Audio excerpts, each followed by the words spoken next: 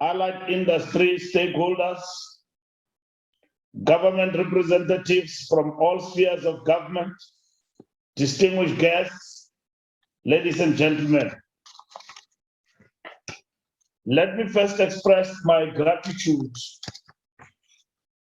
for the invitation to address this august annual Southern African Bus Operators Conference.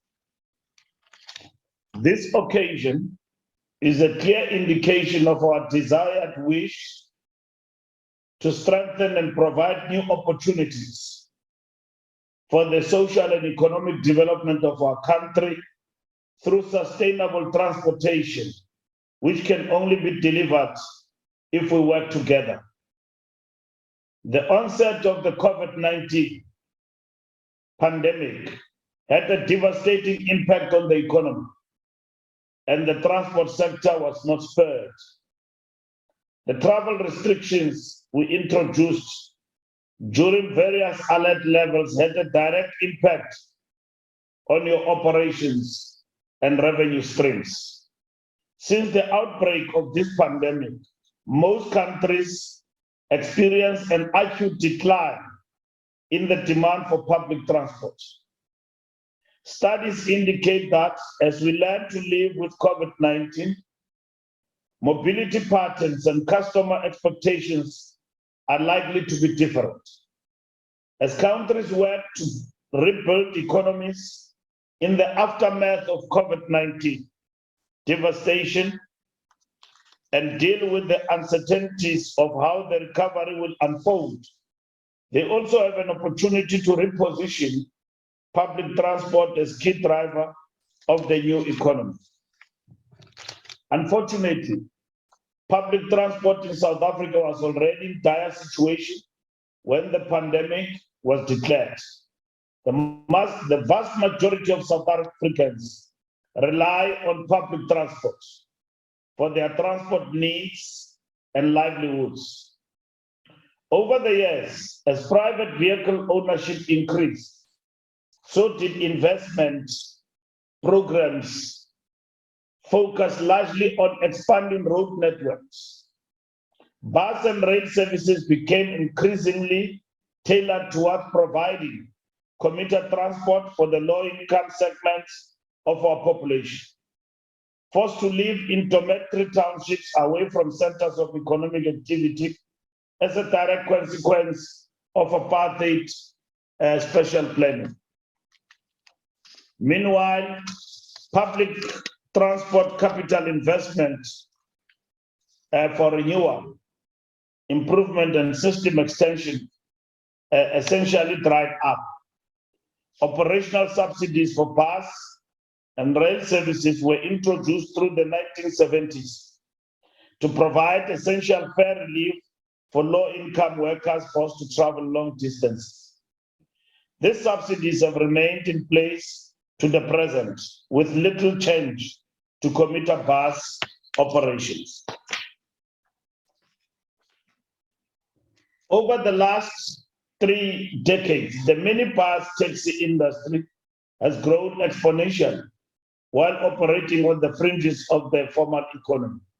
Their growth was a consequence of increasing urbanization, decentralization, and poor regulation of public transport. By using the extensive road network and serving the ever-expanding residential and commercial urban development, the minibus taxi industry market share grew rapidly. Meanwhile, the formalized modes of bus and rail have remained focused on the same peak period commuter services, and their general effectiveness and market share has diminished due to an absence of service planning at the local level, low investment, and no modal integration. The combination of apartheid spatial planning, transport policies skewed towards road-based mobility, uncontrolled development, and absence of effective public transport planning has exacerbated urban sprawl and decentralization. This resulting in low densities further undermine the ability of public transport to provide effective access to all users, thus completing the vicious cycle of decline. Funding support focuses predominantly on commuter rates and subsidized bus contracts. Before the promulgation of the NLTA of 2009, little change was made to these services. As a result, today's public transport modes and systems often operate in direct competition to each other without effective planning and the necessary sustained investment. The 2020 National Travel Household Survey reflects that in 2020, only 9.4% of South African households selected traveling by bus as their usual mode of travel, compared to 10.2% in 2013.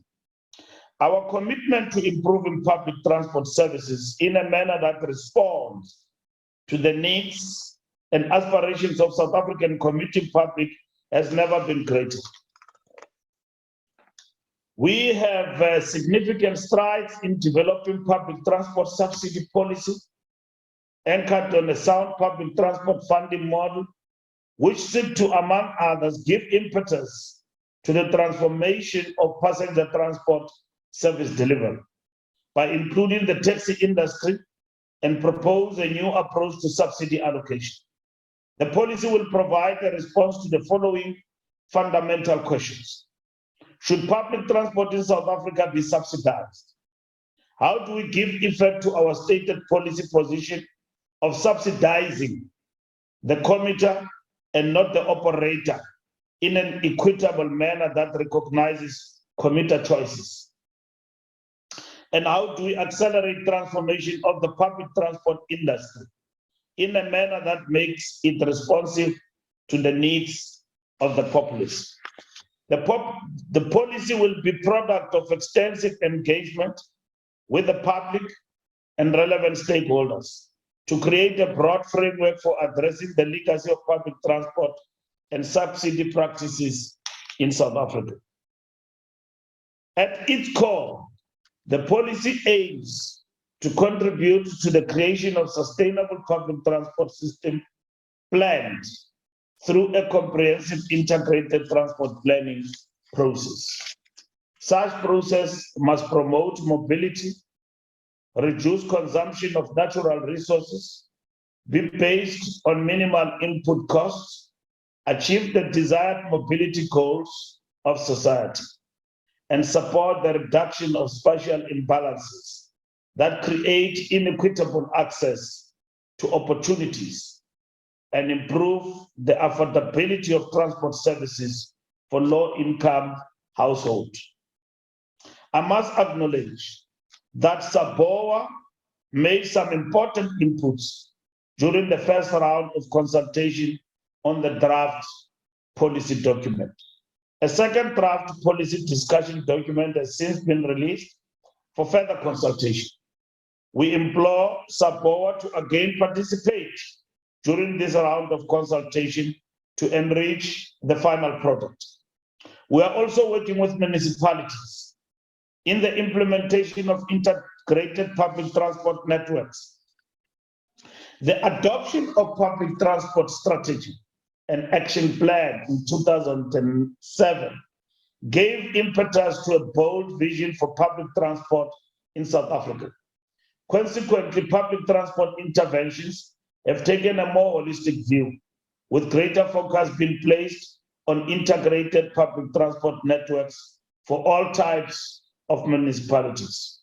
Of critical importance is that the IPTN embodied the following public transport policy principles: improvement of public transport, focus on non-motorized transport, development of integrated solution, modally spatially fair management, incorporation of existing services, transformation of existing subsidized and subsidized services into new formal scheduled services, prioritization of affordability, safety, accessibility, and connectivity. Creation of a system which provides a preferred alternative private car travel, access for disabled and special needs passengers, improvement of rural public transport, shift from provinces to municipality as the contracting authorities and placement of municipality at the center of public transport, a function. A high-level performance assessment of cities that are implementing IPTNs indicates that there is improvement and steady progress in the implementation of these essential public transport systems. However, there is still much to be done in bringing public transport services to the levels espoused in the public transport strategy. The integration of legacy bus services into the integrated public transport networks is a critical element in delivering a functional public transport system that recognizes the contribution of each mode in the value chain.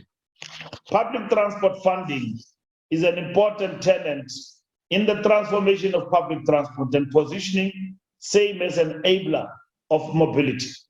In 2019, the National Treasury announced that significant reductions will be made to planned expenditure over the 2020 MTF due to the overall economic downturn and the associated pressure on the fiscus. Almost all conditional grants have been reduced, with large reductions effected to grants with a history of poor performance. Unfortunately, the public transport operations grant was also affected, the PTOG, with a 0.4 reduction in 2022-2023 financial year. One of the interventions we're exploring in the short term is that infrastructure funding through the public transport network grant and operational support through public transport operations grant should progressively be integrated in order to achieve the same overall objective of incrementally bringing about affordable and quality public transport systems. However, this will find expression in the broader public transport funding model we're in the process of developing. Despite all these challenges experienced in the public transport space, we must recognize the strides we have made and the successes recorded. The rollout of the bus rapid transit system and its associated infrastructure has been the most visible progress we have made. We must continue to build on this progress to deliver an integrated transport system that is responsive to the integrated transport plans of our cities.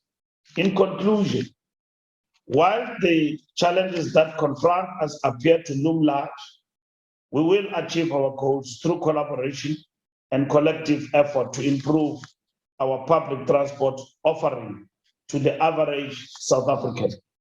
I have no doubt that your deliberations and outcomes will make a meaningful contribution towards a public transport system that is safe, reliable, affordable, and efficient. I'm looking forward to engaging with you physically on the outcome of this important August gathering. The bus industry remains an integral part of our public transport services and will continue to play that role for many years to come. I wish you well in your deliberations, and I'm looking forward to engaging with your resolutions. I thank you. Thank you. Let's give the minister a big round of applause. Minister, thank you for sharing your vision with us. And we are pleased that you mentioned the fact the reduction of the PTOG by 0.4% is giving us nightmares. And I'm glad that it's within your purview, you're dealing with that, including developing a funding model. Is Minister still with us? If he can hear us, I was hoping that he would stay for a few minutes and field a few questions from the delegates. Minister, are you still there? Yes, I'm still here, Chairperson. I've got another engagement at 10 o'clock at the trains in Cape Town. You are not able to give us 10 minutes of your time. I can, Chairperson. Thank you so much.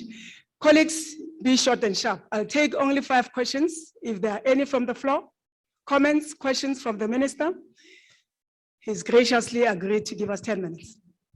You happy? No questions? No comments?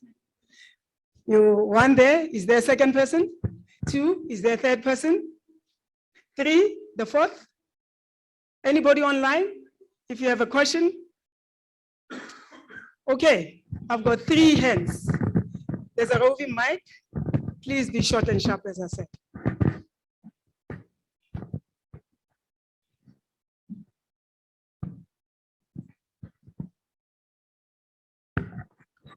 Good morning, everybody, and good morning, the minister as well. Mr. Minister Mfikile Mbalula, my name is Mafala More from Biotrans.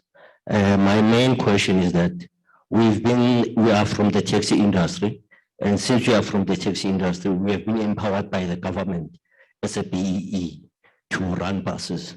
But now, what is disturbing us, because we are reaching the end of the contract, we want to know that taking away this business that has been established by our ancestors, how do we expect us to survive after such a long time? Thank you. Thank you. Second question, please.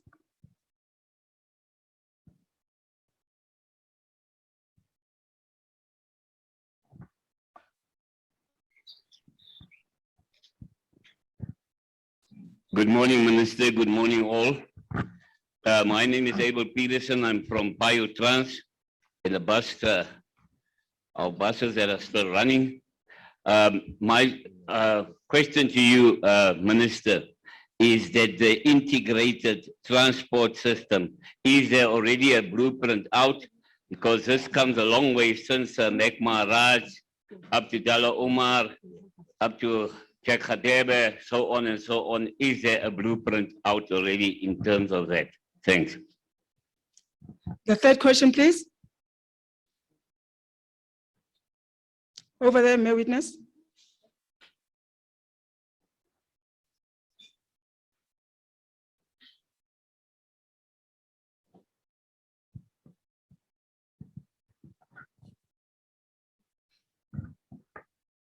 Thank you, Minister. My question is, what is the provision from the government for the intermediation of the taxes to the buses? And what is the plan now for the diesel? Because now the diesel is killing our business. Thank you. Mr. Basil Govender, your last question, please.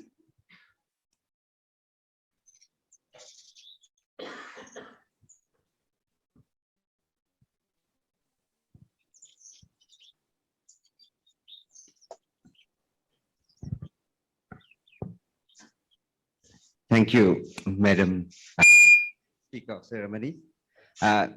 Minister, not quite a question, but to thank you for availing your time today, but importantly, because of your schedule, we're not going to be able to engage with you. But as SABOA, we've done some extensive work on the trajectory of the PTLG, specifically within the bus sector, and some of the impacts that's coming up in a presentation later in the program.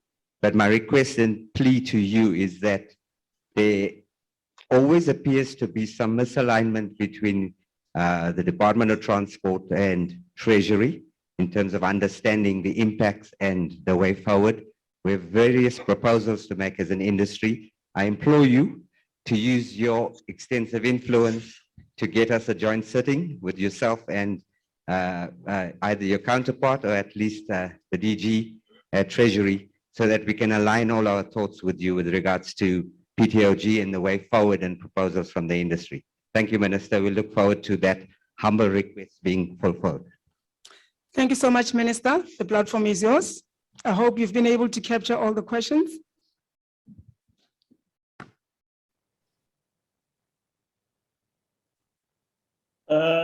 Yes, Chairperson, where I didn't hear is the killing of the business,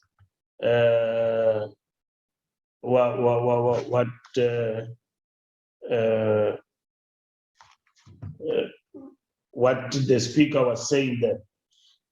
In terms of taking away the business, we are not taking away the business in terms of the taxi industry. We are looking at, we are working on the integrated plan, and you will know that the reason some of the IPTN projects in the different municipalities have not taken off is because of either lack of consultation or agreement thereof between the taxi industry and government. And the example is the one of, in particular, Cape Town, my cities. And we've been working with the taxi industry together with the city to take off in relation to finding an agreement. So we are working with the taxi industry in the different working groups, which will give a report back very soon based on the Indaba outcomes. One of those particular issues we are talking about is the subsidization of the taxi industry, which I've referred to in the speech. Integrated public transport system blueprint, it is there. We would like to engage with you post this meeting with SABOA, which we have started also to engage with them. And they've made important contribution in terms of, among others, the subsidy arrangement and regime in the country. And we are now going for the second bite. And we're looking forward for that engagement. The diesel issue is what we are dealing with. I suppose you are talking about overall the fuel situation in the country. Given what is happening globally, many countries are affected by what is happening in the war between Russia and Ukraine. And that has put us in a very precarious position as a country. We're responding to that, and we should be in a position to engage with the business in general and public transport owners on this matter. We have made interventions as government in terms of mitigating the attack on us. The rest of the other issues, Chairperson, I'm open to engage with SABOA and its member organizations as we shape up policy for the public transport industry in South Africa. Thank you very much. Thank you very much. Let's give Minister the last round of applause. Minister, thank you for your time. You are released.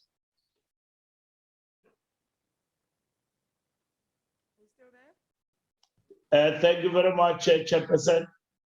I wish I could be there physically, but thank you very much for affording me the time to deliver this keynote address and raise important issues that affect the industry. Thank you very much. Much appreciated, Minister. Thank you, colleagues. We have Ntate Manamela in our midst. Those who know him, he's been around the block. He knows transport like the back of his hand. So we still have about 10-15 minutes to kill. So if there are more questions from the floor or online, please pose those questions. Let's have a bit of a discussion with Ntate Manamela. Ntate Manamela, do you mind coming up front so that they see you and you can engage?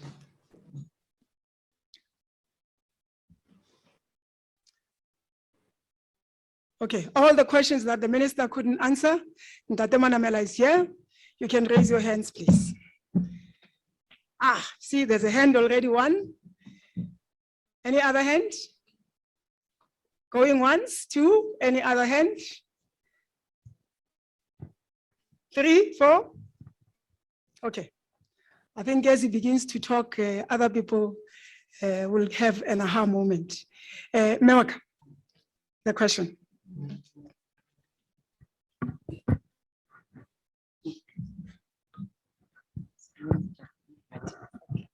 Okay. Good morning to you all, our delegates from SABOA. My question is based on involvement of small bus operators in the RAPTN. I could not get all the 4 pillars that govern the RPTN, but I could not really see how is government going to involve the non-contracted bus operators in the plan. If we remember, it started with COJ, the BRT, whereby only taxi operators were part of the engagement and only contracted operators. And small bus operators tried to participate, and they were informed that they don't form part of the contracts. They don't operate in the affected area. It started with affected area and then it went to routes.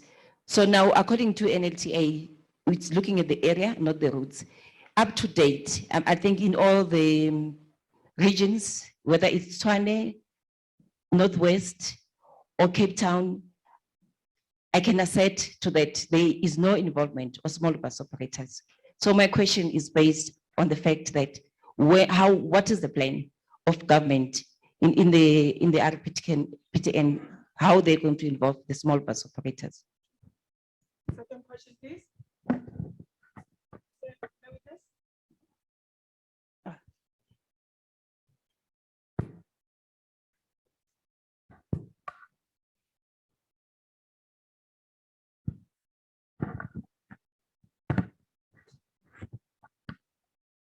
Good morning, all.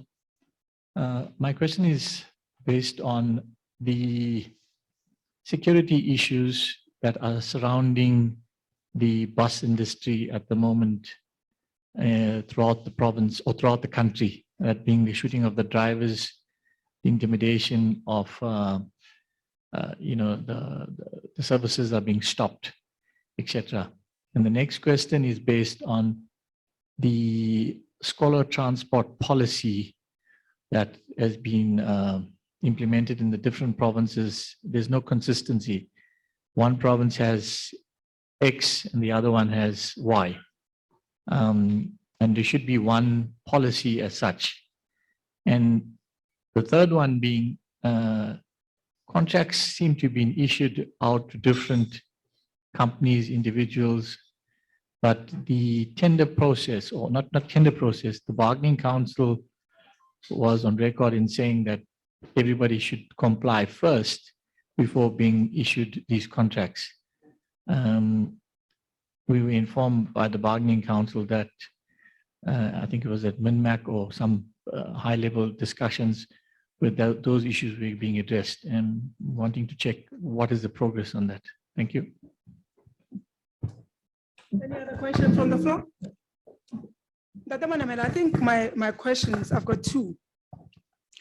One is, what is the view of government with regard to transformation? In some quarters, government says big business must give 10% of the value of their contracts to small operators for transformation purposes. Some of your documents says 30% set aside. What is the view of government? And secondly, I think I want to put you on the spot and find out what the trajectory is going forward. Is it contracts, tendered contracts, or negotiated contracts? I just want to understand where government is leaning towards. Thank you, Ndate.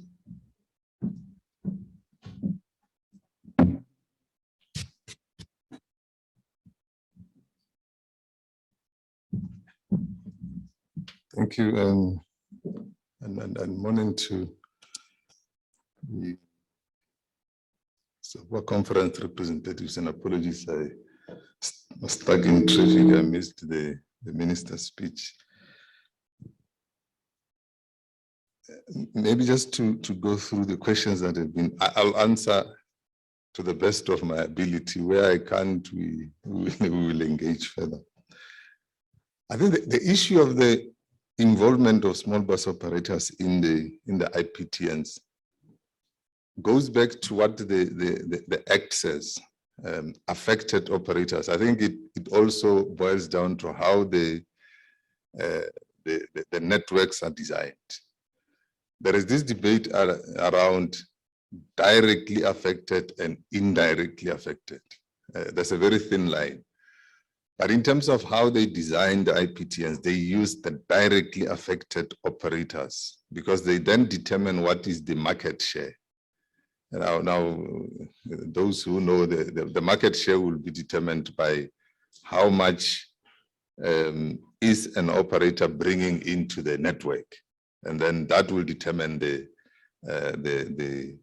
affectedness and the market share in the network.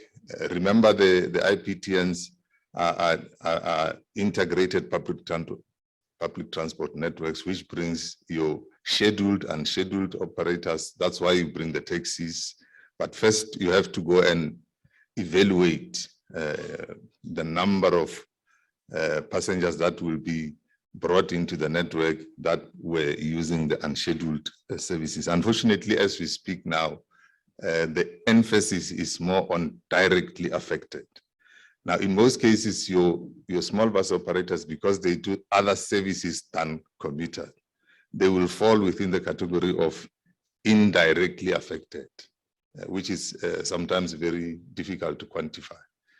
So that's why the issue of IPTNs will affect your scheduled bus operators currently, unscheduled operators operating on those corridors on those routes. Indirectly affected, in some cities they consider them, but it's very difficult. So as we speak now, if, for example, you're doing special hires or services during the weekend to transport people to funerals, you would consider not to be directly affected.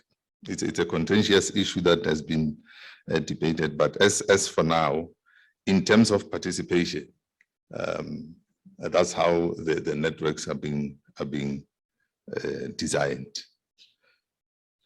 The issue of security, intimidation, it's a very serious issue. I think the minister, I don't know whether he touched on it,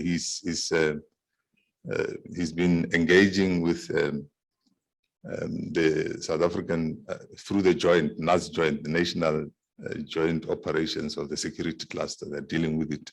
And unfortunately, it is not purely a transport issue. It emanates from transport because people are intimidating. It's more intimidation of the, I think we have got a number of letters, complaints, taxis intimidating long distance and bus operators. Obviously, we know even the locals. But it is a criminality issue that has been elevated to NAT joints, where you see intimidation is difficult. We have had incidents in Limpopo where they will intimidate, they will take people off the bus and force them into the taxis. Once you go and inform the MEC intervenes, send officials, then they say, no, I know we are working together, you see. Immediately when the police, that's intimidation, it's sort of a guerrilla kind of, it goes back to issue of intelligence. So from a transport perspective, the only thing that you can do is to, once you get an operator who can be charged with that particular criminality, there's a recourse. You can withdraw the operating license. But the first thing that you need to do is to catch the perpetrator. It's as difficult as that, because you have enforcement must come first, and then transport can then follow in terms of the punitive measures, withdraw an operating license. So it has been dealt with at, it has been elevated to the security cluster, because it's somewhere between. As transport, we can only act once people are apprehended. Scholar transport policy, yes, there's inconsistency. Basically, it's because it is implemented between two departments. In some provinces, it is a domain of Department of Education, and in others, it's a Department of Transport.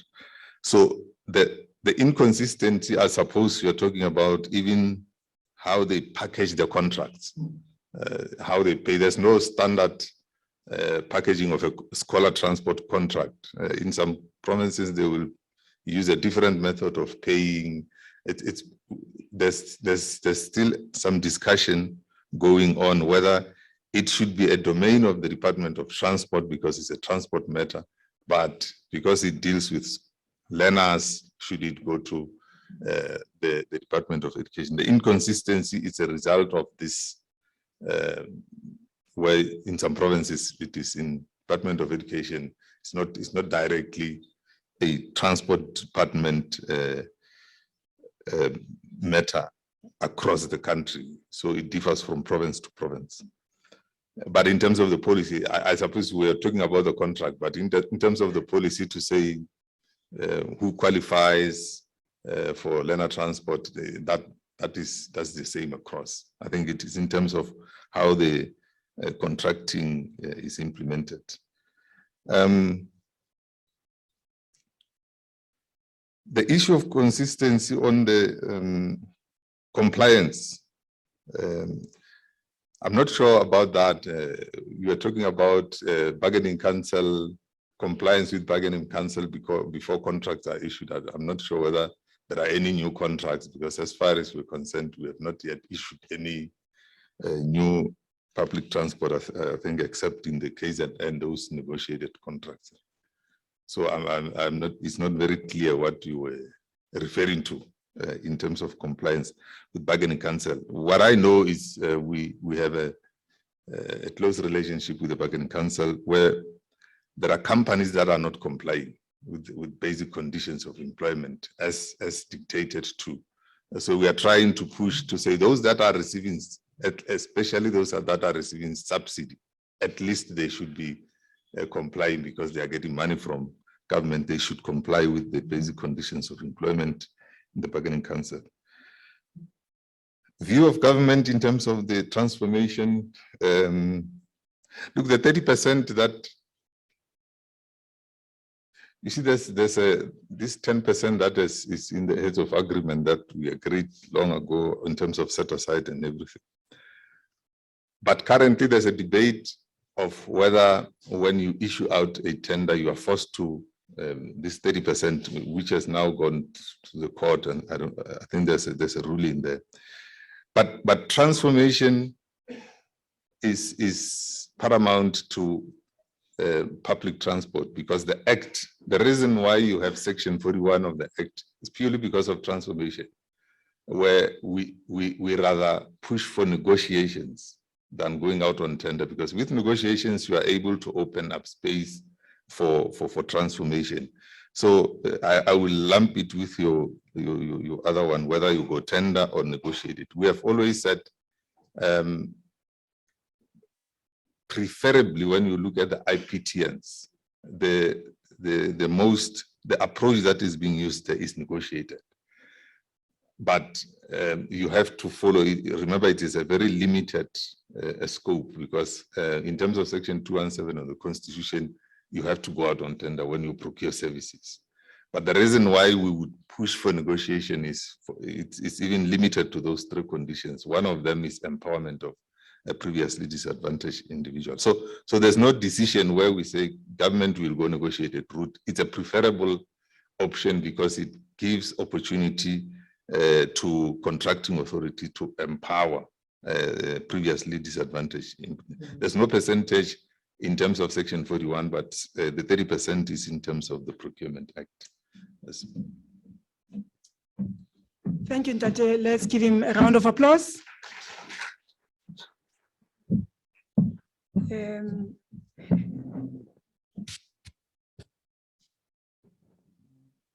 next speaker will present the macroeconomic factors that could broadly affect the national economy and influence our financial outlook. I think 2 days ago, South Africa released the first quarter report, and they announced that there's 1.9% growth in GDP. And I'm not sure if that will create job opportunities. Mayor Shirin, I hope you are online already. Is she there? Yes, I'm here. Can you hear me? Hello, Shirin. Hi, good morning to everyone. Good morning, welcome. Mayor Shirin is a senior macroeconomic strategist within Standard Bank research team. And as part of her team, her thematic research and insight has provided valuable introspection on current local macroeconomic affairs and strategy, which has aided in building a discernible reputation for the team. The Standard Bank research team was consistently earned accolades for macroeconomic, political, sectoral, and financial market research. Shireen graduated from the University of Cape Town with an honors degree in business science. Shireen, welcome. Hi. As you lean into your crystal ball and tell us if the interest rate will go up by 50% basis point or 25. The floor is yours, ma'am. Thank you very much. Please Good welcome. morning to everyone. And just give me a moment to share my screen with you. Can you guys see the screen? Yes, we can. Thank you. Can you? Great. That's awesome. So I'm going to kick off straight away into things. I'm looking at the SA macroeconomic environment. And from what you just spoke about, we saw Stats SA releasing South Africa's GDP growth numbers for the first quarter earlier this week. We saw GDP coming in at about 1.9%. And in fact, we've seen now that South Africa's GDP has now reached its pre-pandemic GDP growth levels already. So we've had to readjust our GDP forecast, and we now anticipate that GDP will probably come in at around about 2.2% for this year and about 2% for next year. However, there are obviously a couple of headwinds that we need to tackle before we get to these type of GDP growth numbers. Some of these risks include the renewed load shedding in South Africa, the fact that we have a very high unemployment rate, and as you've indicated, is this type of GDP growth going to lead to job gains over the next couple of years? Then we have, a very slow take-up of reforms in South Africa, which continues to weigh on our overall economic recovery. And then we also have geopolitical tensions between Russia and Ukraine that continues to weigh down economic growth, not just domestically, but internationally as well. But heading into the South Africa's GDP growth numbers, and what we have seen is that, sectoral growth is still very uneven, despite the fact that we've seen GDP growth now reclaiming pre-pandemic growth levels. What we are seeing is that many sectors are still below pre-pandemic growth levels. We have the likes of the agricultural sector, the personal services sector, the government sector, as well as the finance, real estate, and business services sector now, heading above that pre-pandemic growth levels, but the rest of the sectors seem to be trailing behind. However, we still think that during the course of the year that these sectors will start picking up and economic activity will start to normalize, and we'll see by the end of this year, these sectors gaining significantly more momentum than what we have seen so far. But as it stands is that, the sectoral recovery will probably remain uneven during the course of this year.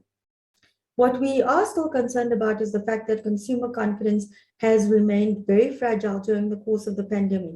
If you look at the chart on the left-hand side, you can see there's an orange bar, which looks at the BER's Consumer Confidence Index, and it delved very deeply into negative territory in the second quarter of 2020. If you recall, that was when we had the peak of the pandemic, and we had very stringent lockdown measures during that time. We had level 5 and level 4.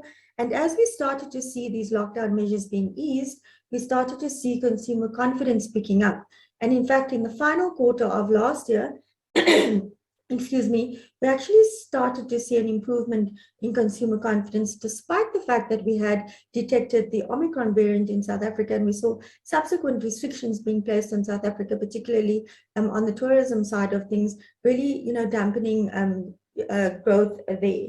But what we did see in the first quarter of this year is that consumer confidence deteriorated again, but that wasn't really on the back of domestic factor. It was more on the back of the fact that this Russia-Ukraine war had broken out, and it really, sent a bad signal to the fact that global growth could potentially slow, and the impact that that is likely to have on the domestic economy as well.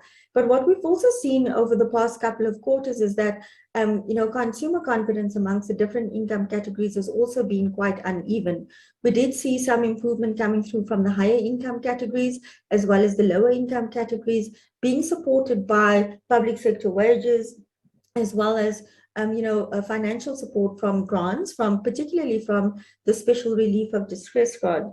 If you recall, the special relief of distress grant had been suspended, and then it had been extended towards the end of March this year. And more recently, the president extended the special relief of distress grant towards the end of March next year. So that continued to provide financial support to those that have been particularly hard hit by the pandemic, and will continue and to provide support to these lower income earners. However, if we see this financial support fading during the course of this year, then that could weigh on overall confidence amongst households and particularly amongst the lower income earners. We do think that we'll probably stage growth in excess of about 2.9% for this year in terms of household consumption expenditure. And the reason why I'm stressing this is because household consumption expenditure accounts for close to 2/3 of the overall GDP dynamic. So it is quite important that we do see a recovery going forward, and consumption expenditure normalizing over the next 2 to 3 years. What is obviously still particularly important is the fact that load shedding continues to threaten the economic recovery going forward. We have seen that Eskom has recently indicated that we'll probably see more than 100 days of load shedding during winter in a worst case scenario. And we have seen over the past couple of weeks, when we did have load shedding, that Eskom implemented load shedding in the less productive times of the day, from 5 p.m. till 10 p.m. But that obviously still has an impact on overall economic growth. And from our studies, our indication and analysis, it seems as if load shedding has a higher impact on goods producing sectors of the economy, such as your manufacturing, utilities, mining and agricultural sector of the economy, and less so on the services side. That's not to say, though, that it doesn't impact the services side of things.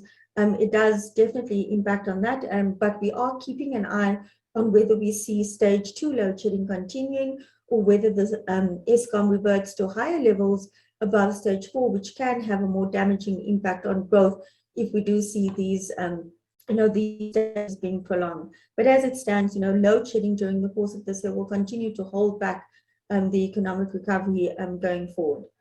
Excuse me. In terms of monetary policy and your question of whether we're going to see further rate hikes coming through, we have seen that the SAB recently hiked rates by 50 basis points at its last MPC meeting, taking the repo rate to 4.75%. We saw 4 members of the SAB's committee preferring 50 basis points, while 1 member preferred 25 basis points. And in fact, at that point, at the last MPC meeting, the SAB also revised the inflation to come in at about 5.9% for this year. And in fact, the GDP is expected to come in at about 1.7% for this year.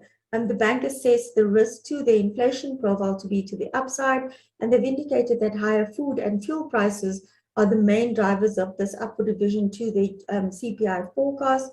But they do see that fuel inflation will likely ease in 2023, while food prices are expected to still remain quite high.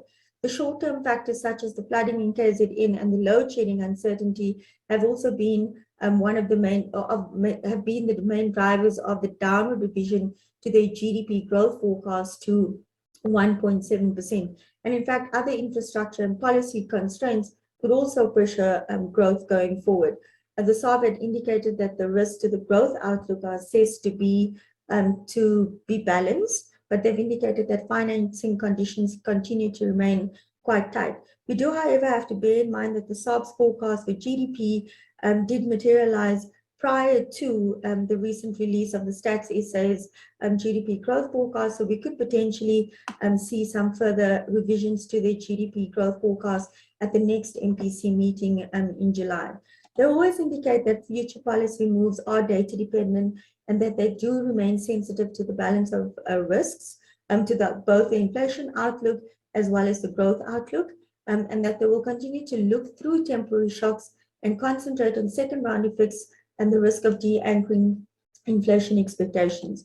As we currently stand, South Africa's, while the Standard Bank's forecast for CPI is also penciled in at about 5.9%, we do think that we'll probably see some temporary spikes above the target ceiling over the next 2 to 3 months, and that's expected on the back of higher food and fuel prices, but this ultimately creates some strong favorable base effects that support the moderation that we foresee in the second half of the year, despite the gradual rise in anticipated, the gradual rise anticipated in underlying inflation. Higher oil prices on the back of the Russia-Ukraine conflict continues to pose upside risk to our inflation forecast, particularly in the short term. So we do see that number increasing to 5.9% on average for this year, but it is expected to moderate to about 4.4% in 2023. We do think that the SARB will argue that slightly more front-loading of the rate hikes with another 50 basis point hike at the July meeting is likely, and that this will probably have a larger impact on inflation expectations with a similar growth impact. And the recent, upward, the recent better than expected GDP growth forecast that we saw coming, not forecast, growth numbers coming out during the course of this week so far, is that, this will provide more of scope for the SARB to hike rates by 50 basis points. So we think that the SARB will, after the 50 basis points, will hold rates steady then for the remainder of the year. And we see the repo rate ending there at about 5.25%. We've penciled in additional 2 rate hikes in increments of 25 basis points next year in January and in May, and see the repo rate ending 2023 at about 5.75%. We also think, given the fact that global inflation and inflation expectations are still quite high, is that we think that the SARB will hike again in 2024 by 50 basis points. But again, that is likely to be in increments of 25 at each meeting, and that will take the repo rate by the end of 2024 to about 6.25%. We did see that the Rand had been providing quite a significant amount of support into our inflation profile over the past couple of months, but the Rand had initially come under pressure from the Russian-Ukraine war, but it has, however, gained ground despite the war having intensified, and we think that the Rand remains supported by the elevated terms of trade during the course of this year. So our forecasts are premised on fiscal consolidation, further traction being made with regards to policy reform to enhance trend growth, and a significant reversal of the employment and fixed investment contractions that had been induced by the unrest in July of last year. So we see the Rand ending the year at about 15 Rand and averaging at about 15.40. However, obviously there are some downside risks to our year-end targets, and that is expected if we see a weaker than expected terms of trade, if we have any kind of significant acceleration in COVID cases and deaths, which could potentially then lead to reduced vaccine efficacy, if we see new variants of concern being detected, if we have disappointing local growth and or fiscal policy reform, then that could also weigh on the currency market. And if we have a stronger adverse impact from the tapering of global liquidity than what we currently incorporate, then that does have an impact on the currency. So we see the Rand ending at 15.20, and we see it coming in at about 15.15 next year and about 15.30 by the end of 2024. On the flip side, if we see some decisive local growth and fiscal policy reforms, that could potentially in turn translate into stronger recovery in consumer confidence, in business confidence, and international investor confidence as well. And where we could also potentially see some further support coming through for the Rand is if we see any kind of peace talks or a withdrawal of Russia from Ukraine, then that also could potentially provide support to our year-end targets. I'm not going to go through these two slides, but it's just our quarter-on-quarter numbers for the Rand. Just very quickly, we see it ending at 15.20 against the dollar by the end of this year, 16.26 against the euro, and about 19.46 against the pound, and 8.42 against the Japanese yen. This graph is just a graphic representation of those previous forecasts. But before I get to the final slide of the presentation, I just very quickly want to touch on what we're seeing with regards to our credit ratings in South Africa. We've recently seen that S&P Ratings unexpectedly revised its outlook on South Africa's sovereign credit ratings to positive from stable. S&P indicated that the expectation that favorable terms of trade, a path toward contained fiscal expenditure, and the implementation of some structural reforms could lead to a continued easing of fiscal and external pressures. So the upward revision of the rating outlook does imply that the rating agency attaches a material probability to a rating upgrade in the medium term.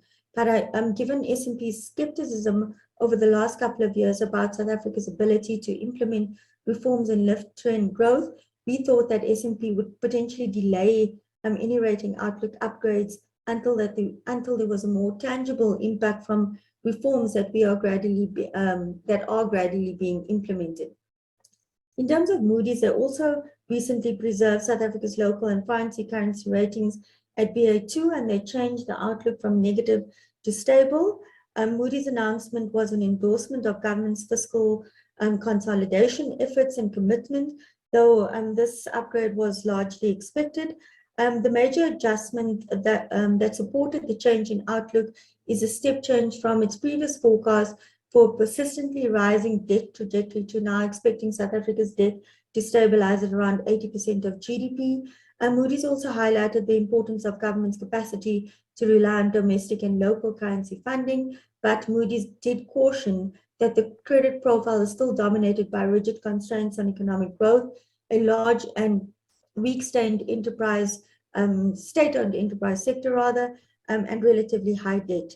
With regards to Fitch's rating is currently sitting at BB- with a stable outlook. So just to recap our macroeconomic forecast, as I've indicated, we anticipate that GDP will come in at about 2.2% for this year. We did see GDP reclaiming its pre-pandemic growth level in the first quarter of this year.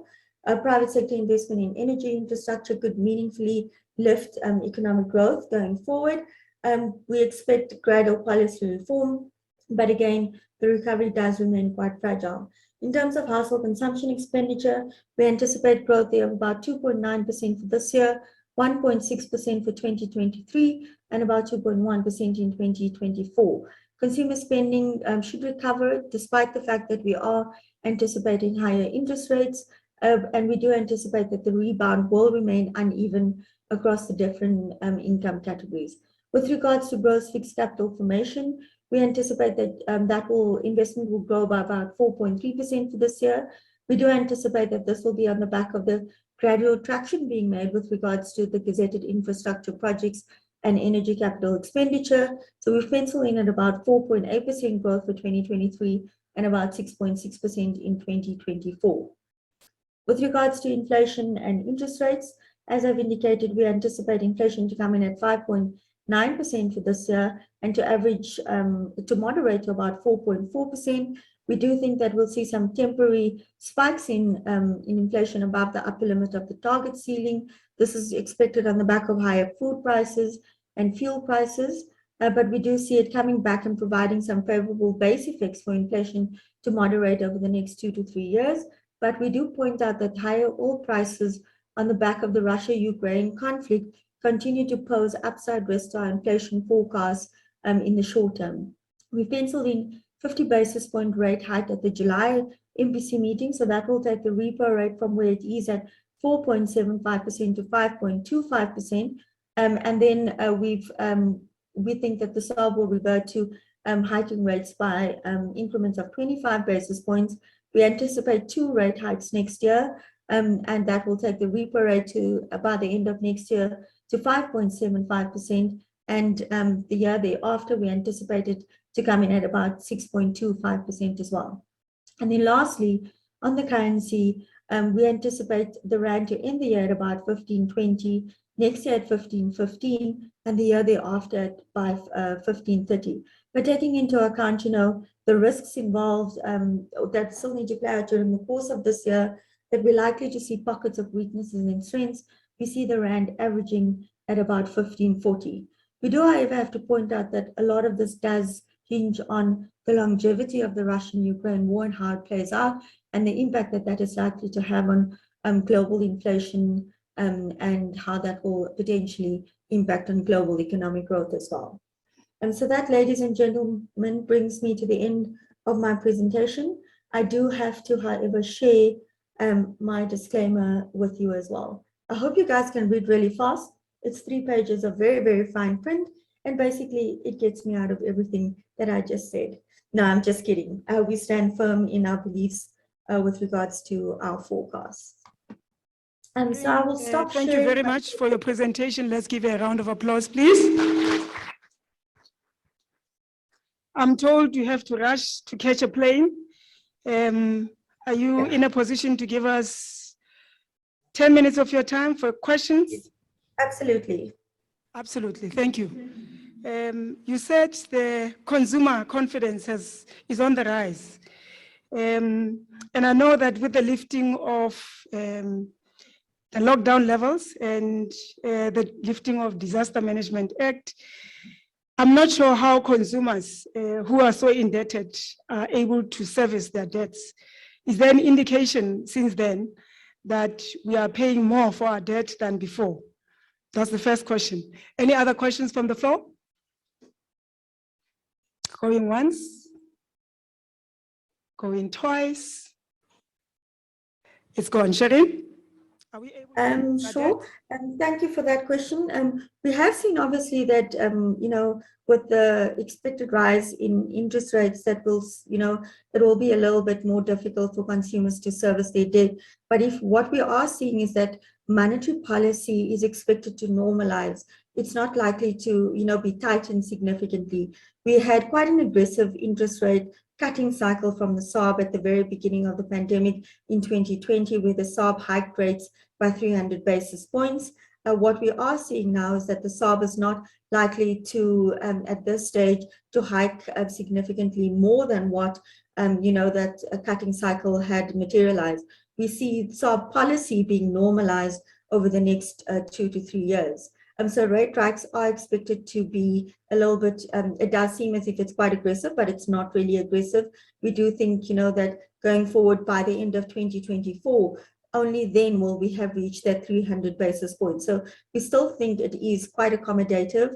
However, obviously concerns are around the fact that inflation at this point is quite high and food prices and fuel prices are crimping on consumer spending. And that will obviously, weigh on consumers' ability to service debt. But we do think that, as I've pointed out before, inflation is expected to moderate next year and is expected to come down. We're not sitting in the same sort of position that we are seeing globally with, significantly high inflation levels because we've had that buffer from the rand. So we do anticipate that going forward next year, that inflation will start to come back. And despite the fact that we are seeing higher interest rates, we are still in an accommodative position with regards to monetary policy. Thank you so much. Travel safely, and thanks again. Thank you very much.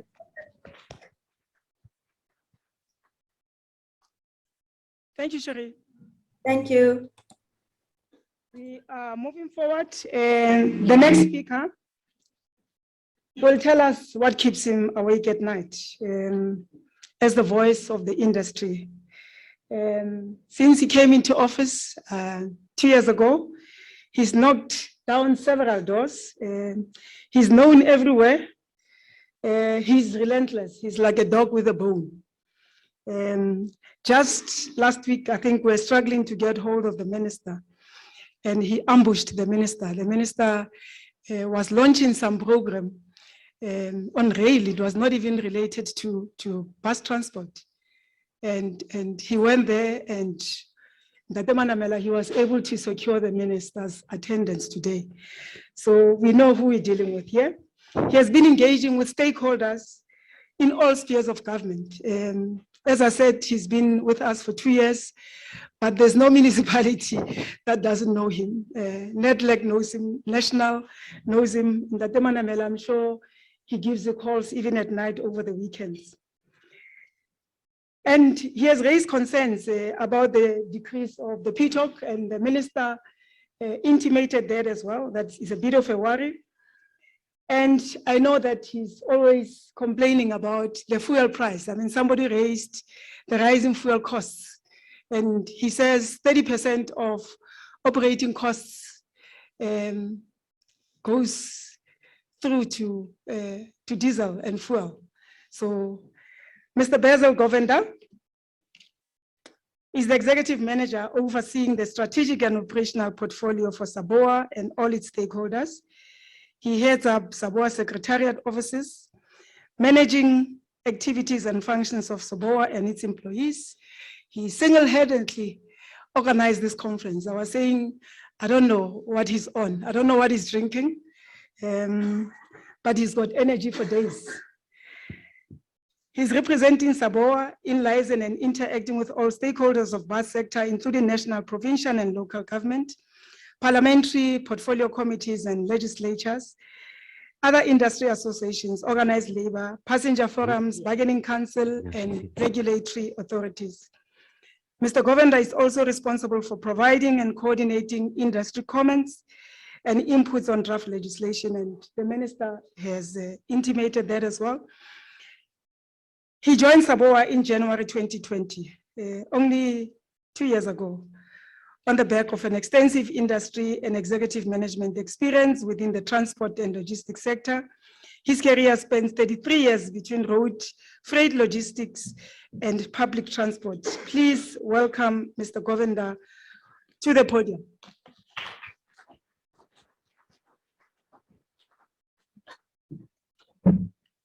The nerves are kicking in already.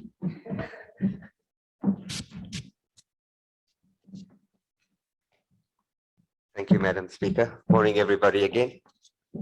Some bleary-eyed people from last night, but we'll forgive you. We're running some multiple logistics in the background, so bear with us. May I just clear this podium?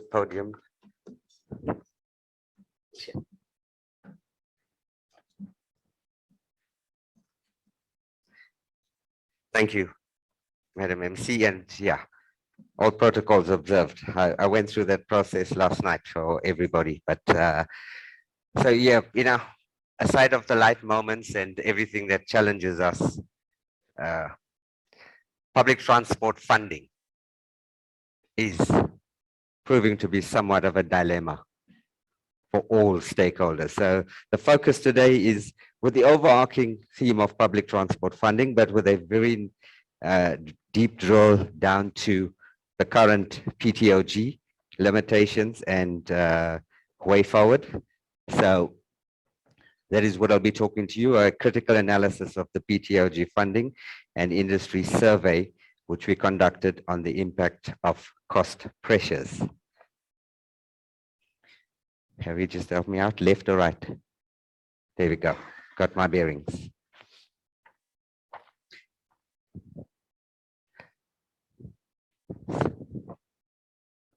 So to set the scene, I think it's important that you get an industry overview and a lead up to where we want to take this challenge on PTOG going forward. Since 2009, the subsidy payment to bus operators has been via the Public Transport Operations Grant, and that is as published annually in the Division of Revenue Act, DORA. The grant is viewed by National Treasury as a supplementary grant with the expectation that provinces or provincial governments would top up their provincial allocations to meet relevant escalation formulas that are embedded in the interim tendered and negotiated contracts. This has not happened except for 3 provinces that traditionally operated homeland services. So the PTOG caps annual kilometers of operators, and the contract costs therefore may not exceed the allocated amount that has been budgeted or allocated. As the minister has indicated early on, and you've heard, we've made many representations via the DOT and Treasury to increase the grant. And we've all seen that this year's PTOG is a de-escalation of minus 0.4%. And all our representations are to ensure that the grant is more in line or stays very much in line with escalation formula in the respective contracts, or the challenge now is to keep it in line with the key indices that Shireen was presenting a bit as well. This has had some success in the past, and we kind of have come full circle in a couple of years, and we are having to start this discussion all over again with some history in mind and the way forward. It is estimated by SABOA through industry information that since 2009, the cumulative effect, and I'll talk you through that, reflecting what we call a deficit of the PTOG compared to the expected increase in the subsidy amount. So we use the interim contract, and you'll see that reference as IC. We use that formula as a proxy for all types of contracts. The current, the projected shortfall to financial year ending 23 into 24 is in the order of 3.6 billion. Now we throw around numbers, we talk a lot about what the impact is and why is it so much. We've decided today to give you a high-level overview of that and unpacking of that.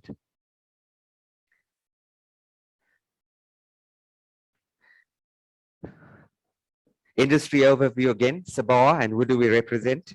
Up on the screen, you've got a cross section, and hopefully online you're seeing that as well. The bus and coach industry is not just about those who get subsidy. So a SABOA perspective is representative of all subsectors. So you've got your contracted services, you've got private services, municipal services, scholar bus services. That comprises mostly SMME entities. You've got BRT, long distance, interprovincial, tour charter, and cross-border services. And we are active in all sectors in terms of representation. So let's just start drilling to the topic at hand. In 1997, interim contracts were concluded with all subsidized operators, and this was a transitional measure to full contracting within 3 years. That subsidy was based on a passenger subsidy linked to distance traveled and the socio-economic circumstances of passengers. Approximately 120 tendered contracts, references TCs, and negotiated contracts, NCs, were concluded between 97 and 2001, after which the system ground to a halt, mainly due to funding issues. So you get a sense of appreciation for how long funding issues have been on the table since emanating. All tendered and negotiated contracts are kilometer-based contracts. Our new best friend, DORA, emerged in 2009. That came on the back of the introduction of the PTOG. All remaining ICs were converted to kilometer-based contracts, and then that meant all contract kilometers were capped. You cannot run services with growths and or extensions because you only paid for the kilometers capped to the contract. And contract expenses, more critically, were also not allowed to exceed the PTOG as determined by National Treasury within the DORA. So since 2009, the industry cost escalation trajectory has been delinked from the agreed escalation formulas, and National Treasury determines the annual grant. So you're starting to get a picture of where it's going versus who's making decisions around grants. Treasury expects provinces to bridge any financial gaps that emanate between these escalation formulas and the PTOG. And thus far, as I said, only 3 provinces have historically operated homeland services, have made financial contributions. That's the Northwest, Eastern Cape, and Limpopo. So let's get into the meat. You're going to see a table soon in the next slide. It's a comparison of a complex basket of indices. Some of it Shireen spoke to in current context, but we want to take you on a trip. And when you're looking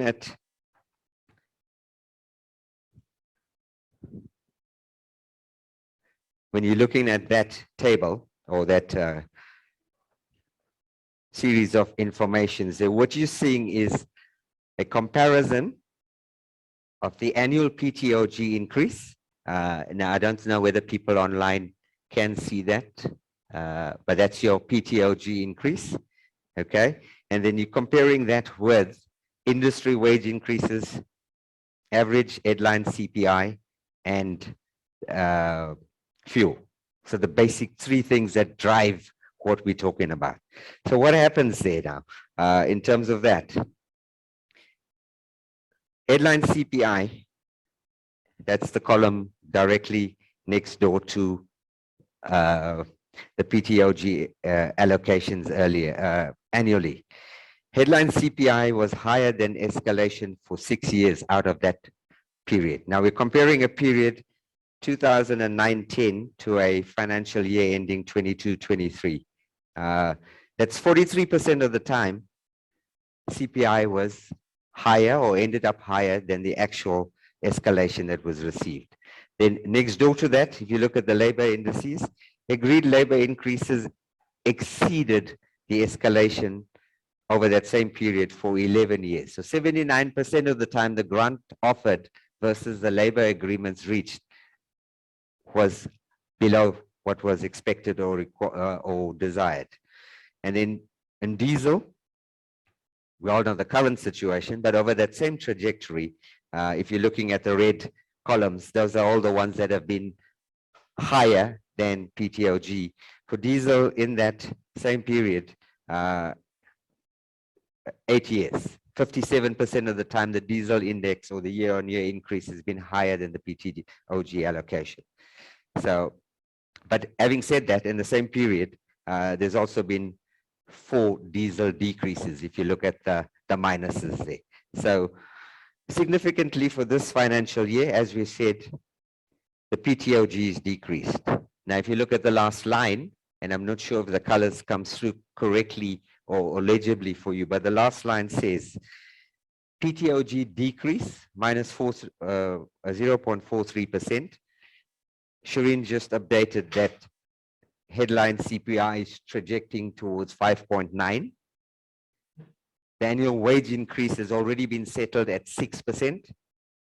And year-to-date April, fuel year-on-year increase is 17%. Take all of those 3 indices against a backdrop of a decrease, you are talking pressure from all angles.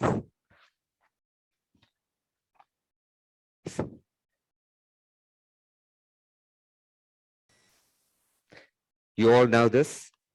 Sometimes it's better to see it in a picture. But from November 2020, the price of diesel has continuously increased, and a significant acceleration that you can see from October 2021, and it's just flying through the roof. So you should all be aware of that. I'm not going to unpack that so much, but let's now get to the, seems like my presentation wants to get you way ahead. Okay. I've got a heavy hand, Derry. The cost increases in the bus industry, because that's what keeps us sustainable and alive. Okay. Program director intimated that.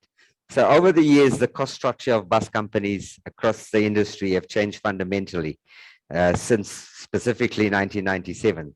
Fuel now comprises 30% of total operating costs. Labor comprises 40% of total operating costs. So that's now 70% of key things in the previous slide that you saw are above the grant and the allocations. And then whilst these 2 large cost elements make up 70%, the remaining 30 are generally linked and escalated on CPI. And we know CPI is at trajectory of 5.9. So now this is where it gets interesting, folks. If you start unpacking, the wholesale price of diesel 2021 year-on-year December increased by 43.7%. Translate that into the total operating costs for bus companies. That's diesel alone, operating costs, 13.1% increase. In that financial year for 21-22 ending December, the PTOG increased by 5.5%. So when we look at April, I've kept April as a constant because that's where all the stats SA indices have been released at. We expect the May indices to be released around 22nd of June. But in April 22, the diesel price that we're talking from January to April this year had already increased by 17%. So if you take that into context of total operating costs, just this calendar year, operating costs for diesel 5.1% up. By end May, we already know that it's around 5.5%, and June and July seems to take that trajectory higher. And then the labor costs, as I said, settled at 6%, and it averted a strike. So well done to all those negotiators and stakeholders. So it's at 40% of total operating costs there. Bus companies' TOC on labor alone this year is 1.8. CPI, we said, hedging around 5.9. So if you translate the CPI into total operating costs for that 30%, we're talking another 1.7% increase in costs. Now, it's laborious, but you need to hear that, because importantly, when you, am I doing something wrong, Harry? Okay, there we go. When you add all those percentages together, so you add the increase in labor, diesel, CPI, 2022 impact is already sitting at 8.6%. I take you back. The grant has been decreased by 0.43%, and costs have gone up for 2022 by 8.6%. So it has to be viewed in the context of that. And when we look at what Stats SA current, and you are advised to always keep track of that, Stats SA publishes monthly when they release the indices.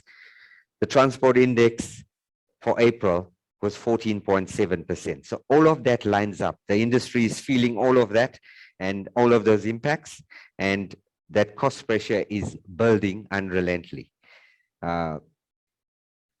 Bold statement, but I think it's a statement that needs to be made. Hence, it's emboldened. The impact of the negative increase in PTOG means that the government is not really assisting in dealing with all these cost pressures and increases. It's aggravating the situation with the decrease, and the industry cannot absorb these costs. And ultimately, what happens? Two choices: decide to pass the cost on or recover it from passengers. And we know the citizens of South Africa are punch drunk from the economic situation and cannot tolerate more travel costs being passed on to them.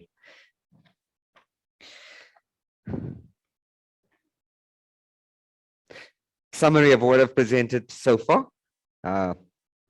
Stats SA, 14.7% transport index. Diesel year-on-year increase 43.7% at December. Labor cost 6%. CPI estimated 2022, we've heard from Shireen, at around 5.9, but perhaps may drop. And this year alone, diesel price increasing at 7%. Now, they say a picture tells a story.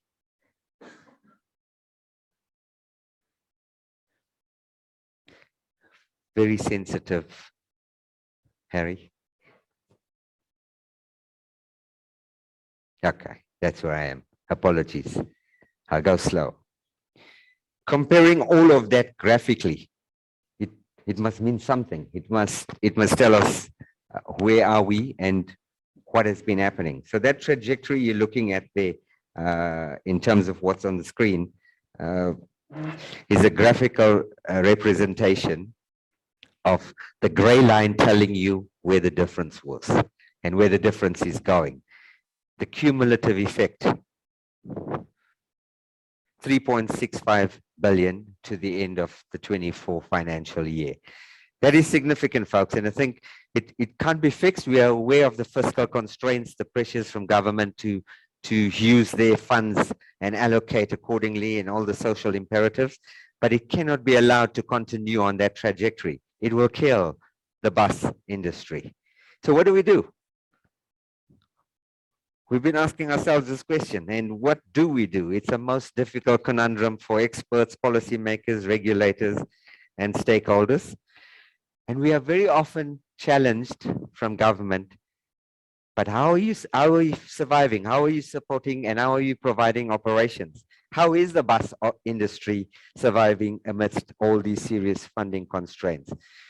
So this is answered somewhat by data we've extracted from a survey of the industry that operates within the PTOG. We use a Survey Monkey platform of all operators. We're requested to complete the survey on a basis of anonymity, and we are busy aggregating the data to absolute finite granular detail. But the data in its full expose will make available and also through media release, but it's imperative we first have engagement with the department and take that at a high level to decide how we want to go forward. But I'm going to present you a high level extract of the findings. So here we go.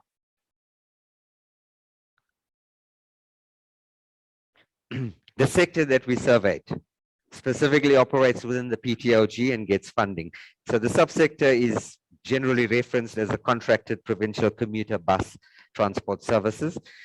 And then from the industry stats drawn from the DORA report 2019-2020, there's approximately 6,353 buses that operated 225 million revenue kilometers in that period. It was funded via the PTOG included in the DORA to the value of 6 billion for that period, 1920. This subsidy then funds interim contracts. 68% of those contracts were last concluded in 1997. Tendered contracts, 28% of that budget, with last tendered contracts awarded in 2001, and then negotiated contracts make up the balance of the 4%. All contracts are net cost contracts, meaning the operator takes all the cost and revenue risks of operations. And then just some statistical information, the average subsidy per passenger for that period was 22.21 rand, and revenue per kilometer operated was 26.76. Translated, that says about 270 million subsidized passenger trips for the period, and on industry from those stats, on average employs 2.1 people per bus. My apologies, this thing seems to be moving way ahead of me. I'm not sure why. I remember I should leave it down, eh?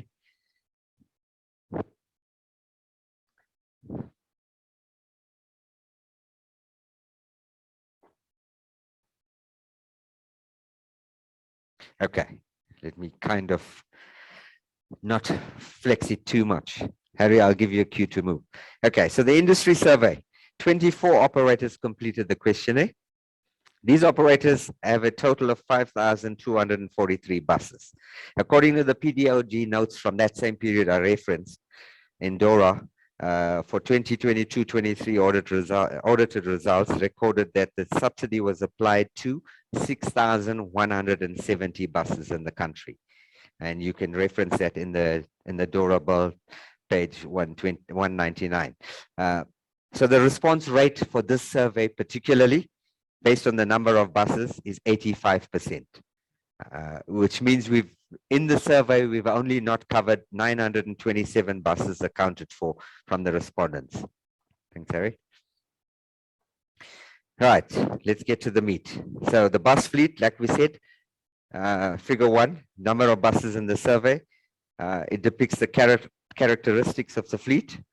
A total of 4,734 buses are used for subsidized services, with a standby fleet of 432, which is roughly just under 10%, which is an improvement because there's generally a standing fleet or standby fleet requirement for 10% and above of active. But respondents also indicated that 189 dedicated buses were operating non-subsidized services, which were not getting any subsidy from the PTOG. I just need to align with Jerry. So where are you now? You've lost me a bit there, Harry. I'm looking for, there you go. All right, fleet age. Critical to this industry, folks. Prior to the introduction of the PTOG, 91% of the respondents reported that their fleets were less than 12 years old. When you take that to current, so prior to 2009, 91% of their fleets less than 12, currently 71%. So there's a slide towards age of fleet. After the increase of PTOG, 30% of the respondents reported that the fleets were now 12 years and older, whereas prior to that, this figure was only 8%. So you can see the impact on fleet age coming through. Okay. But I think this is where concern comes in. Significantly, 13% of the operators reported that their fleets now were on average between 18 and 20 years old. Okay, so it's evident that the current funding model and constraints are having an impact on fleet renewal. It's leading to higher operating costs and older fleet. And with that comes questions of reliability, and it impacts on services due to more frequent breakdowns. Thank you, Harry. Significantly, we asked as well, industry, tell us about contract compliance. And as reflected on that screen, it's concerning that only 21% of the respondents believed they were very likely to comply with their contracting conditions. So across that range, if you look at the very likely, 21%, that's their response. Most respondents, 50% said they are likely in their response, but conversely, the balance of the three to the left, 29% of respondents mentioned they are unlikely to meet contracting conditions. And I think that's where we want to highlight with government that the 29% is based on the last financial year. Throw in all these indices of this year, and that's going to get higher. So the operators are unable to recover these shortfalls from the fare box. So it's going to affect their compliance rates going forward, the contracting conditions, and policy uncertainty, I think, is certainly something that's going to impact on long-term investment strategies in the fleets. Thank you, Harry.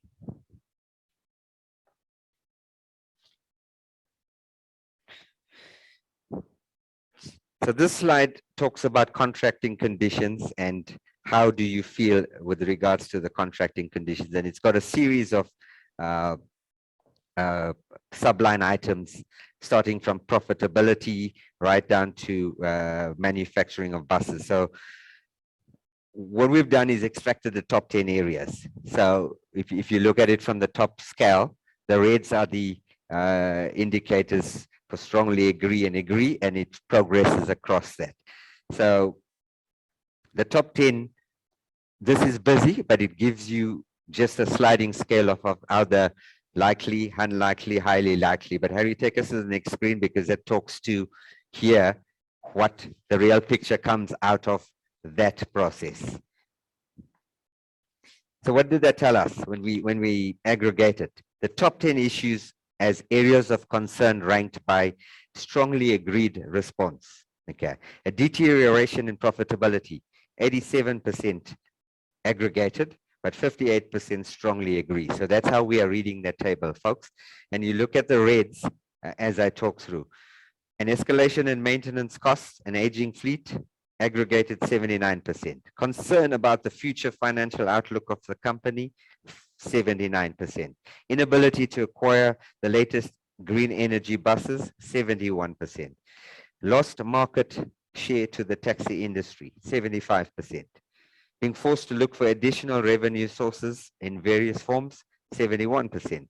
And it goes on and on. But at number 10, that's just in line of how the questioning happened, but at 80% aggregated, the bus fleet has aged. So that gives you a picture, again, of that situation. Thank you, Harry.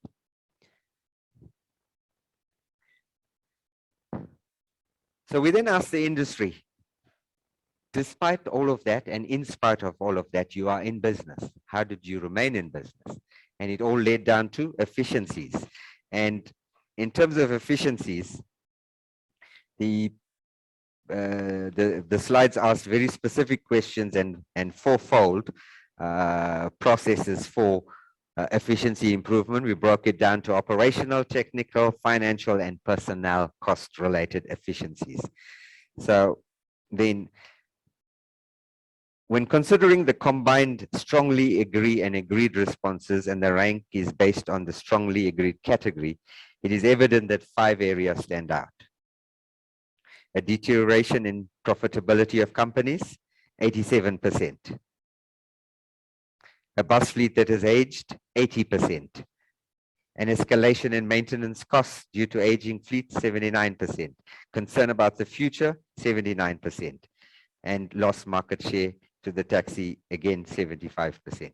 But from an efficiency it's evident that most viewed the most important priority was operational improvements, 83%, and followed by technical and management and controls, respectively, at 58%. But we took all of these into deeper detail, and it's too much info to share with you today because it's still being aggregated at a very high level.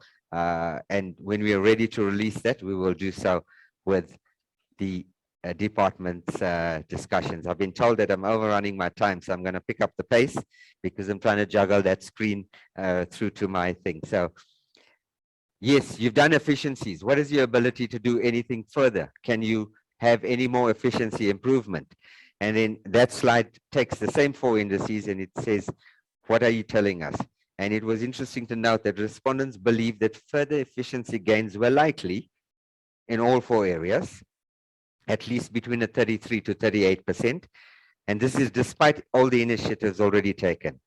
But the magnitude, which is the incrementality versus the substantiality of these potential improvements, we couldn't get that into finer detail. We'll be taking that in the next round. But in contrast, respondents indicated that any further efficiency improvements were highly unlikely if they now focus on personnel costs, which is 13%, financial management 4%, and operational and technical areas 8%. So you can see it's getting lower and lower, and the stress there to get forward is a lot tougher. Harry, thanks.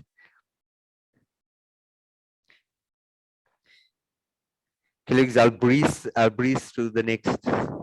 Harry, thanks. I'll breeze through this because it's a lot of stuff that I've already covered, but it's just getting it a little bit detailed. It has an impact on the industry, and companies are battling to operate profitably and had to cut back on numerous expenses. And this is negatively going to affect passengers going forward. And at present, passengers have great difficulty in affording public transport. So the high cost of diesel is certainly going to put more pressure.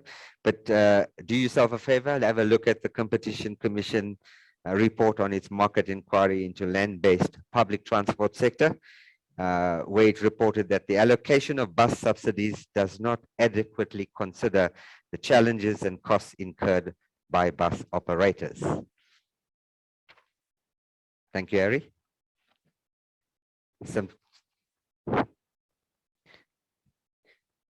Just some statistical information coming up in the next couple of slides. Okay, that gives you a trajectory in the period 2008, picking it up, going through to 2022. And you can see in that trajectory that there's been a serious decline in rail all the way down. And from a bus industry's perspective, we still haven't recovered from the pandemic. But since the PTOG was instituted and the industry is not being allowed to add additional trips because of the cap, the bus industry is losing market share to taxis. And that's covered in the National Transport Household Survey. And you can pick that up also through the scope of the survey, which is available on the website. But folks, I think we can say with conviction that the commuter bus industry is the only reliably scheduled formal mode of public transport that has national presence currently and are separated. There's lots of presence, but formal regulated transport in the public space is the bus industry. We're almost there, folks. So to conclude, that's what I came here to do. What's the next way? It's evident from the survey that the results, the industry has introduced wide-ranging efficiency improvements across all the main functional areas. These improvements have assisted companies to cope with, amongst others, normal business environmental uncertainties, but also the unpredictability and inadequacy of the PTOG. It is evident we are on the back foot with a decline in profitability, but there's serious concern about future financial outlook. The bus fleet is aging. The industry is now forced to introduce higher than normal fare increases. And I note that some provinces and in the Free State have been given a go-ahead to do emergency related fuel increases already, but it's not consistent across the country. The lack of adequate funding has also resulted in many areas not being serviced. So we cannot give people what they want because we cannot do what we have to do currently because of the constraints. And then this leads to that market inevitably being captured by the taxi industry, and it's difficult to break it forward from there.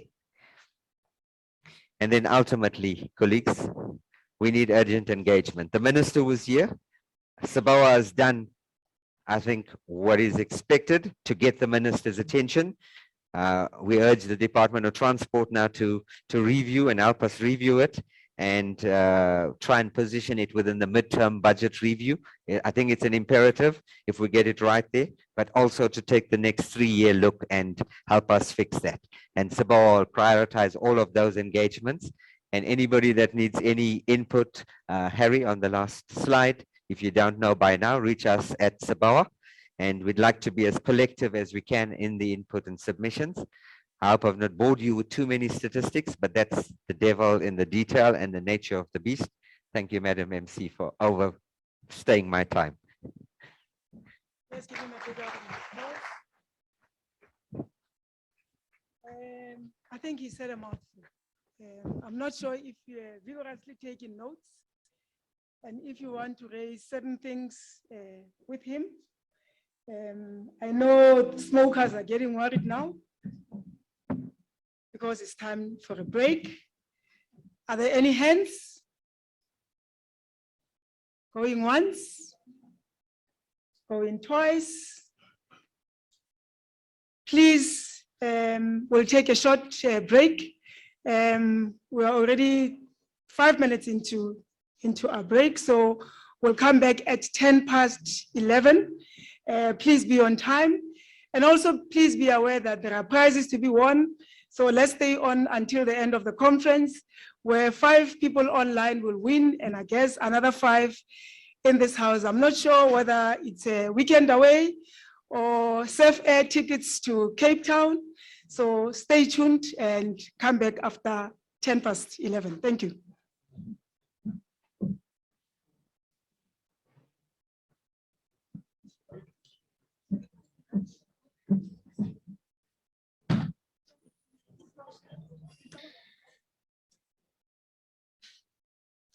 Thank you very much.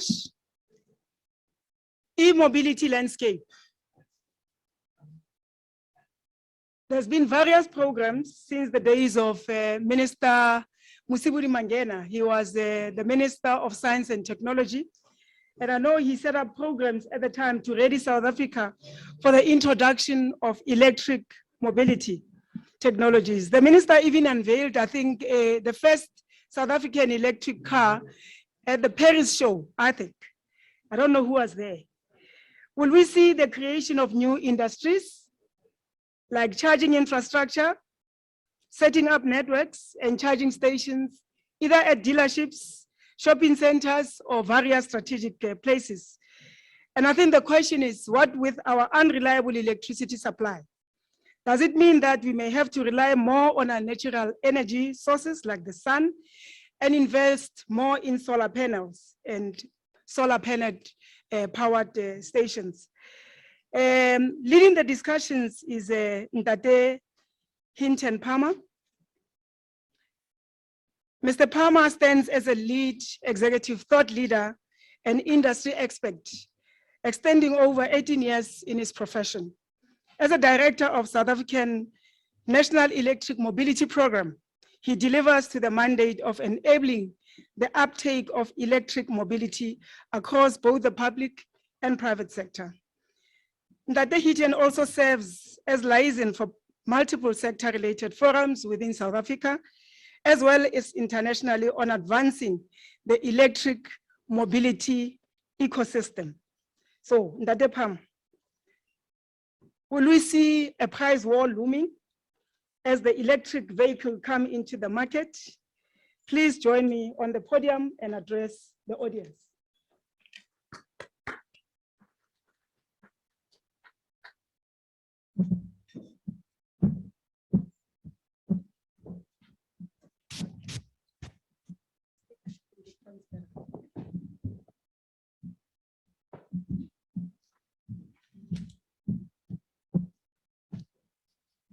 Program Director, thank you for the kind introduction, and good morning, ladies and gentlemen. It's a pleasure to address you today. As introduced, I'm Hiten Palmer, Director of the Uyilo Electric Mobility Program, and I'll try and do as best within 15 minutes, although that's challenging with the landscape, but at least plant a seed, for future thoughts and engagements on the topic. With that, we'll get underway with the presentation deck. So,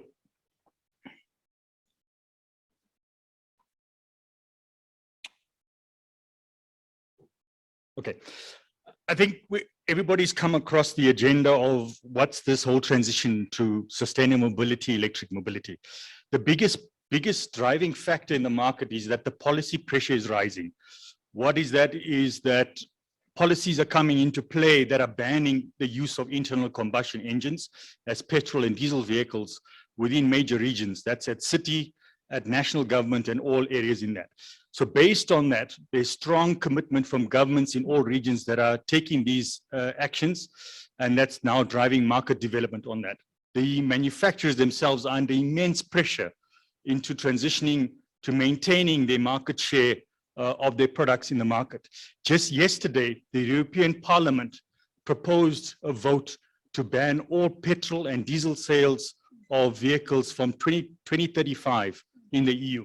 That is a strong commitment. Every month, there's new developments coming in all regions. That is about tackling this agenda. In South Africa, we face significant challenges in that. Johannesburg is ranked as the 13th worst polluted air quality city in the world. On that, we still have Euro 2 fuel quality in South Africa. So these are all compounding effects to that. So this is a big driver in terms of that. That's we're seeing that activity as well taking place. Harry, perhaps if you can just assist with the advancement. So with that, I think what's also acknowledging in terms of that, an organization called the C40s Climate Agreement has got various cities on board in terms of that. And the city of Cape Town has its own declaration amongst the C40s in this space to promote zero emission buses from 2025 and fossil fuel streets promotion from 2030. So this is what we can see in terms of some of these advancements in the South African landscape. Important to note, just hot off the press just a few weeks ago is Bloomberg's analysis on this. Now, if we look at the electric vehicle market segments, you can see buses is what is really driving that. And that's off 2021 market from initial introductions. This is the biggest and the most important aspect to consider because this is public transport. You're looking at passenger cars, that'll be a slow uptake, but this is the biggest market share. In developing countries, you're looking at the opportunities of 2- and 3-wheelers, not forgetting that within the e-hailing systems and other new business model ideas, these are emerging technologies. In East Africa, the specific public transport is on the borders and the likes, and there's a massive shift into electrification of the motorcycles in that space for delivering public transport. And obviously the knock-on effects from those perspectives as well. Looking at the outlook, that's very interesting. Looking at the projections until the years that we see there, 2030, 2040, 2050, it's an exponential growth. It's a no-brainer. That's where it's going. Across all segments, including buses in the topic of today's audience here as well. Looking at South Africa, where we are, The passenger car market started in 2005 with the first hybrid electric vehicle. In 2013, we had the first 100% electric vehicle. And then in 2015 was the plug-in hybrid electric vehicle. But things are evolving. We've seen government fleets transitioning to EVs in some leadership. The mining sector is radically advancing into underground locomotives from that space, achieving up to 40% savings from diesel moving to electric. You've got bike sharing, ecotourism. The middle vehicle there, I think our program director highlighted some of the local innovations, but that's a proudly South African electric vehicle manufactured in Stellenbosch that's already doing logistics deliveries, not only in South Africa, but internationally. Then you've got utility vehicles, commercial vehicles, and also South Africa's first electric bus pilot in the city of Cape Town that is really driving that. So these are, typical low-hanging fruit projects that are really driving the engagement with all role players in addressing the business model behind them. So when you look at, charging infrastructure, and our program director, certainly addressed that. I think there's been a lot of activity in this space, and that just highlights some of the network available in the country. What you see as the brown spots is the DC fast charging network. Typically on a passenger car, that will charge a vehicle anything between 35 and 45 minutes, depending on the size of the battery pack. But that network is really expanding. And based on the market at the moment, we're very well positioned from an infrastructure perspective in terms of charging of electric vehicles, an average between 250 and 300 kilometers on our major networks. Highway networks, you can pick up a charging point on that as well. And this is really expanding from that front as well. On that note, I think, load shedding is certainly a topical point. But what's interesting is that if we look at the chaos that load shedding has caused, it is a disruption to our personal space, our business space. But what that has caused is a massive uptake and deployment of solar, right? Solar has driven, the growth globally has driven the prices down of solar, and as well as storage. Just to give you one market insights from an earlier report, in 2021, South Africa ranked top 10 in the global market for energy storage. But that is because of the crisis that Eskom created. But in this whole broader space, if we put our e-mobility hat, load shedding created the opportunity to strengthen the grid from a personal space as well as a business case, alongside the cost perspective of deploying that asset from an energy perspective. Now, when we look at the case of fleets, you're looking at the opportunity to move away from that, not only from an operating perspective, but also a sustainability perspective, which is a key agenda item on major businesses in terms of ESG and other CSR initiatives and responsibility. Now, when we look at the space of buses, there's a whole range of infrastructure that's available to charge that. Majority of that is at depot charging. So in your off-peak times, you've got the ability to charge that. In what we're seeing in Europe in specific areas, and that's always planned according to the routes and the utilization of the asset. You've got fast charging that will take place as a bus stops at its depot, at its stop, where you pick up a fast charge just to top up the battery within 6 to 7 minutes in terms of that. And in certain regions and specific locations, for example, China, you've got the depot battery swapping on that. But what it's key is that each usage cycle, each region, there's a specific model of usage cycle and infrastructure that gets deployed in terms of that. What's important is also right sizing the technology. It's not a case that one size fits all, because there's a cost factor, especially within the cost of the battery. And these are the part of the models that need to be looked into. The interesting aspect within public transport is that your route is defined, unlike a personal electric vehicle where you might have an errand here and errand there to sort out. But in the fleets, from a business side as well as the public transport, your routes are defined so you can really define your battery sizing, your charging, and all other models around deploying that as well. I think the key aspect is there has to be a transition on mobility. And it's not only the asset itself from the vehicle. You really need to look at the system efficiency, planning of the route. I think Minister also touched on some of the spatial challenges that we face in South Africa as well. We need to look at the route planning, developments of our new roads and infrastructure to support the new mobility. We also need to look at the travel efficiency behind it, and then what comes down to vehicle efficiency, where we're seeing new energy vehicles coming into play within that. So it's not to say that the technologies will solve the problems of congestion, but it at least contributes to emission savings from that perspective. But it's important that we need to take a holistic viewpoint in managing this whole conundrum that we face in public transport and the challenges we face within our cities as well. So when we look at some OEM reference cases, and as much as we try to remain brand agnostic, I think it's important to look at commitments from various brands.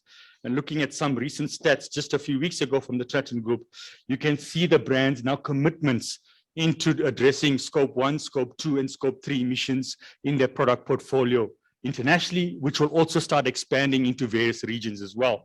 This is commitments amongst all the brands that we see there, and as well as technology efficiencies from that perspective as well.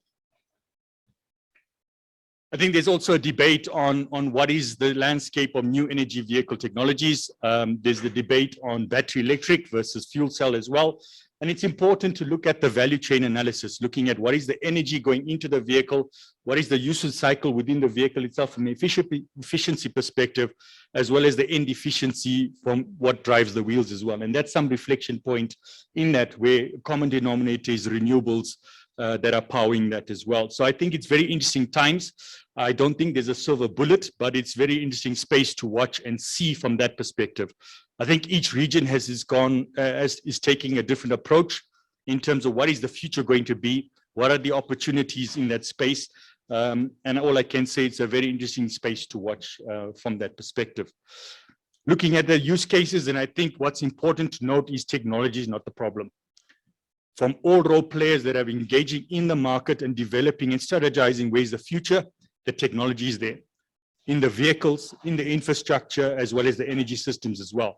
And it's important to take that holistic viewpoint that when we're trying to develop a project from this perspective, introducing these new energy technologies, you've got to look at it from the full business case of solar storage, your charging infrastructure, and your asset as well from that perspective. But this is what is shaping up.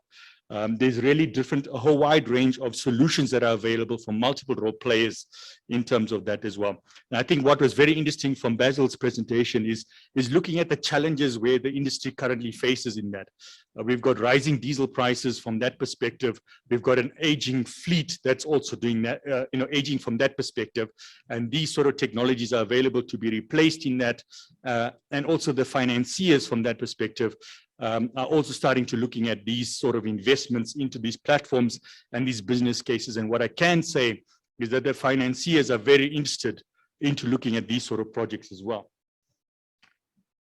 Let's not forget the important role that buses play. And I think this is a very important picture just to depict in that. And it'll be ending now in terms of that, because when we look at route planning, that image there, when we look at transportation of 70 people, and the earlier reference slide picture of that, looking at the amount of people that you move in 70 people within personal vehicles and the opportunities within one bus. This is how we really achieve the efficiency perspective in that from a transportation perspective. But with that, now, once you move to sustainable technologies, you then have the value add efficiency perspective from the technologies itself in not only achieving congestion, but also benefits in emissions and overall savings from that perspective. So I hope that's shared some insights in that. And I think what's important is key takeaways. Now, when we look at that, I think government has a role to create an enabling environment. The Department of Transport in 2018 released the Green Transport Strategy. Strategic Pillar 8 speaks to the promotion of hybrid and electric vehicles. And through that, we need to see that uptake on that. I think one of the broader challenges that we face is the taxation on importation of either complete built-up units or the technologies that are being supported in that. And I think that's one of the areas that the Department of Trade, Industry and Competition is trying to incentivize and readdress to drive the local market from that perspective.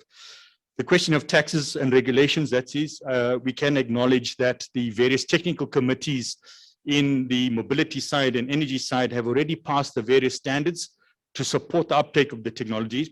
But on subsidies, unlike mature markets where they're subsidizing various projects, I think the consideration in developing countries is also to consider non-financial incentives from that perspective. What is key is developing pilot projects, because we need to drive the engagement of this new technology within all role players, the operators like yourselves, the manufacturers, government, and all other role players in driving the uptake from that perspective. What is key is also driving the business case behind that, and as well as technology localization. I think that we've got a bigger problem of job creation, and through these opportunities, we need to drive that as well, and not forgetting skills development along that. So these are key takeaways for us, if we're going to really take this seriously. This is what we need to be doing as well from that perspective. And I think a very interesting analysis is the Mobility 2030 value chain, because it's not just about the vehicle. We really need to look at the whole value chain from this perspective as well. It's looking at emerging technologies on the software platform, software as a service, looking at the new mobility platforms, looking at the supply chain from a middle perspective view, as well as the end of life perspective. So there's some interesting reports that are out there in terms of that. And with that, I hope that's just, shared some of the high level viewpoint. It's a really interesting topic, but a lot to debate on. And from Wilo's point of view, this is what we've been doing for the last 9 years in developing the ecosystem around electric mobility in South Africa, alongside government in advocating for policies, regulations, and standards, but also engaging with industry as well. And I think credit to Basil as well. Over the last few years, we've been having those conversations, and today is one of those. And we'll be continuing these engagements with the bus representatives and the operators and the powers that be, so that we can start advancing South Africa's agenda in this space to unlock the opportunities. I think we realize the challenges that are faced, but let's also look at the opportunities at space. So with that, I thank you for your attention, and look forward to the questions and further deliberations, and feel free to reach out as well to engage on unlocking this opportunity. Thank you. I like the sound of that, unlocking opportunities. Thank you, Menoma. Any questions from the floor? Questions? Or you'd rather sit with him at a table over lunch and talk more about it? There's a hand at the back. Is there a second hand? Mr. Palmer, please don't. Second hand? Any third hand? I think from my side, my interest is, it looks like Cape Town is ahead of all of us. And I just want to find out, with their first electric bus, what is the local content? Do they import a lot of parts, or some of it are manufactured in South Africa? Thank you. Menoma, the first question, please. Good morning, colleagues. My question would be around the substitution of the diesel engine with the batteries. Is there any additional weight carried on the vehicle after doing that? And what will be the passenger reduction on that vehicle? Yeah, good question on that, and it's relative to that. So if we're looking at retrofitting a traditional diesel platform from that perspective, the batteries will be slightly heavier from that perspective.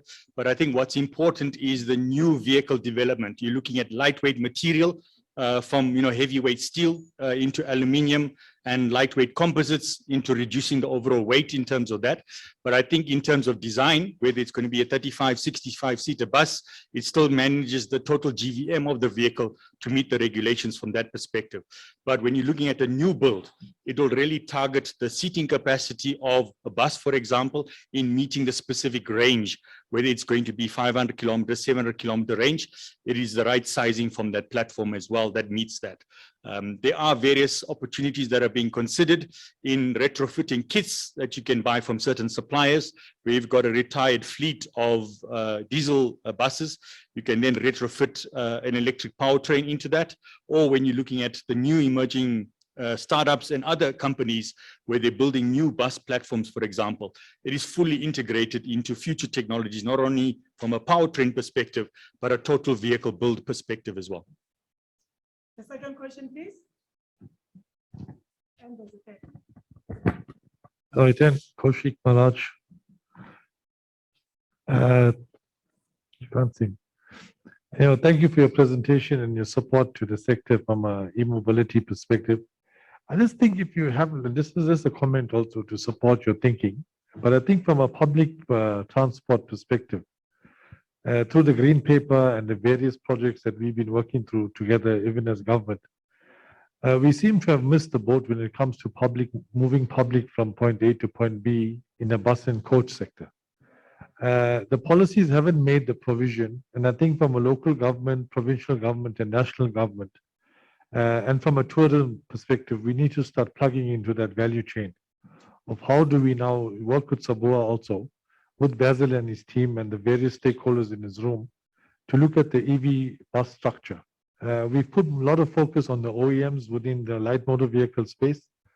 It's taking us a long time, and you've been in this journey for 9 years now, but we haven't seemed to have plugged the solution, which is and it's going to become a pandemic on how we deal with the bus and coach sector, even to move people from point A to point B, even across borders to Zimbabwe and other countries that are close to our value chain.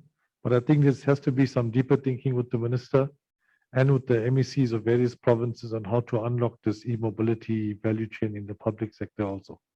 And also to try and promote the supply chain process within public transport in our local municipalities and government. Thank you.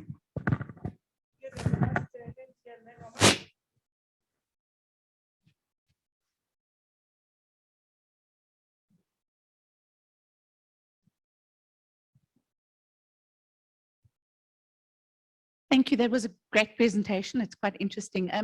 Just one question, and it pertains to freight and obviously buses. Are you very involved with the homologation process? Because I know that there's a specific truck supply, and I think he's been 2 years down the line to try and get homologation for the trucks, because they obviously run on public roads. And I know that that process isn't quite complete, so it's time consuming, costly, etc. But also, we're putting up our hand to say that the next EV bus that Gabs is going to do, we want to finance that. How's that? Okay, but yeah, the question is really about the homologation process, you know, how far that is and if you're close to that. And then when we're done, please come up to the Standard Bank Lounge. I want to chat to you. Thank you. Great. Yep. So certainly, and I briefly touched on that within the various technical committees. So the representing body is the NRCS, which has got that specific and with that, we are not reinventing the wheel. We are then adopting the ECR 100 specification, which is again within the global manufacturing space that certifies the electric powertrains, and that's what we'll start adopting. It is already in the case for M1 category vehicles, which is passengers, and that'll get adopted into the heavy commercial vehicle as well, market as well. From that, just coming back to Kaushik's question, yeah, certainly. So I think we really need to push that agenda in South Africa. And I think one of and I think the minister also gave the willingness to engage. We have the recapitalization program that's in existence in South Africa. We need to start looking from that perspective, is how do we start bringing that mix into it, to looking at part of the retrofitting and recapitalization. How do we bring in sustainable technologies and not redundant technologies from that perspective? Because the total cost of ownership is a really good benefit from that perspective, because there's operational savings with that, less maintenance as well. There's no fuel filter, there's no, you know, your traditional replacement costs on that. You've got a long warranty period from the battery from that perspective. So when we start looking at that perspective, it is a no-brainer to go to electric from that perspective. Yes, yeah. So on that pilot, yes, those specific buses, part of the early project of that, the initial procurement of that was a localization. So there was a bus builder in South Africa that manufactured on that within their competencies. The electric technology was imported, obviously because of no local supply chain, but there was a local component in terms of that. So the body itself was built locally, and I think a lot of the discussions now is developing that whole supply chain, like Kaushik also mentioned, is that what are we going to do from developing that local supply chain, because that is what important. And that's what the DTIC has been done with the Auto Green Paper, is how are we going to develop the local supply chain from that. And we have a strong automotive industry in South Africa, and also within the heavy commercial market, but how we develop that to secure future markets from that perspective. So it's work in progress. So I think we look forward to the outcomes from the DTIC on that. There's another question. Any other hands? Any takers this side? There's one there. Okay, Meimo. Just a question, is there an appetite of mixing the two? Like, you know, when we're cooking at home, gas and electric, like already have the gas one, or we just talk about electric only? Okay, before you answer, can you take the other question that side, please?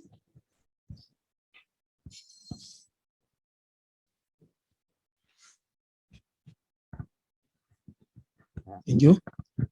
Which company in South Africa was building these buses? Talking about. We'll chat afterwards. I will try to be brand agnostic, but we can chat afterwards on that. Yeah. But coming to the point raised earlier, so I think what's important to take note, and I say that with all due respect within the space, the new energy vehicle transition is sustainability. Now, when we look at the opportunities of compressed natural gas and others, we really need to take a seat back and look at what is the efficiency of putting that specific technology. But when you look at battery electric, it's got higher efficiencies from that perspective.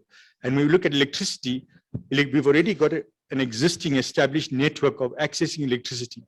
When we start looking at putting gas for for transport, we have to generate the gas from a production point of view. We need to transport it, we need to distribute it. That's still a lot of work to be done. So when we look at the electricity perspective, in terms of full electric, we've got an existing network already. Yes, we need to strengthen it from a load shedding perspective and a supply perspective, but we've got the opportunities from solar and storage to do that. But when you look at it from an overall perspective, electric really does present a compelling case from that perspective as well. Okay, thank you so much. Let's give him a round of applause. Looks like there's another hand at the back. Oh, thank you. My name is Rutendo. I'm coming from Metrobus. My question is, during the inception of the electric buses, driven buses, we heard that, especially in Cape Town, there was a challenge when it comes to going uphill. So I just want to know if that has been addressed. Thank you. That's one topic that does come up. The root cause of that was a journalist that took the wrong end of the stick and went wild. And they got clickbait out of it. Those same buses which were claimed to not drive up the hill were done by the current pilot with that. They fully loaded the bus with fully capacitated vehicles under sandbags, went up the same hill and other hills within the region and no problem. So that was just a journalist looking for clickbait that went on a wild chase and probably achieved that, which is still living today as you've raised the question. But I can say that technology is really advanced and matured in that space. What was projected on range on a bus 5 years ago, 7 years ago has been almost doubled to what you can get today. So range is not a problem, technology is not a problem. We need to address the financing and the role players and the political will and leadership within the private sector to take these bold moves in deploying these technologies to market. There's a hand here. Any more hands? There's a hand at the back. So, and then the hand in front here was. So thank you. I just want to answer that question because I'm the guy that actually drove that bus. And I tested the bus in all the hills in Cape Town, loaded with sandbags, and there was no problems. I took it up Pero wheel, signal wheel, everything. So if you want to know anything, you can come visit me in Cape Town. I'll take you for a spin. We can drive the bus anywhere you want to test it. So we tested that theory and it was fake news. Thank you. From the Eyewitness News. Horse's mouth.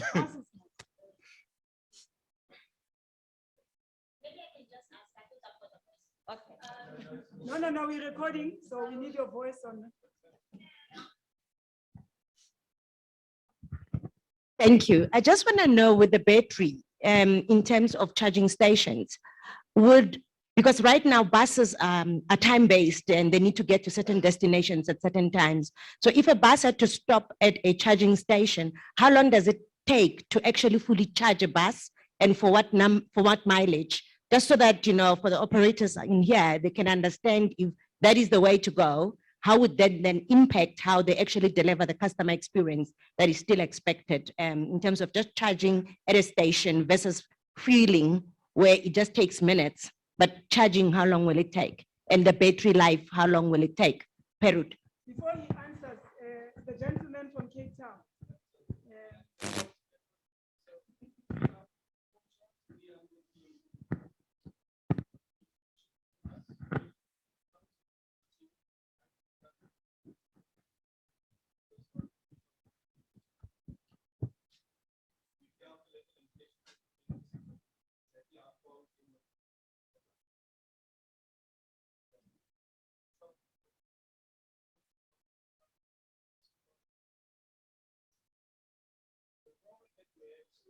I think we need you on mic. Yeah, I think we need you on mic.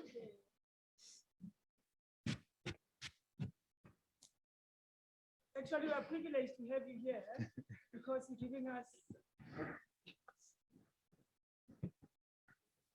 Okay, so the charge is 3 hours for 300 kilometers. This is the test bus that we're using at the moment. So we use it on duties where we do about 120 kilometers in the first portion, and the second portion similar kilometers. So there's enough range left in the batteries to do a full shift, 2 shifts in the day. Okay, so we only need to charge it in the evening. So if you want to charge it, you're looking at about, maybe if you have charging stations at terminal points, you can put an hour's charge in there also. But depends how your operation is. So we've had to adapt the operation to suit how we use the bus. But so far, it's working similar to the diesel bus. The other thing you asked about the capacity. So our capacity is for 300 kilometers. Did I answer everything?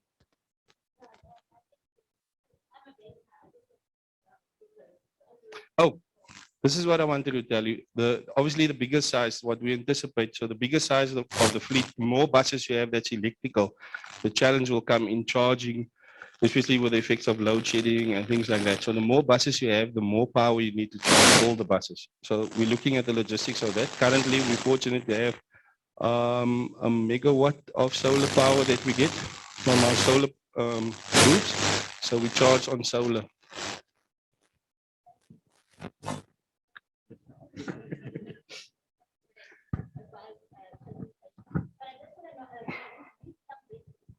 That's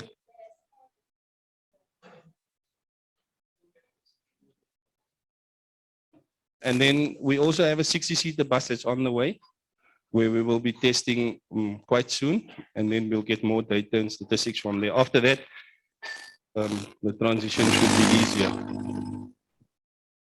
I think just to add on that, and thanks for the insight shared.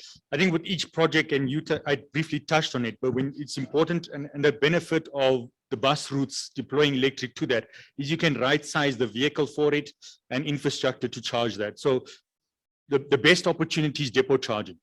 Because that's where the asset is lying idle, opportunity to charge overnight, and similar to what GABS has done is they've got rooftop solar in terms of that, and it's just building the overall case. And from Wheeler's side, we're also co-financing that project, grant funding in terms of the GABS project as well to build the case behind it. But it's important to note that within each one of these projects, it's always looking at what is the infrastructure requirement plus the mobility requirement on that, because the battery is the highest cost within that, and you don't necessarily have to go for a large battery pack on a bus. You can get smaller, but optimize your route schedule for that. So it's not really a one size fits all, but it's very important to look at what is the duty cycle of the route and matching that both from an infrastructure perspective as well as the mobility platform as well. Okay. Oh, there's another hand. It's evoking a lot of interest. The last hand. Yes, ma'am. Oh, 1, 2, this is normal. One at the back there, please.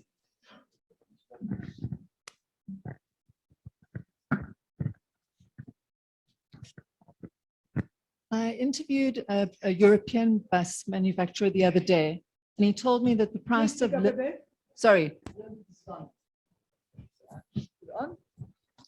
I interviewed, oh, there we go.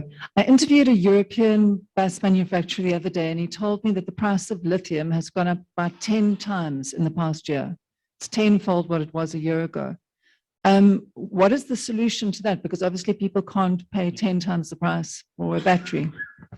Yeah, Can we take the last question at the back, please?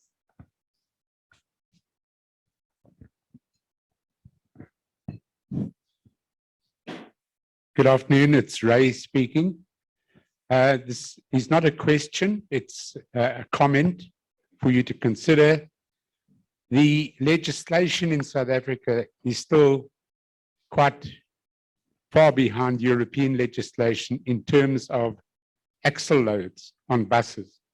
And our limitation in South Africa is 10,200 kilograms on the drive axle. With the weight of the batteries in that, it limits your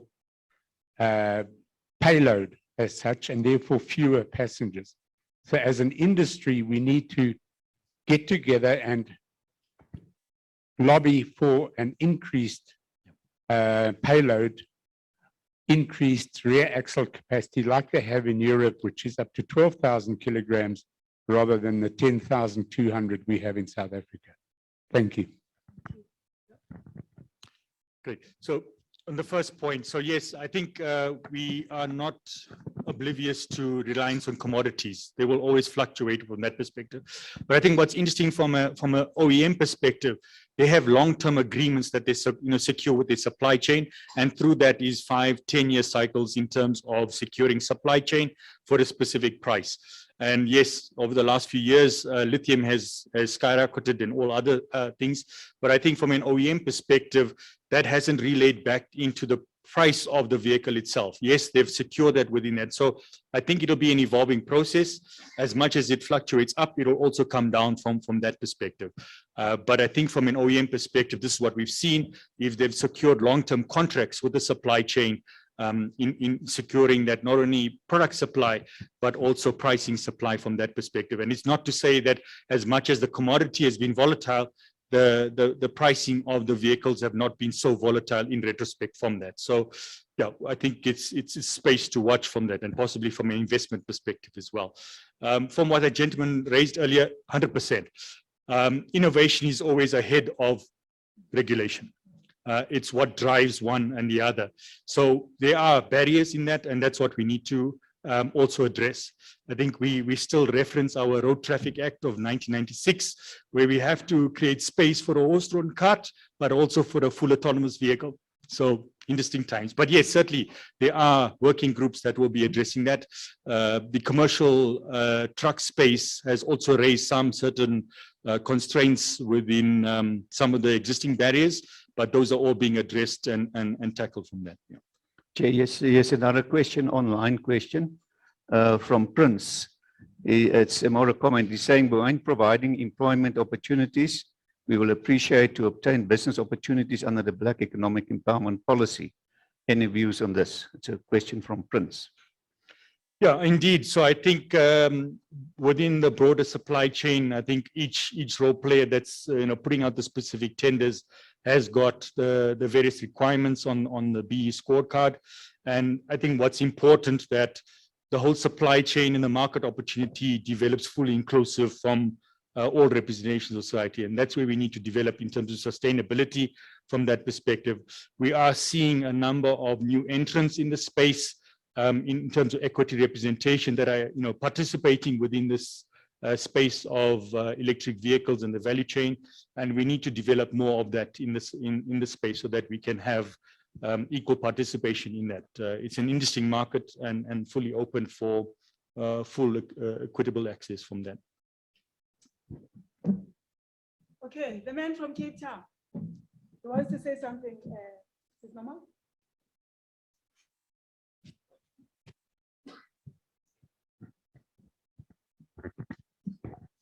Okay, so I just want to add something to the weight of the bus. If you remove the engine, the gearbox, and the axle, then you're removing a lot of the weight of the original bus. So there's not much weight difference, and the lithium batteries are not as heavy as we thought it would be. So that covered it. The weight was okay. I homologated the bus to be able to that was the main issue when we brought the buses. It was a BRT spec. We changed it to the normal spec. So we had to re-homologate the bus and change the axle load on weights to be able to drive on the roads that we have. Okay, and then the parts on the bus, the braking system, we're using Knorr-Bremse and we're using local, everything else is local. The air system is the normal ICAS and all the other parts. The only thing that's different is the electric drive motors. That's from BYD and the components that is made to let the bus be powered and the charging system. But none of that stuff is stuff that we would not be able to build in South Africa. I think locally, on a local point of view, we can definitely build the buses in South Africa. Thank you. Thank you for your insights. Another round of applause, please. I hope SABOA will organize focus groups.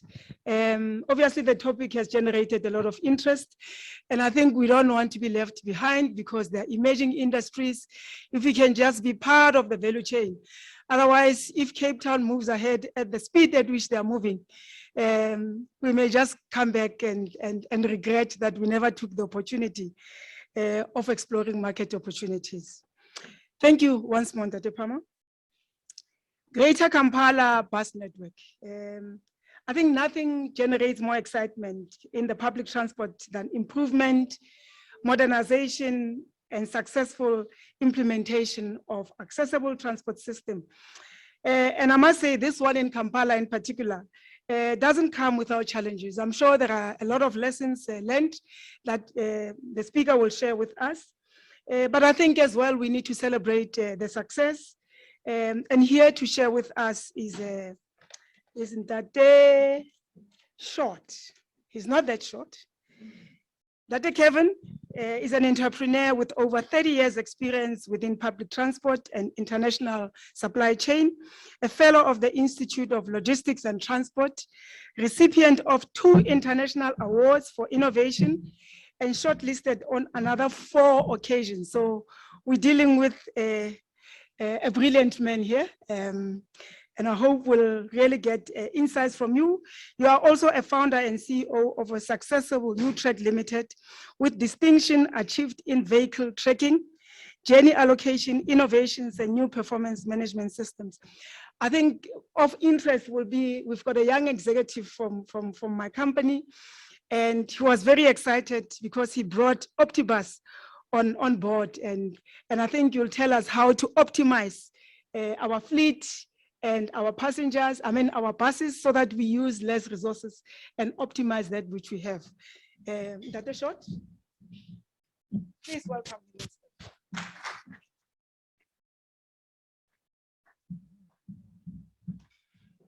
Good morning, everybody.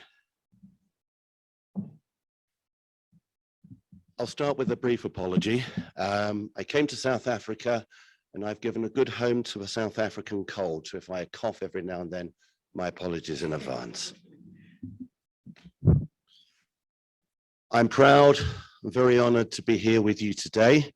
My thanks go to Basil and the team for an excellent organized event.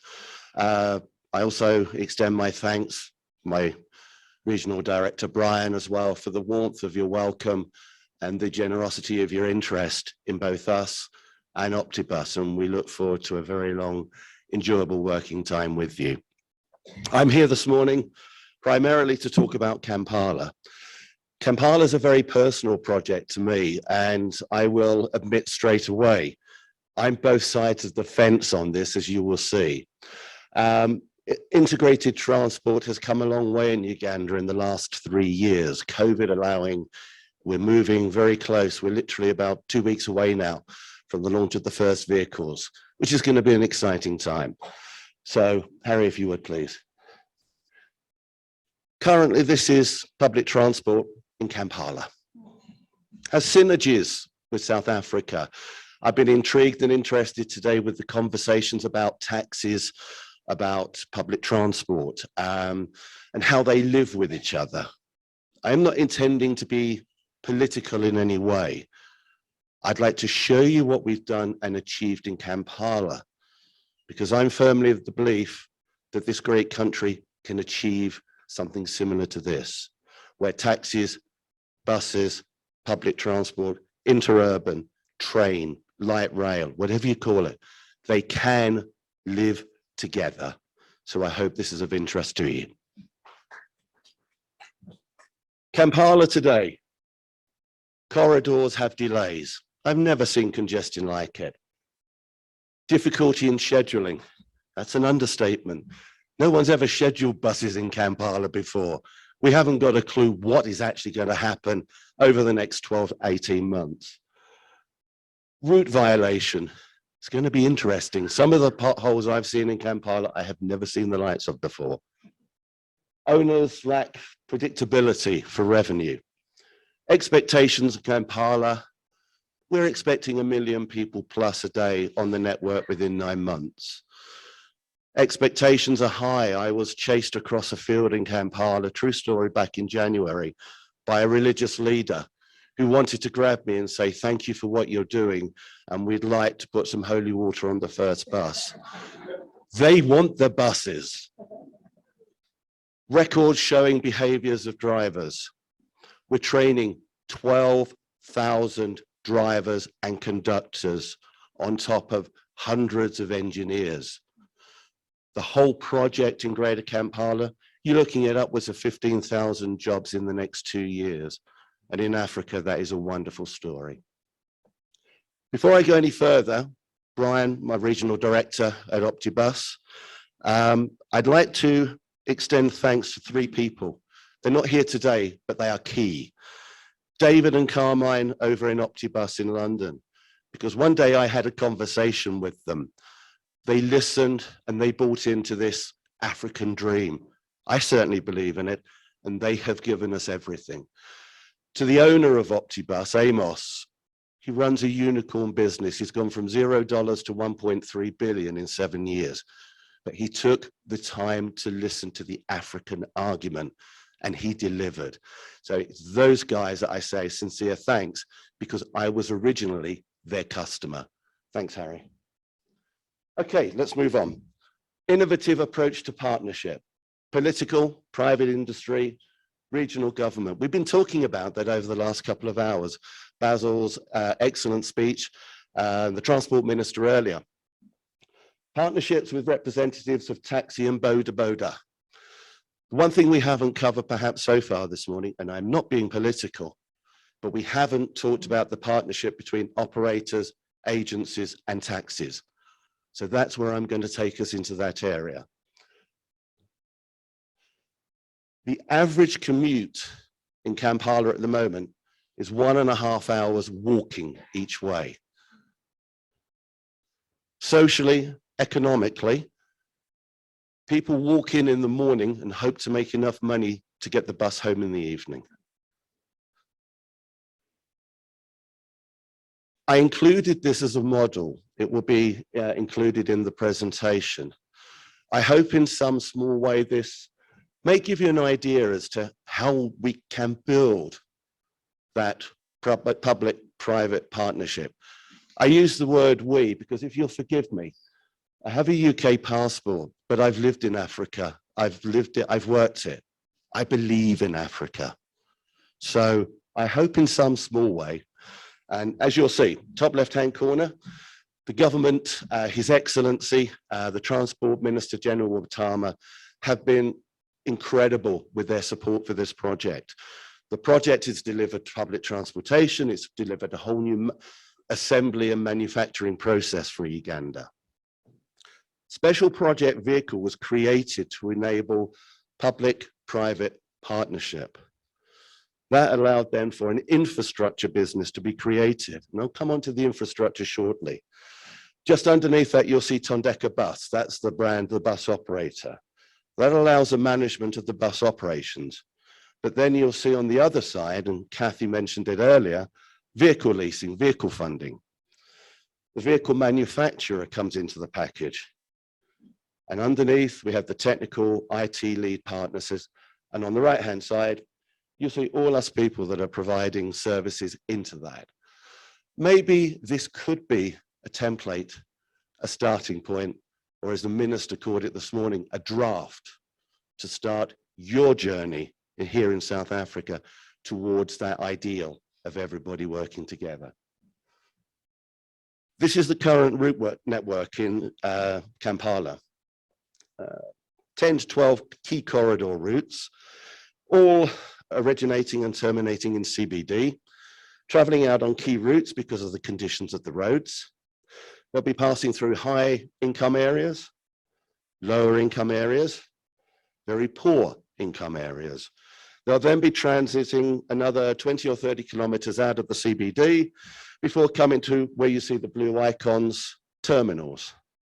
One thing we haven't talked about this morning here, and I put the point to you, these out of area termini offer incredible opportunities.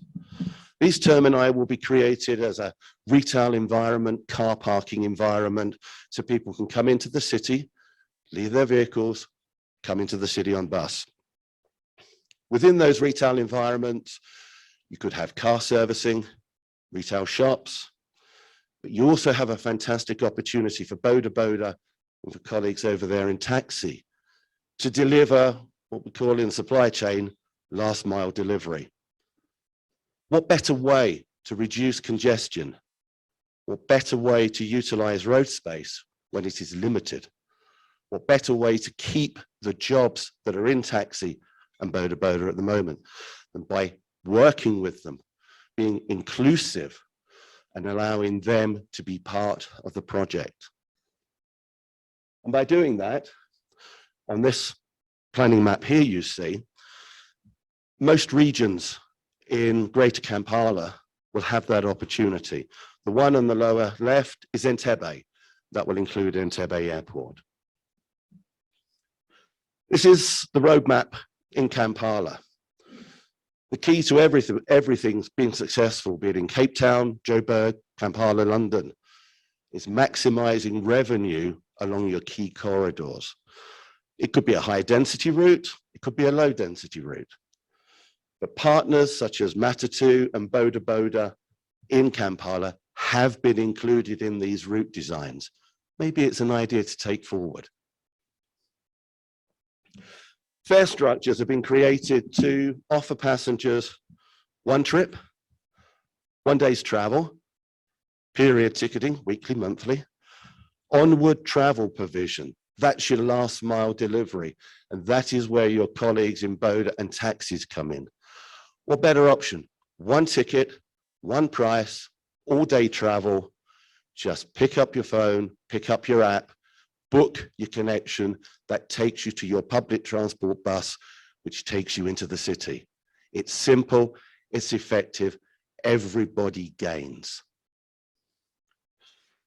The termini are being created around 35 kilometers from the CBD at transit hubs. These transit hubs will see long haul travel coming in, as I said, as I alluded to. They'll also see retail opportunities, other options for working with colleagues in the industry or bringing new people, new money into the transport environment, we'll call it.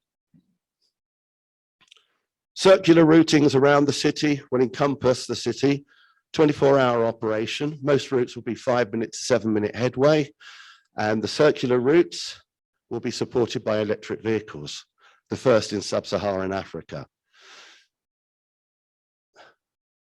These EV, these transit hubs, which will offer servicing for EV, these Matatu, these Boda Boda, the last mile delivery of your passengers. I would argue that is the way forward wherever we are on planet Earth now. We don't have many other options. Working together, as Brian was saying with his SABOA speech earlier, we can show the politicians in all countries that public transport is more valuable than it has ever been. Right, let's give you a few headline numbers. Kampala, we're looking to reduce 60 to 75,000 transport movements a day. And if you've seen the roads in Kampala, you'll agree, you need them. We identify and we're easing existing congestion problems. I'll come on to how we identify shortly. But the opportunities to reduce existing congestion, the improvements in air quality, the improvements in people's lifestyles, the extra hours that they're getting in their lives. will be a huge benefit to all people in all countries. We're proud, I'm proud, to introduce electric vehicles to city operations. These are the first sub-Saharan buses in Africa. They are assembled in Uganda, and there are 5,000 assembly jobs on the back of this. So again, private partnership, public partnership. Bus lanes, we all know them. We're still introducing them into key areas. A lot of areas don't understand where they will best be served or how those bus lanes will best serve. Tap on, tap off ticketing, digital banking. I won't take you through the details, but I'm proud to say we built a digital banking infrastructure working with MasterCard. Card will be used any store on any bus in Greater Kampala. Digital banking will allow people who have relatives abroad to help them, to support them in their travel. Most of all, it is secure. One tap on, no tap off on the bus. I was quoted in the Mail in Kampala in January, which was a great surprise because I spoke on the Sunday, and on the Monday morning I saw myself on page 2. Unfortunately, it wasn't page 3 in the case of the United Kingdom, but safe and secure transportation at reasonable fares. It says it all, whether we're in Kampala, Cape Town, Durban, Pretoria. That's what we all aspire to. Safe, secure, reasonable cost transportation. What drove Kampala's decision? I was the person who made the decision on the technology. It was customer focused. The company is a unicorn status. It has a leading product, an industry leading product, and it was competitively priced. That's not an advert for Optibus. I'm explaining as the purchaser of that system why I bought it. Let's show you what I bought. Scheduling in Kampala, I joked about it earlier. It's never been done before, and it's certainly never been done to this scale across most of sub-Saharan Africa. Timetables are simple. We create them, we put them out to the public, and then we don't deliver against them for a whole host of reasons. So the problem was, we have a whole environment where people don't know how to use a bus stop. They don't have the experience of understanding a bus schedule. So we made it simple, almost clock face, every 5 minutes, every 7 minutes, between 5 a.m. and 8 p.m., from 8 p.m. through midnight, every 15 minutes, overnight, every 20 minutes. This was the interesting part that I really started to buy into Optibus, and this is why I'm now working for Optibus as a consultant. I liked it so much, I joined them. Ridership crowding, understanding what is going on out there, how we can influence it, how we can improve the experience. How many of operators at the moment are able to look at ridership, understand ridership, understand crowding? Some people have passenger counters, some people have ticket machines, electronic, they'll get their readout. Can you imagine the strength of bringing all that together in one set of KPIs, where you can bring everything together? Understand the behavior of your passengers at certain points. Understand time of loading, expectations, passenger behaviors. You start to build that, you start to build an understanding of what's going on in your area, your city. You start to do that, you then have the corporate ability, the business ability to maximize those opportunities, to maximize the style of vehicle that you're putting onto your fleet. This was one that really got me. It's called impact analysis. I won't take you through it, but you'll see the green line that snakes its way through the red shading and into the dark green shading at the top. This is something that Optibus do and other people don't. It's called an impact analysis. And what it allows us to do, very simply, is create a route on a Google map and then understand the impact of that route before you've even planned it. So you can start to look at ideas, contemplate extensions due to employment areas, understand the impact of a route to new housing areas that your colleagues in local authority management will be undertaking. Potentially, if you've got a 3 or a 5 year government plan, you can start to use these tools to understand what you will need to be doing tomorrow, 1 year, 3 year, and 5 years down the line. You can then fine tune that with your planning colleagues. Start to make decisions on your future vehicle purchasing based on your future route planning. That's what it is. It's planning. It's a chance to look at the future and provide that certainty that maybe you're not having the ability to enjoy at the moment. Schedule creation. There are people in here who've done that all their working lives. We all know how difficult it is. The reason I bought into Optibus for Kampala was because it gave us the chance to create schedules. It's all cloud native, no software or anything in the office. But then once you have it, you can continue to amend it, upgrade it, improve it. So as you go through, your schedule, and you'll see by the yellow icons here, will start, your optimization will start to show you where you can improve things. So all that planning you've done, all those schedules you've built are now underscoring your business for the future. Suddenly you can see areas on the schedule where there can be improvements. You don't have the complaints coming in. You don't have locals saying bus route 37 is unreliable, because you have the ability and the information there to take that issue away. You take control of your operations. Operational tools. You have route planning, timetable. My colleague earlier, EV ready. So the system will actually plan your EV operations. And at this time, I would like to be very cheeky. I think it was Kathy who mentioned earlier about she'd like to fund one of the vehicles. It was mentioned earlier, one of the first EV vehicles. Well, we'll match you. You fund it, and we'll put Optibus on it for you. And to the gentleman in Cape Town who's got his 60-seater, we'll match you. You put that on, and we'll stick Optibus, and we'll work with you to show you how we can improve it. So hopefully you will see that we are committed to this region, this country.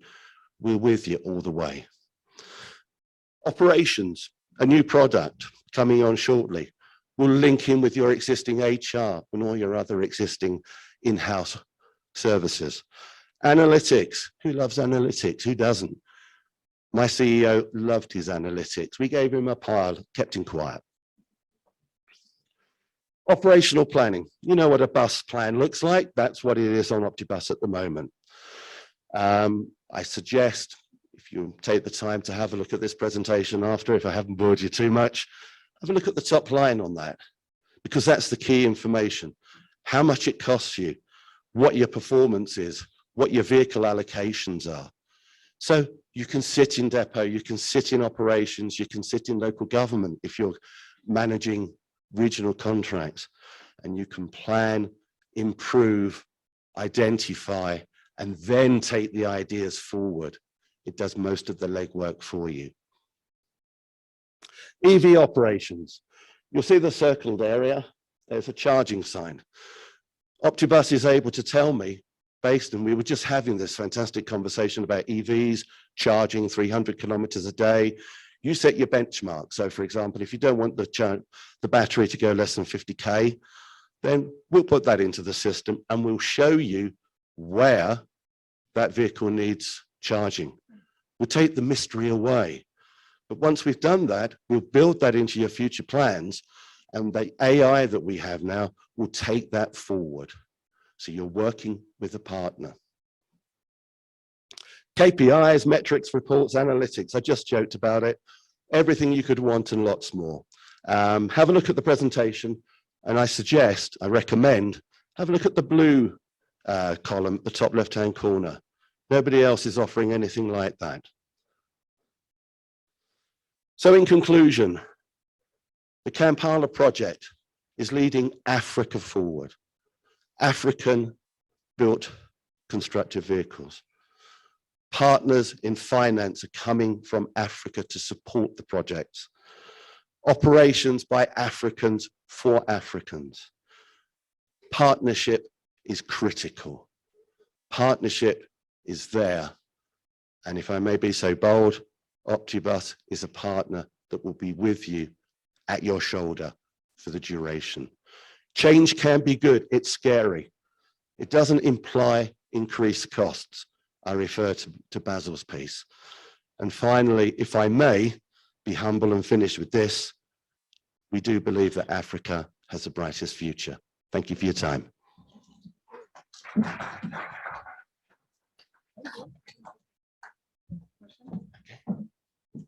Yeah, it's not only your boss that likes analytics. As I said, our junior executive there loves analytics, and I'm sure he'll be the first to raise his hand and ask questions about Optibus, how to maximize profits, how to optimize your fleet and other resource, human resource. Questions for Mr. Short? 1, 2, as predicted. The second one, third one. Any takers this side?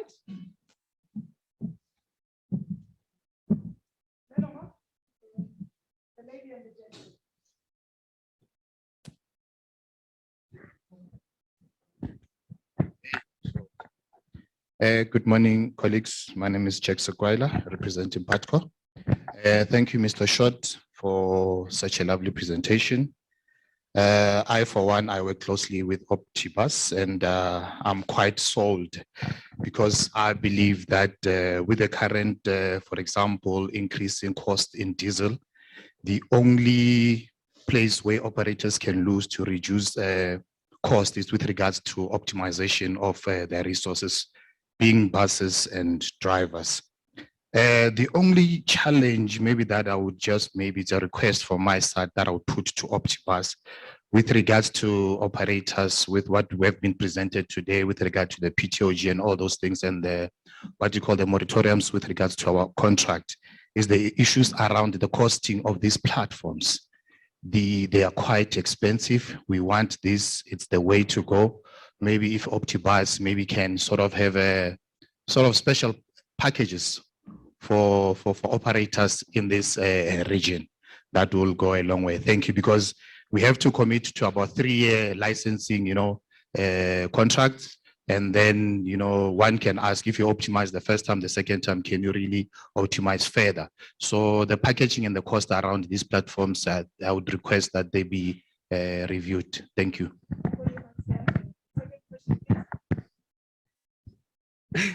Hello, my name is Lizelle. I'm also from PATCO. I've got few questions. How do you obtain the analytics to feed back into the system? And then how do you apply the impact analysis on predetermined and predefined schedules that have been in existence for 20 years? What would be the benefits of utilizing the impact analysis on that kind of structure? Thank you. My question is on challenges. You didn't highlight any challenges that you came across in Kampala when you were introducing Optibus. First of all, Madam MC, that's a very nice curveball, thank you. The reason I didn't mention it is because if I had have mentioned it, I'd have probably needed about 3.5 hours to present. The project in Kampala is somewhere in the region of 3 years behind. COVID has had an issue. His Excellency, the President, then decided that vehicles would not be imported, vehicles would be assembled. We then ran into the Chinese zero COVID policy, which meant Chinese ports were closed. So that's one of the reasons why I didn't touch into it. However, I think I may have alluded to some of the key issues without bringing the Matatus and the Boda Boda unions, which is government, KCCA, Kampala Central Agency, National Government, General Wamala, His Excellency. Without the political will and support, everything else wouldn't have come together. I'd be happy to take you through that on a subsequent conversation. To come back to the two questions, thank you very much. Sir, on your question of pricing, Optibus is in Africa costed on a per bus per day basis. So you don't pay for more than you need. There are 4 options within Optibus. You can have a menu. Excuse me. So I would say to you, honestly, talk to us, because we have solutions and we can make Optibus fit the pricing that works for you. But I assure you one thing, you won't be sold anything that you don't need. With regards to your question, Ma'am, it's a good question. How do we show value on routes that are 20 or 30 years old? I don't mean to be cheeky, but how many bus operators have got the people that laid out the original route network actually still working in the bus company? So to a degree, is that lost, is that history? Is it that lost knowledge that has left the industry? Is it good that an opportunity comes along to give operators and local government the chance to review what they have to maximize their resources going forward in the next 10 to 20 years?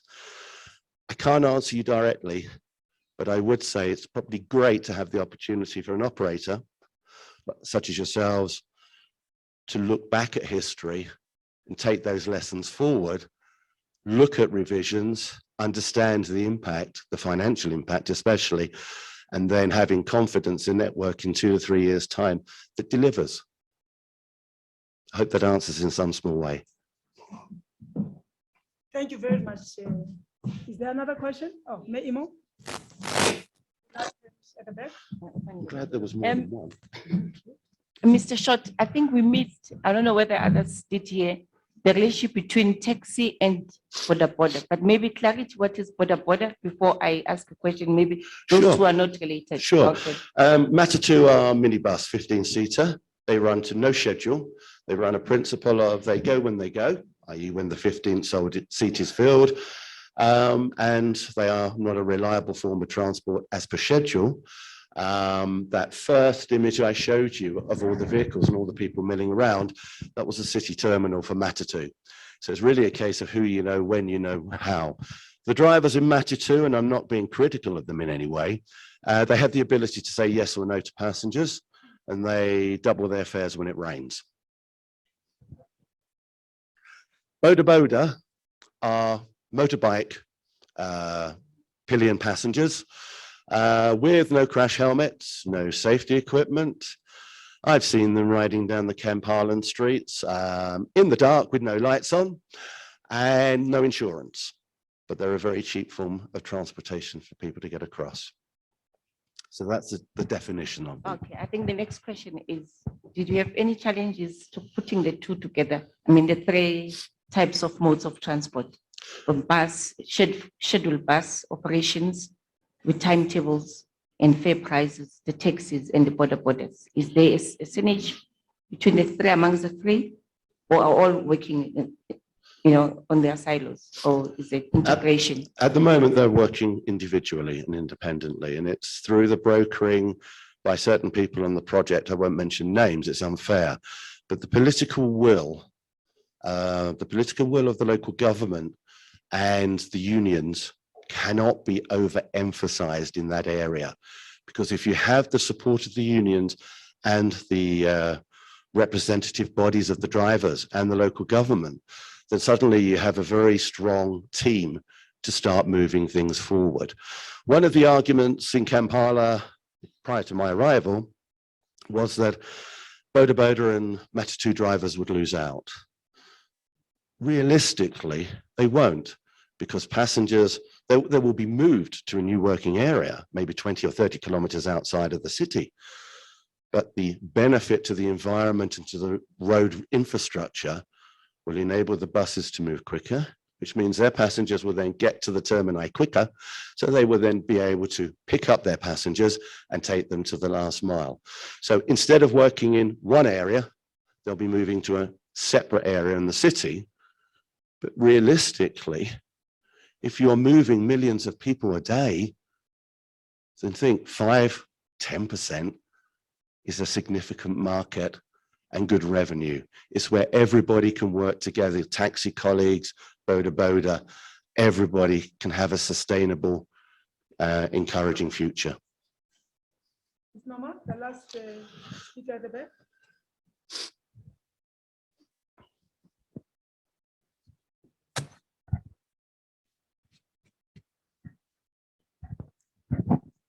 Yana, thank you very much for that insight in terms of the collaboration amongst the transport fraternity in Kampala. I just want to confirm, I think some of the questions that that lady asked have been covered there. But what I want to just find out, in this collaboration amongst the buses, taxis, and all the other stakeholders in terms of the transport, are they contracted? Are they legislated to have a permit for life, or are they tender, or what methodology is used out in Kampala in terms of them having the permits and all that type of? That's a wonderful question. You're giving me a landmine there, and I'm just thinking how I can answer that. The reality is that in Kampala, people have worked for vehicle owners, operators, I'll call them in the loosest term. So arrangements and agreements have had to be made, created and agreed and then signed that protect both the driver, either in a lifelong license form. I don't know the exact format. I'd be happy to understand a bit more. I'm back on there on Monday, so I'd be happy to answer that if you let me have your details in more detail. But the assurance is that everybody who has a job will have a job, and for everybody that has a job, they will have a job for as long as they want it. The difference will be that instead of sitting in the traffic queues around CBD, which can be an hour and a half, 2 hours journey time at the moment to do 5 kilometers, they will be working in outer areas, but they will be guaranteed a new feed of passengers every 5 to 7 minutes. Thank you. There's the last hand here. This could be interesting. So thank you very much, Kevin. Mine is not a question. I'm actually speaking in support of the presentation he has just given. Very eloquent. Thank you very much. And just giving a bit more insight on Optibus plan for Africa. He's talked about collaboration with stakeholders within the country. So the bus operators, the minibus taxis, the motorbikes, which are called border borders in East Africa. But generally, Optibus is open to partner even with the private companies here in South Africa. We talk about, we're exhibiting at Future Road, just as you enter the stand. And we've had a lot of interest or conversations with telematic companies and ticketing system operators. And our view is, we want to work together. We understand that, of course, territorially, there's certain ways of doing things, and we don't want to come and sort of impose our way straight away. It works differently in Europe than it does in Africa or other parts of the world. So this is just a message for myself to just emphasize what Kevin was saying. It's with the stakeholders within the country, but also with the local partners, so that we can move the transport agenda forward and answer some of the challenges that Basil mentioned, the Minister of Transport mentioned, and everybody else. So thank you very much. Thank you, Brian. I wholeheartedly reiterate that. I'd like to come back to the lady who asked the question earlier. I only answered half your question, so my apologies. How do we get the telematics? How do we get the data? We give you the opportunity to set up Optibus. So all your data, all your experience, your 1 kilowatt per hour, for example, use of your electric vehicles, or your 4 kilometers per litre, or 25 passengers on average getting on at Smith Street at 4 o'clock in the afternoon. We work with you, we collect all that, we collate it. Once it's entered into the system, it is yours to play with as long as you wish. It's yours to update. It becomes part of you. So I hope that gives you the answer that I didn't give you. Thank you. A big round of applause, please.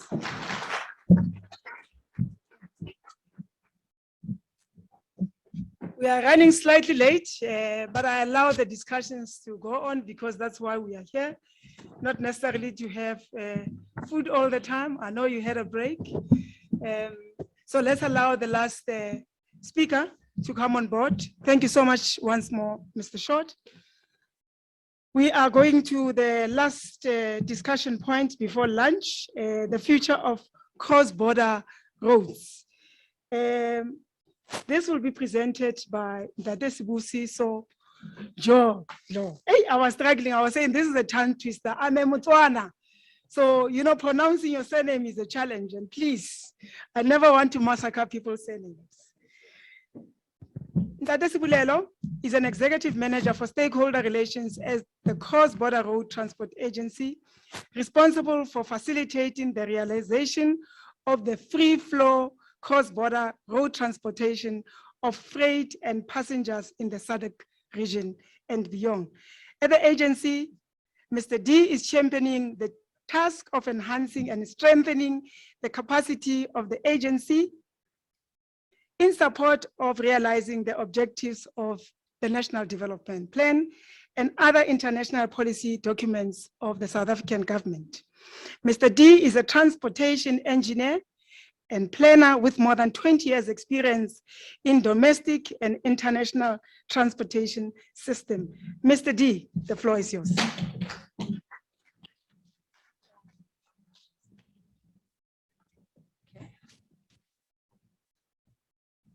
All right, good afternoon, everyone. I'm standing between your lunch break and my presentation. So I promise I'm going to be very kind to you. Should be able to do the presentation in 10 minutes. Harry, if you can please flight the presentation, please. And I'm hoping, Basil, your device is working. Or he's gone outside. Okay, let's try it and see. All right. I think as introduced, my name is Bulele from the Cross-Border Road Transport Agency. So I think we've heard a lot about issues within the domestic space or within the locality space of public transport. But I'm coming here to present a different perspective to public transport. South Africa has got 4 public transport regulatory entities. So I represent the 4th one, which deals with your international regulations. So this is just a slide indicating what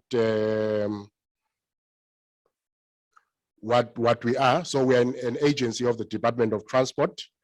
So we work very closely with the Department of Transport. We're tasked with a responsibility to regulate cross-border movements, both passengers and freight. But I think for the purpose of this presentation, we'll talk to passenger transport. We also got a footprint in the region. We participate and I thought leader in issues relating to intra-Africa trade and issues that relates to cross-border passenger movements. And I think the presentation here and understanding the constituency of SABOA, we're here to present to you opportunities within the cross-border space. We know that it's very challenging and demanding to operate across our borders, but I think we've realized there's a lack of participation on the part of South African operators within this market. It comes with all their challenges, but I think we are here to assist if there's any one of you who is interested to get into the space. So our vision in terms of the future that we're going in as the Cross-Border Road Transport Agency, I saw a nice banner from the JC auditors talking about ISO standards. we are moving towards a futuristic way of regulating as the Cross-Border Road Transport Agency, and I think that's the focus of this presentation. There's an ISO world of how things ought to be. There's an international organization that deal with issues of standardization. We, as the CBRTA, have adopted an ISO 39001 in terms of dealing with issues of cross-border regulation. So I think in a nutshell, the ISO 39001 standard speaks to issues of road traffic safety management systems. So within our regulatory environment, we want to emphasize issues of safety and not deal with issues of safety on the road, but be more proactive in how we deal with these issues. So just to give you a high-level indication in terms of some of the status quo within the cross-border space, this is a picture of Intercape. Sadly, I'm told they have left the cross-border market, I think because of the challenges with COVID-19. We've got a number of operators that are within the cross-border space that are also dealing with domestic operations. But I think in the main, most of them are operators that would have a foreign origin in nature, and they might have been in South Africa for a while. So we've got a number of those. But I think you do find some active South African operators within the market. The reason why we wanted to move towards the ISO 39001 standards, I think it's because of some of the accidents and challenges that we have seen within the industry that relates to bus accidents, which is caused by the long distances that our operations, you appreciate, move within the region. I also thought, let me share with you some of the status quo, and I will also indicate to you the future that we want to go to. This is a typical cross-border bus permit, which is paper-based, and this is a permit that would also have a detailed route description of what you ought to be traveling, and it's also got a timetable to it. Operators get fined at times for operating outside of this timetable. So at times we will then give grace periods within the operations within the cross-border space. I think something that is also very synonymous of cross-border road transport movements is delays at the border. I think this is a picture that we took during the COVID-19 when we were moving from one level of lockdown to the other. And I think this was in Bay Bridge when Zimbabwe was still on lockdown. And these are some of the pictures that we saw. But I think it's not all doom and gloom. I want to present to you the future regulatory environment that we want to have as the Cross-Border Road Transport Agency. It's centered around the ISO 39001 that I spoke to you about. At the core of it is the issue of quality regulation. We have developed, or we are currently in a process of developing what we call an operator accreditation system. This is a system where when you want to come to the Cross-Border Road Transport Agency, we will then do a predefined analysis of how your operations are. We'll accredit you. I think there's within the tourism industry, domestically in line with the National Land Transport Act, some of the tour operators are operating in this space in terms of issues of accreditation. So this is something that we want to adopt from the cross-border operations. And I think it's also influenced by some of the regional policies that we have. So we would want to then accredit operators that would come and operate within us. We will have site inspections that would be done by our staff members within our office. And We're also proposing to have digital permits. These digital permits will help us in us to be able not to have with these paper-based permits that we have. And we would also ensure that there's integration of our system with our SARS systems and also Department of Home Affairs systems, your integration with our Road Traffic Management Corporation in terms of your e-NATers and everything else. As I've indicated, we are going to be doing a lot of site inspections and accreditation of our operators. So if you are interested in coming into the space, these are some of the things that we will be getting to do. I think this new way of doing business would also assist in terms of improved operations. So what it would mean is that if you are accredited, as you go through the border, there'll be green lanes where if you are a certain grade, you are then given preferential rights in terms of crossing the border. And this is a project that we're currently piloting with SARS at the Libombo border post, where we are looking at our operator accreditation scheme together with the authorized economic operator of SARS, where we are going to look at how the accreditation processes are linked and how it can better operations within the area. I also thought it's important just to indicate we are going digital.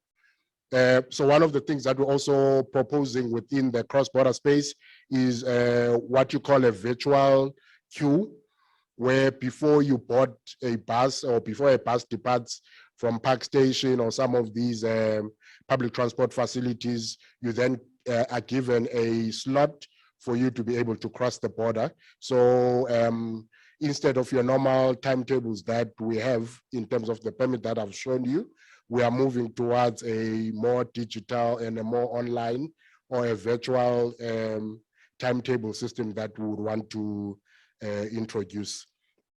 I think there are opportunities for the bus industry, and especially for some of the funders that are here.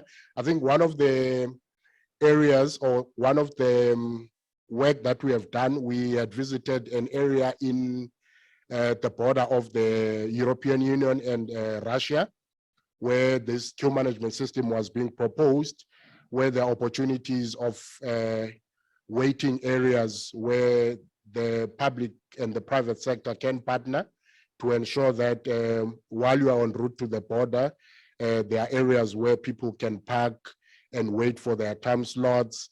Within the freight industry, we call them truck stops, but within the bus industry, it could be waiting areas where you could have both those areas where the industry can get involved.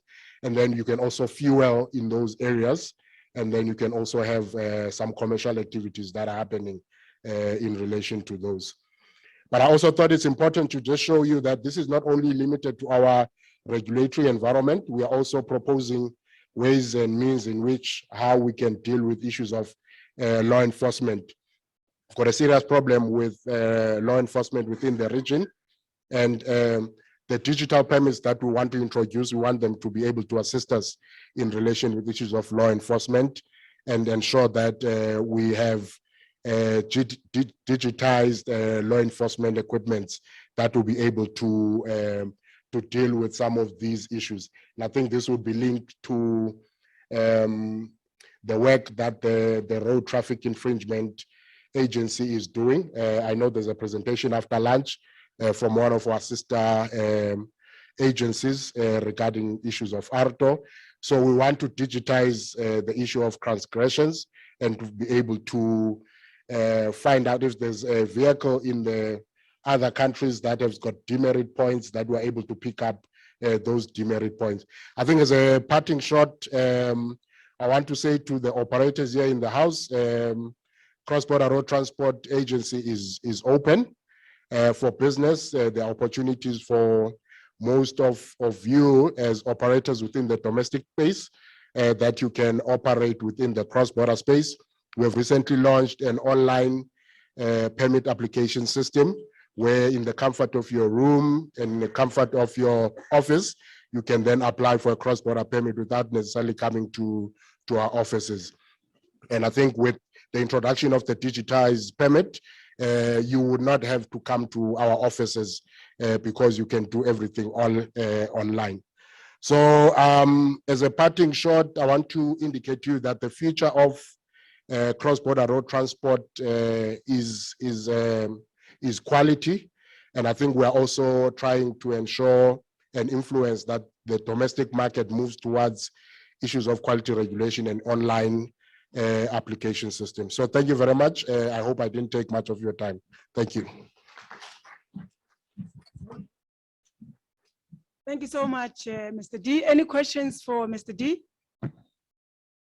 Or is the time grumbling already? Okay, Ndate, 1, 2 hands.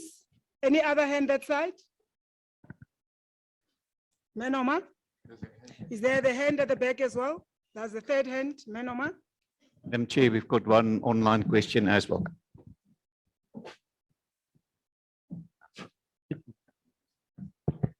Yeah, thank you, Chair.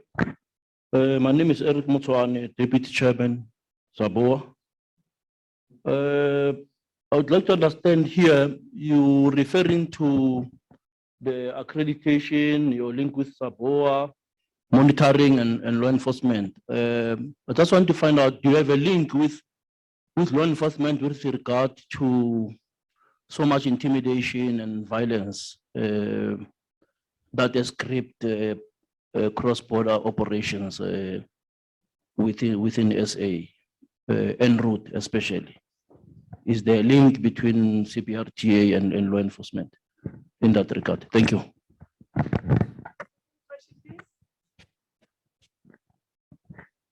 Mr. Sibulelo, thank you for a very informative presentation. My question is with regards to your digital permits. I just wanted to check what are the requirements with regards to your application, maybe Android. How do you plan? How does it go about? Maybe you can just elaborate more with regards to the digital permit. Because I, for one, I've got a ticketing system which has got Android on it. I'm thinking instead of a phone, can I link the digital permit to my ticketing system, whereby when there's inspection, they can just go to the ticketing system and then check the permit there. And then also, are you also working with your local operating, what you call your pre, with regards to local permits? Because we also do what you call operation within provinces, and then it becomes a challenge from one province to the other. Are they also looking at digital permits instead of us having to carry this paper-based permits? And lastly, with regards to integration, how flexible is your systems to other systems in terms of integration, maybe to operators' system for you to be able to achieve this digital platform that you're talking about? Thank you. Last question at the back, please. Thank you for the presentation. I think it's a follow-on on the one you did the other day with SABOA online. So that's quite interesting. I have two observations. One is in terms of the triple TFP process, they have adopted RTMS, which is SANS 3095, as the standard that is going to create a homogeneous process in terms of quality process, etc. In terms of our TC241 committee, which I also serve on, we are helping to develop 39001 and to market it to the industry. There isn't anyone in South Africa that is actually close to 39001 in terms of it being a foundation standard. So maybe it is something that we can engage from an RTMS perspective, because we've got, I think, about 1,700 buses in South Africa that currently do meet RTMS certification standards. And then that one photo that you showed about the Intercape coach, I would like us just to be cautious, because as you were showing that photo, you were talking about quality standards, to reduce crashes. That specific photo was linked to a incident where a brick was thrown through a window. So it wasn't necessarily because of lack of quality standards. And in fact, Intercape was one of the first, intercity, city to city, and cross-border operators to actually adopt SANS 3095 as a standard. But because it's not been rolled out as a minimum standard for all cross-border operators, and it comes with compliance and costs, they already meet the highest standard. They haven't continued with the standard. because it also boils down to cost, not at the expense of quality in the business. So I think those are my two observations is 39001 has a role to play, but it would be good to perhaps look at a standard that has been proven and it's also locally developed. And from an ISO standard, it's much more expensive to implement ISO. And possibly we should look at a South African national standard that is specifically developed for road transport. It might be good. Not saying we shouldn't look at 39001. In fact, the TC 241 committee is also mandated to market 39001. And we would like you to invite us. We'd love to show you some case studies. And in fact, you will see two case studies or two presentations follow this afternoon that specifically deals with RTMS. And then also maybe around the triple TFP, that in their process, they've already agreed they're going to adopt RTMS as the foundation standard for cross-border travel as well. Thank you. Thank you so much. That's the last question at the back.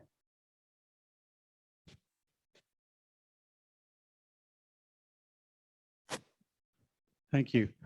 Oliver Naidu from JC Auditors.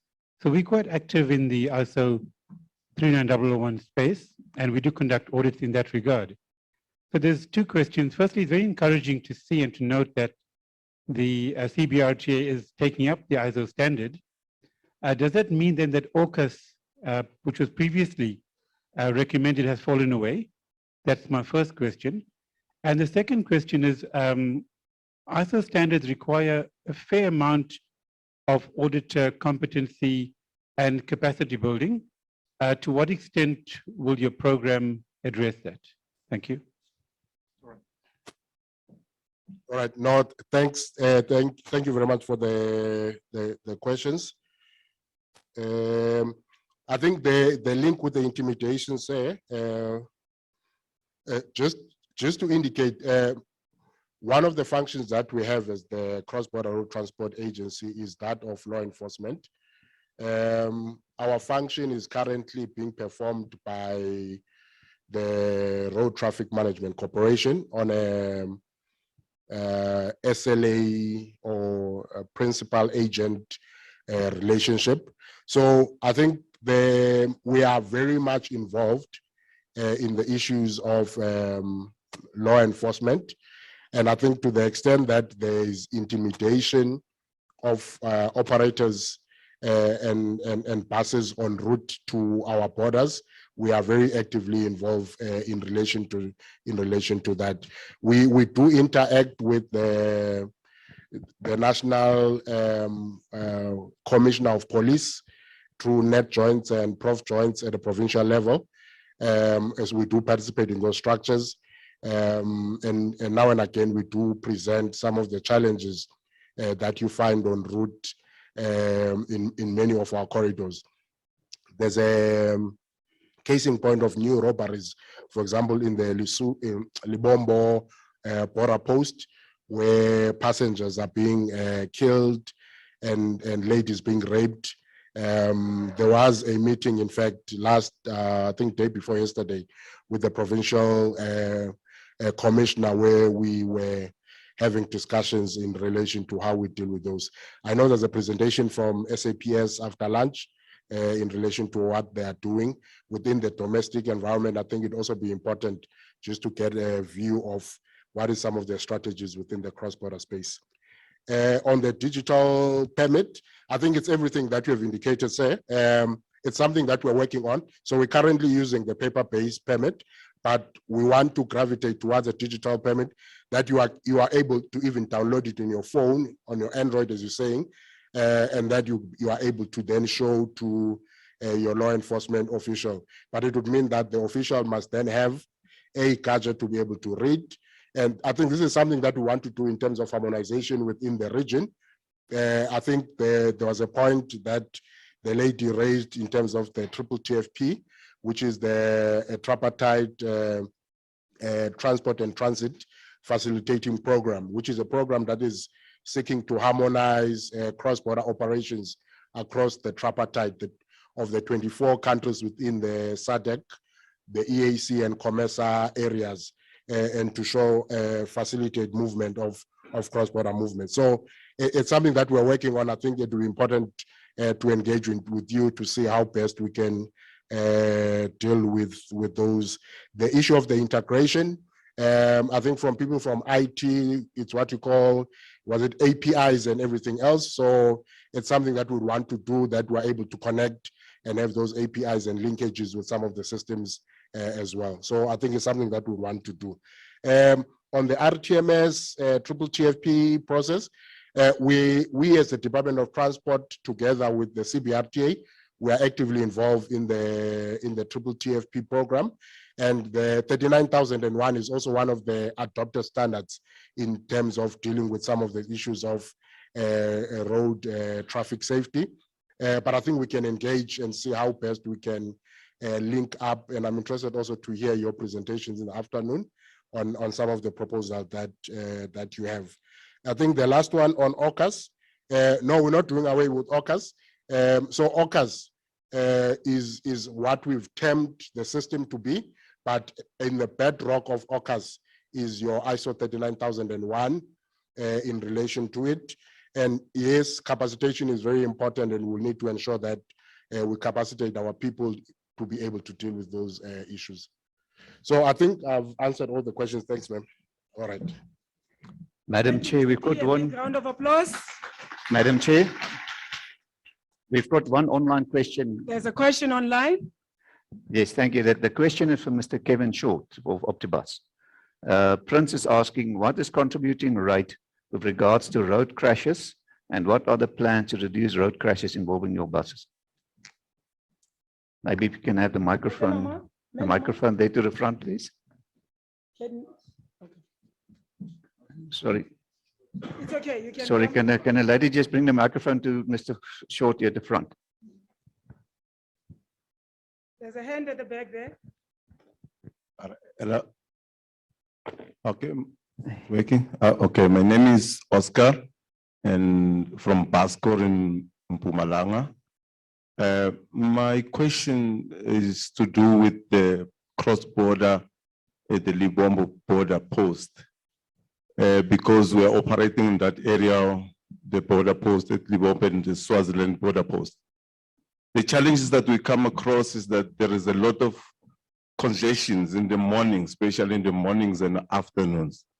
And the congestions of trucks is negatively affecting our operations, because there are trucks that are blocking the roads in the mornings and in the afternoons, and we have to take alternative routes, which is causing delays and extra costs on our operations.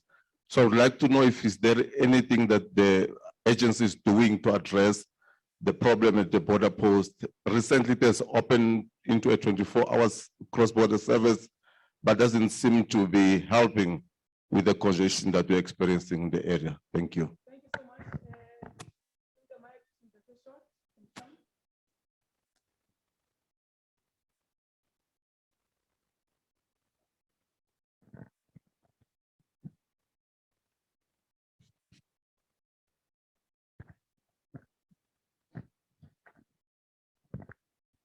Harry, would you be good enough just to give me the question again, please? Question from Prince. Right. The question is, what is contributing rate with regards to road crashes, and what are the plans to reduce road crashes involving the buses? Well, thank you, Prince, for asking a very good question. There are three answers, I believe, to that question. First of all, one area that we haven't touched on today, but maybe I can just take 30 seconds to cover. We have an awful lot of data now. We have a lot of data stored in government, at bus companies, at train companies. The partnership that I was alluding to earlier allows us an opportunity to share that data.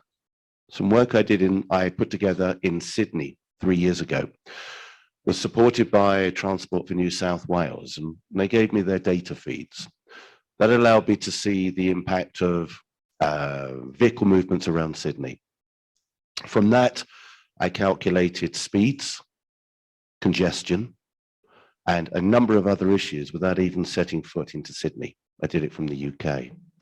So to answer Prince's first point, whilst Optibus information may not directly save accidents.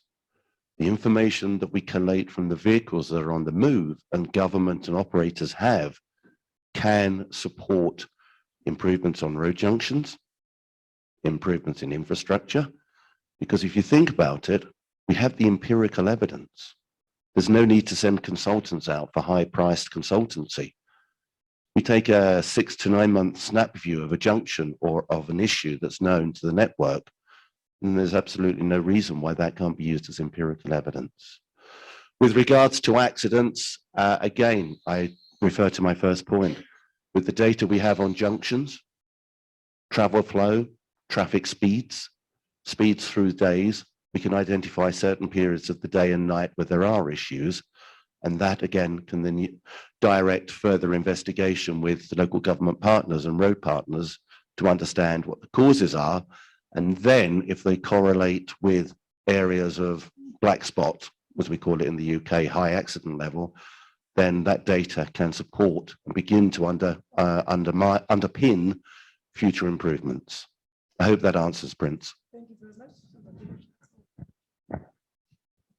All right. I think it's clear that you are all energized. You don't want to go to lunch. I thought I was done. I think the issue of congestions at the Libombo border post, I think more so also in the Bay Bridge area, is something that is a concern for government. There's a border management authority that has recently come into stream. They are going to be responsible for border operations within the radius of 10 kilometers of the border. They've been recently established. They've got a commissioner that has been appointed and deputy commissioners, but I think their full operation will start from next year financial year. But so I think the future issues around the border, I think, will all be coordinated by the Border Management Authority insofar as that is concerned. But I think up until such time that the BMA is fully operational, we do try to interact as stakeholders within the border environment and see how best we deal with issues in that space. So a case in point in Libombo, I referred to a meeting that was held 2 days ago. There's been too much challenges and problems with what's happening in Libombo. And one of the biggest problems is the many authorities that you find within the border precinct. And that's why the Border Management Authority was then established. So one of the biggest challenges there, now that the border has been open 24 hours, we are told that truckers don't want to cross the border up until a certain time to Mozambique, and they would rather stop on the road on the South African side, which is a cause of concern. And we want to engage industry to try to understand what is the reason why freight operators don't want to go across to Mozambique. But I think the biggest issue is that traffic management is a function that is given by the Constitution in all 3 spheres of government. So municipalities, in terms of the Constitution, are expected to deal with issues of traffic and deal with issues of parking. The same with province and also the national government through the Road Traffic Management Corporation. So you've got challenges that because there's a no 24/7 shift period so there's no visible traffic police after hours.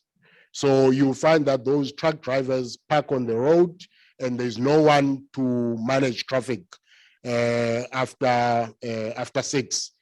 And there's also some issues regarding even province where there's challenges in terms of shift payment or the shift slots and application thereof by the provincial traffic.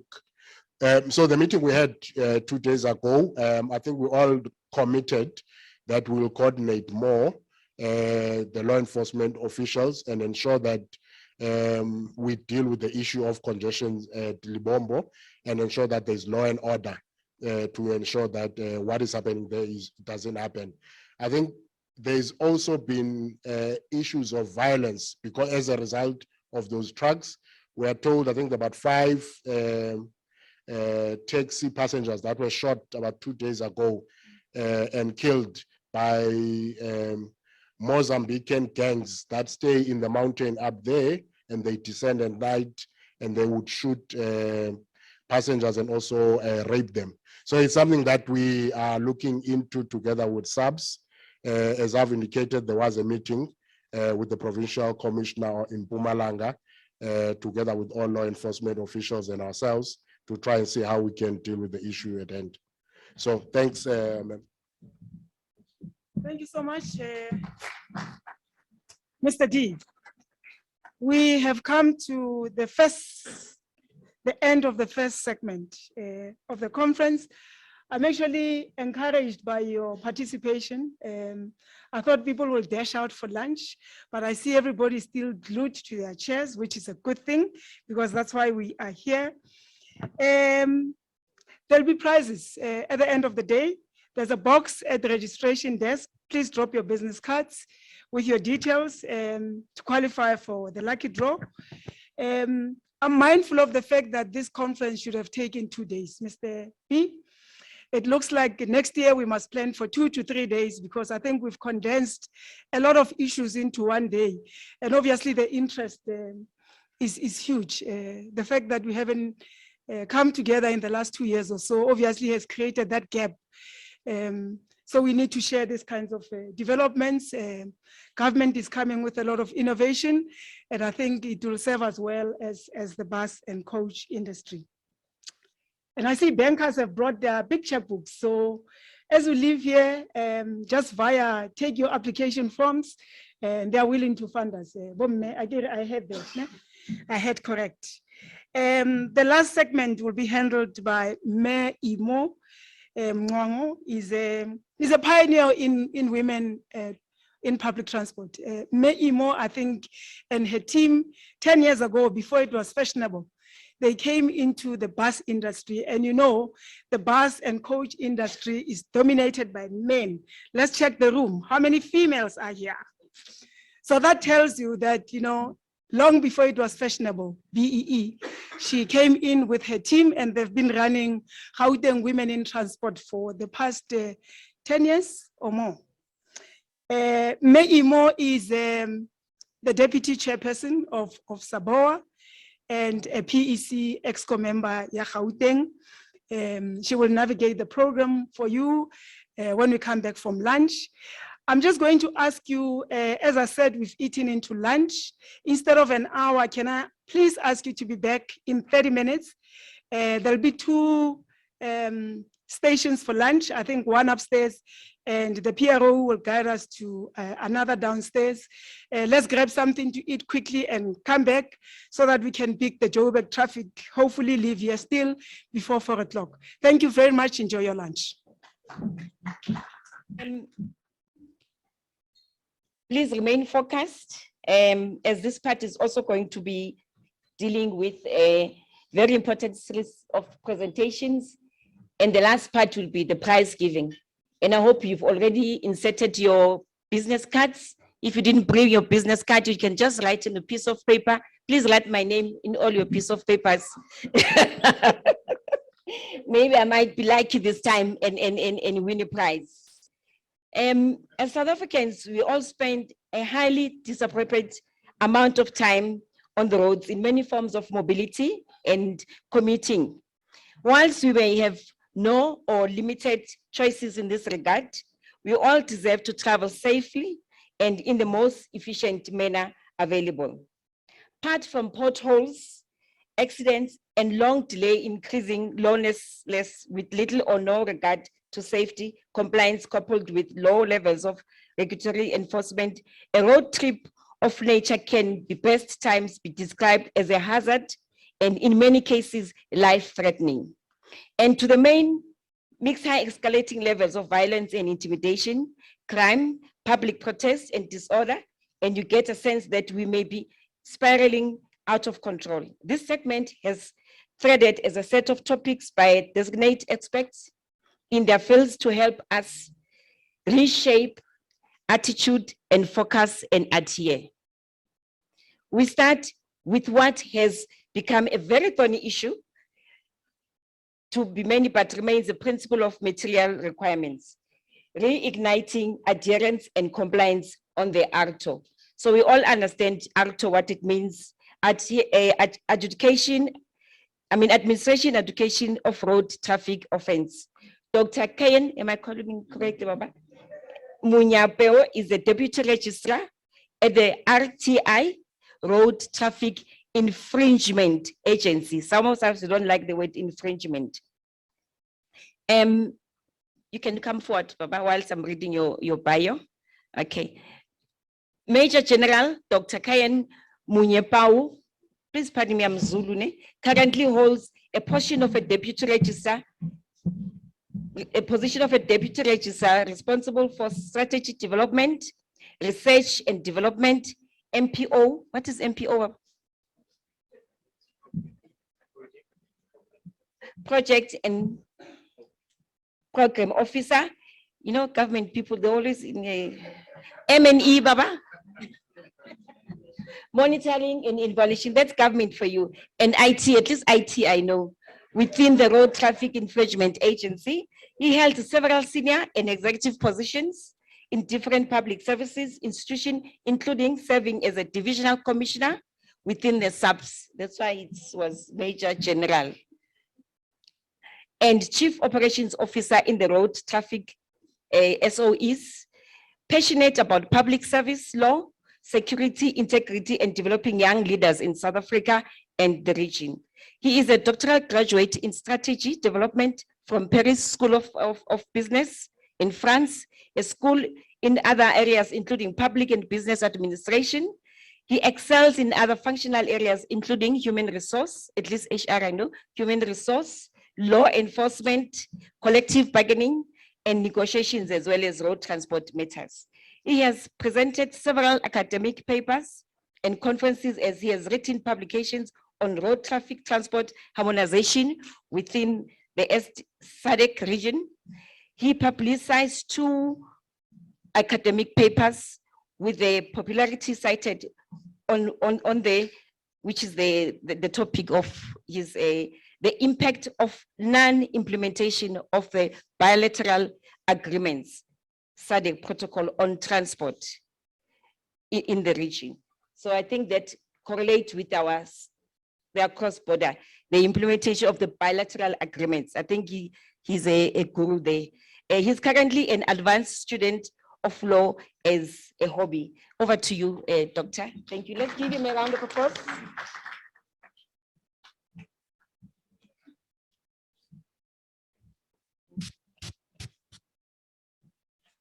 Just before before he starts, please note that only questions will be asked at the end of the segment. So this time, please note them down.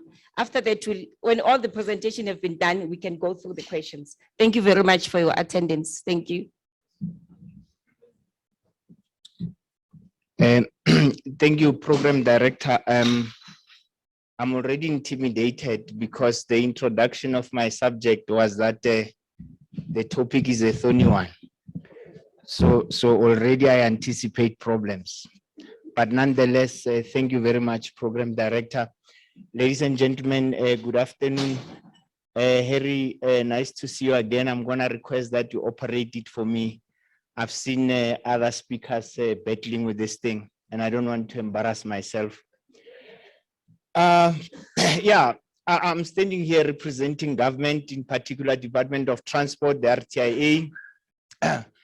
It is in our interest as government that the business makes money, that business is profitable, and it is important that we do everything in our power to enable business. Now, most of you will ask yourselves a question, what is the relevance of my talk in this conference?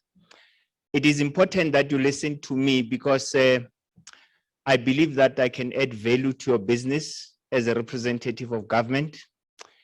You are paying as an industry in excess of 500 million in fines to government. It is something that we don't want. We actually want you to save that money and run your businesses, and that there is heightened levels of compliance. You know that I'm able, you know, as a government to suspend your licenses, to block your CR, to block access to driving licenses, to enforce payment of fines, all that which is undesirable because we are not on the same page, you know, with government.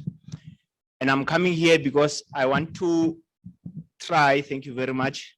I want to try and make you aware of some of the salient features of ARTO, why ARTO is important or is important, and also share a bit with the conference about the adverse High Court judgment. I don't believe that anyone sitting here would advocate that we continue to have people dying on our roads. That this has happened over time. Every year we see, you know, fluctuating numbers of people dying, people getting injured on the roads. We are losing people in the region of about 14,000, 13,000 per year as a result of road accidents. And I'm sure you'll agree that law enforcement alone cannot make it, and it has not made it. So it is our firm belief, based on research, that the ARTO is the panacea to the problems that we have. I don't like presenting standing on one place, but yeah, I'll try under the circumstances. Just a little bit on the High Court judgment. For those who don't know, we have actually received an adverse court judgment against ARTO, the Principal Act as well as the Amendment Act, on the basis that it is viewed that it is usurping local government's power to legislate on traffic matters. The judgment extended to the Amendment Act as well, to the extent that we were forced not to roll out ARTO nationally. We have sought legal advice, and we are firmly of the view that justice who was involved in the matter has misapplied themselves, and that the judgment is appealable. And on directive of the minister, we are actually appealing the matter. The matter is currently sitting at the Constitutional Court.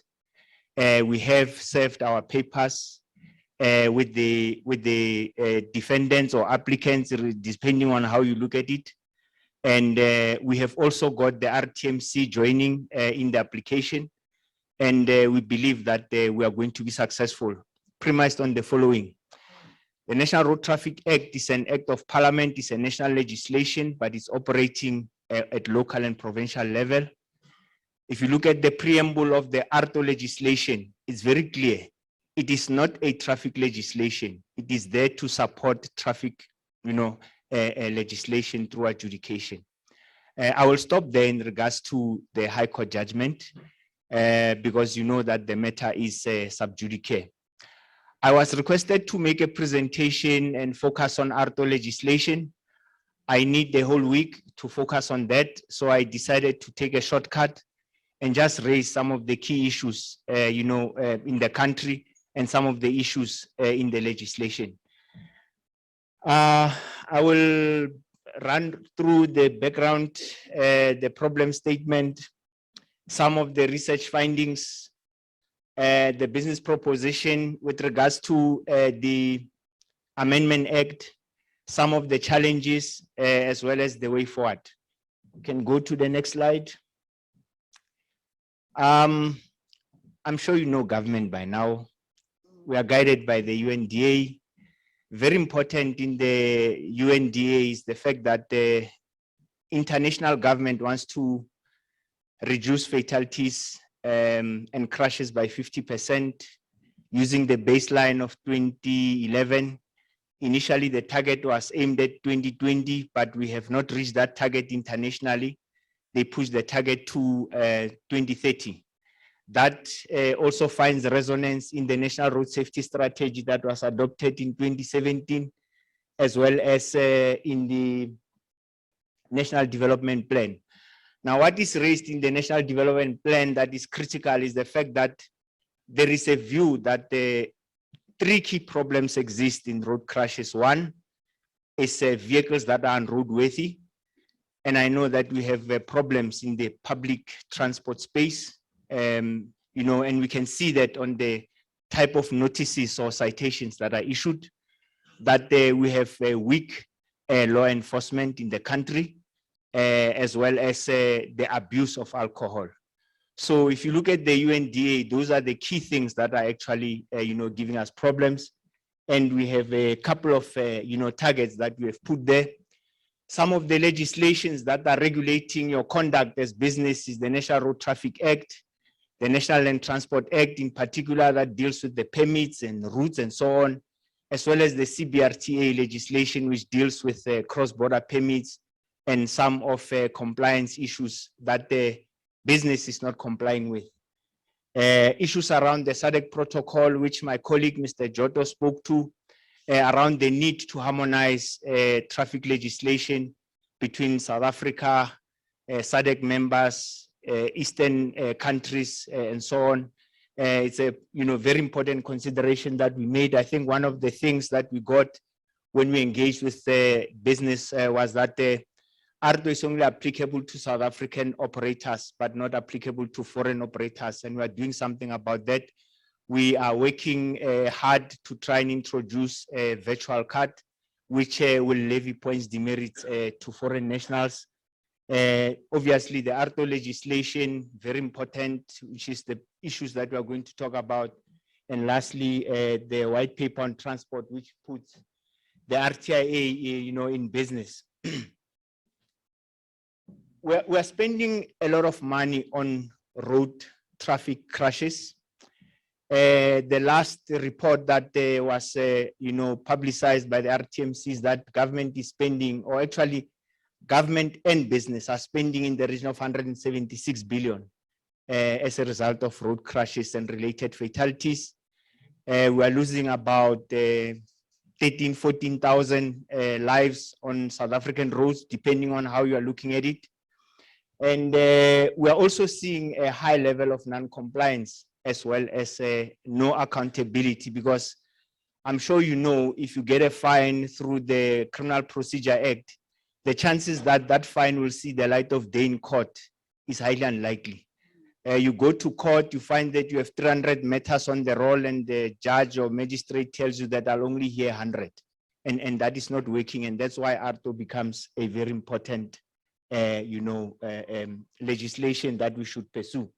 How do you contribute, comply, save lives, save time in your business, and actually, save money? If you look at your international comparative analysis, South Africa is amongst the worst countries in terms of fatality rates.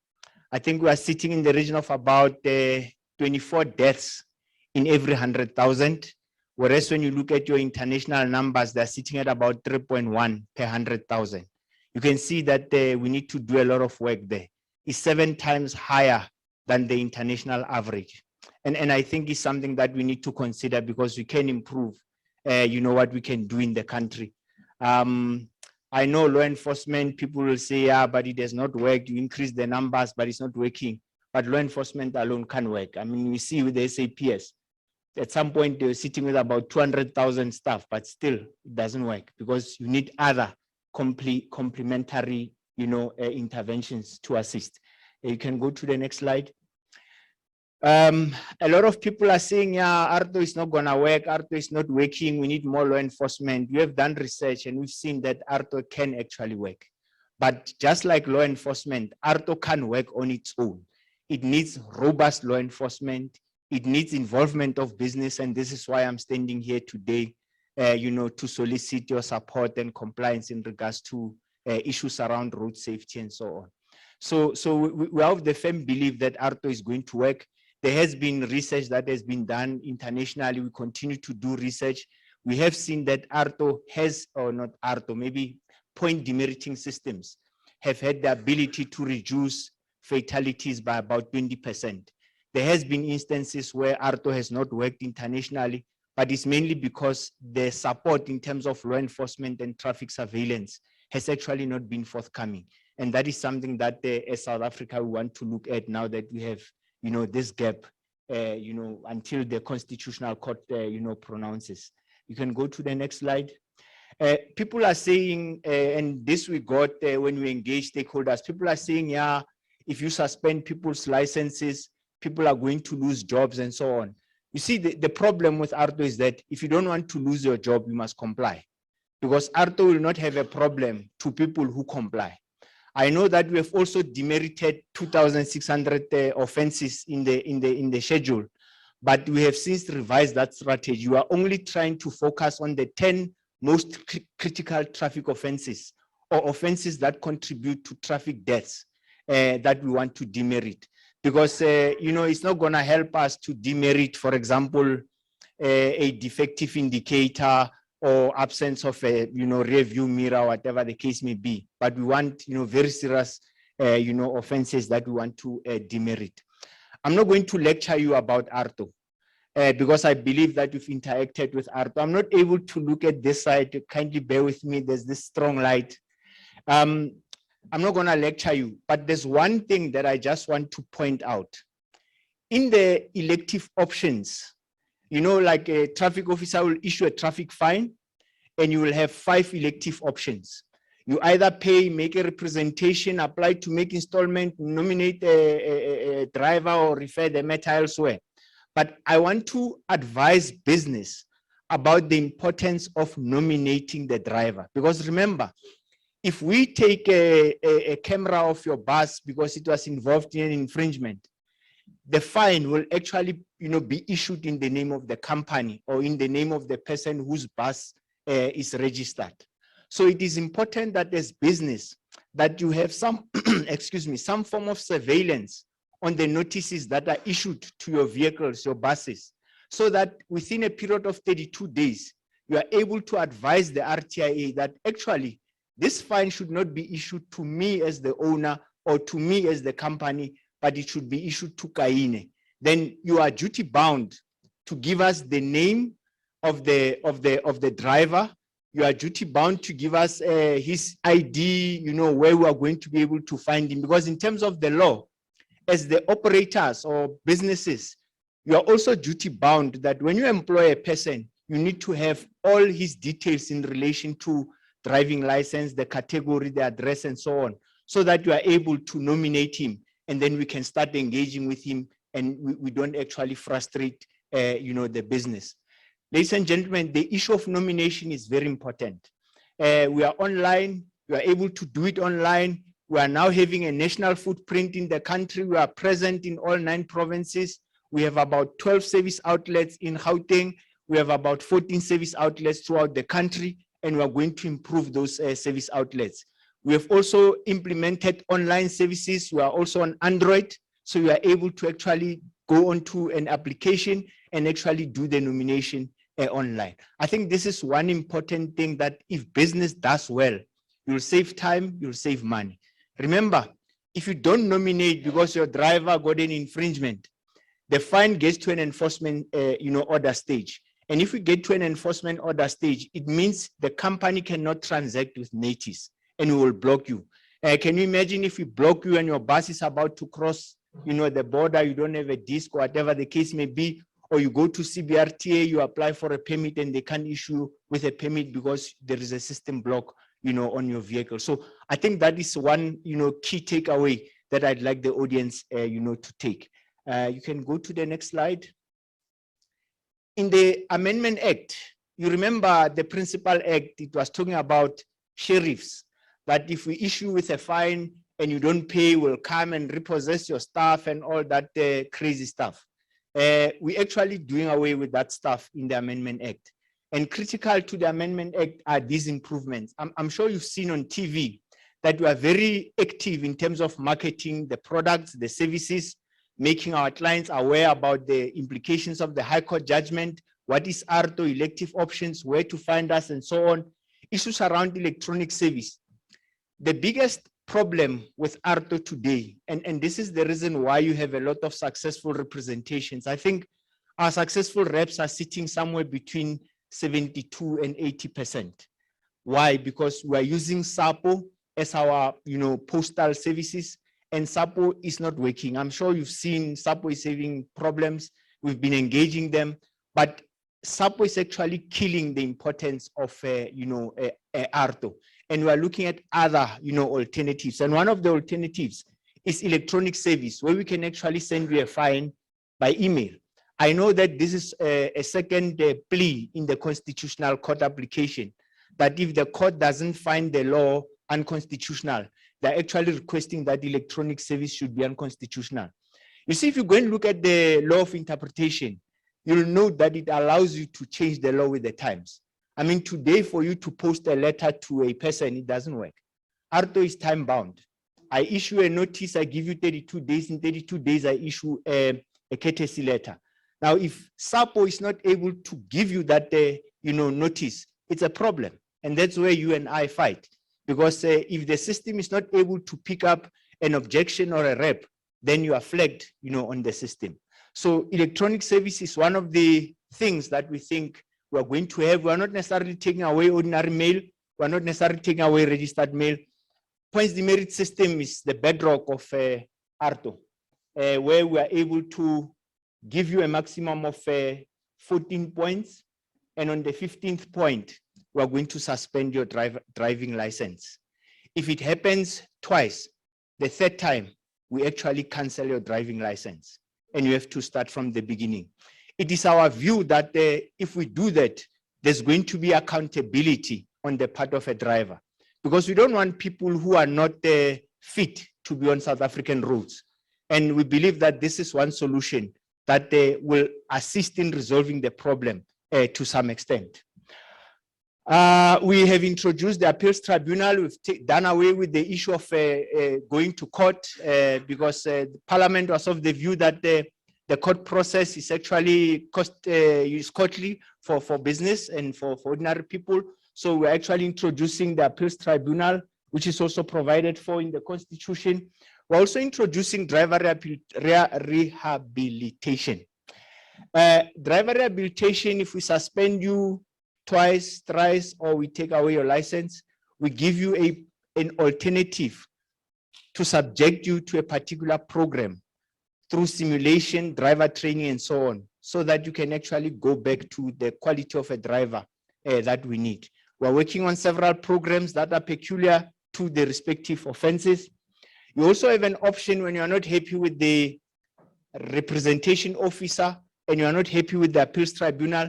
We are also giving you an option to request the court to review the RTIA's decision or to appeal the RTIA's decision. Unlike in the criminal procedure process, where a fine has got a lifespan of about 18 months with the latest justice instructions, ARTO fine doesn't die. If there's a problem with the first notice, we'll reissue a second one until you account. Either you make a representation or you pay or we take your license. The spirit of ARTO here is to hold drivers accountable, nothing else. If people comply, they shouldn't be worried or scared of ARTO. And this is one other requirement that as operators, we are supposed to embed in your businesses, that it should be part of the conditions that drivers comply with the rules of the road. Yeah, I spoke to the review of postage. At what point do points demerit system kick in? When you pay the fine, when you make an application to pay in installments, when an enforcement order is issued. So after 64 days and you don't do anything, we'll issue an enforcement order and the points will be levied. When the court pronounces on a guilty verdict, and that's why I spoke about the importance of driver, nomination. We've also introduced something called vehicle fleet management notification system. If you register with the RTIA, whenever a notice is issued against any of your vehicle, we'll actually communicate with you proactively, and then you'll be able to interact with the system before you actually have to wait for 32, 64 days and so on. We believe that this is one way of adding value, to the system. There's currently further research that we are doing. We notice that in most countries in the world, they do not expose you to driver rehabilitation after your driving license is suspended. They expose you to driver rehabilitation before your driver's license is suspended. We think that is a progressive way. And like I said, we're looking at demeriting very few offenses, only those offenses that are contributing to road fatalities. And I'm sure we'll all agree about that importance. Next slide. I've spoken to this, basically that, you get points up to a maximum of 15 points. By the time you get to 15, we suspend your license. On 2 occasions, the 3rd time we actually cancel your license and you have to reapply. You have to do your learners again and so on and so on.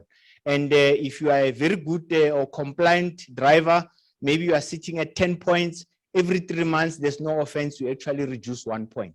So drivers in that way are compelled to, comply with the rules of the road. Like I said, we have advanced in terms of innovation, vehicle fleet management notification system. We are available on mobile applications. We are currently engaging with Apple to try and also have, application, on Apple phones or on Apple platforms. We are on ARTO website. We also have an RTIA website as well. Next slide. So in that way, you can engage with the RTIA, 24 hours, as some of my colleagues have mentioned.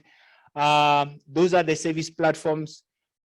There where you pay your driving license and your discs, you can actually engage with the ARTO services there. There's also, service outlets throughout the country. That information is available on our website. Next slide. Some of the intervening events includes the ARTO High Court judgment. We were supposed to roll out ARTO last year in July, the 1st of July. All government institutions were ready. We're prepared to go live. However, we knew that there is this pending case that was going to sit in October. And as a result of the adverse judgment, we didn't continue. However, planning is still going on. ARTO is still being implemented in Tshwane and Joburg. So motorists are required to comply with the law and honor their ARTO fines, because if you don't, we are going to block you.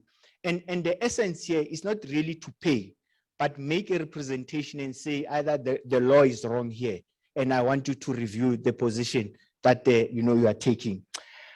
We have also embarked on the process of reviewing the legislation as well, because we have been exposed to, I think, 3 serious cases against the law of ARTO, and we are trying to rework, those. We've been working with NEDLEC. They made several, inputs about the progression of the legislation. We're working, on that legislation. We'll be going on international benchmarks to see what other countries are doing, because some of the solutions that were imported from other countries are not necessarily suitable for South Africa. And we want to see what other countries are doing that have similar economic and social dynamics like we have in South Africa. And obviously engagement with business and the public. Next slide. Yeah, that concludes my presentation. I was given 15 minutes, but I think I exceeded. Ne?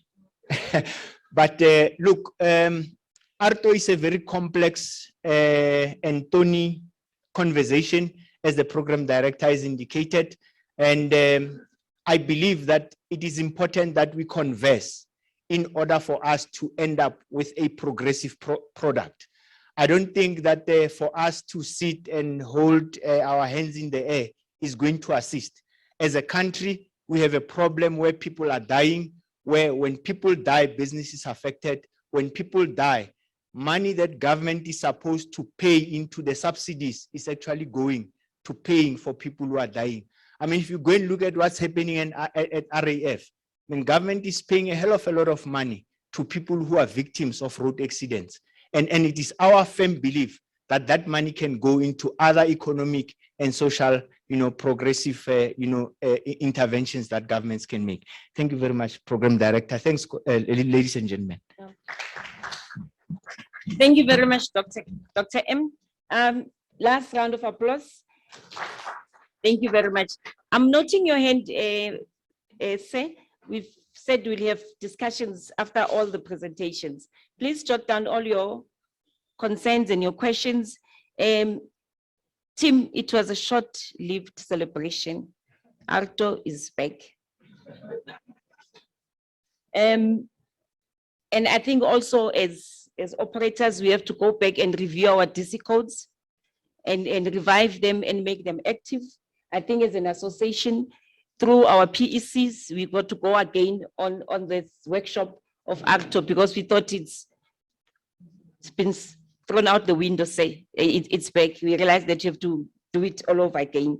And we're noting the nomination part as owners of business. That is very important that we nominate, and the turnaround time as stated, at least now there's technology that is advancing because SAPO was not working. You'll get the infringement, I don't know after how many days. And unfortunately, the culprit has left the company. So now you're left with an infringement that you don't know what to do with it. Ladies and gentlemen, our next speaker, she doesn't need any introduction. She's been with us and you cannot really ignore her presence. We see on to highlighting the system that will in many ways assist operators and companies and even individuals in improving compliance and adherence and uplifting standards. We've been hearing about the word compliance and adherence. Oh, I wish we could all do that. RTMS, Road Traffic Management System, I've crammed that. I want to say traffic. Transport, okay, we can also check out their website, and their website is rtms-sa.org.za for more information. Our presentation will be done by our one vibrant personality that has become somehow a champion of the RTMS, Miss Kathy Bell. I call Miss Kathy Bell Izolapad. The ladies and the gentlemen from Piotrans, they'll understand Izolapad. Zolapad is a transport, not the runner. She can run. She can run from here to Uppington. Same speed, non-stop. So embrace yourself, be upright, and you listen. She goes with very speed, but listen, but it's very important for compliance and the safety. I think the rest of this presentation, they talk to safety. For us, safety is an issue. Our missions and statements of saving, we provide safe and reliable and affordable transport. So now we have to really adhere and comply to safety issues. Over to you, May. And your biography, I didn't get. I didn't get it. Okay, you can just take us through what are you made out of? Thank you. Round of applause for. Thank you. Thank you.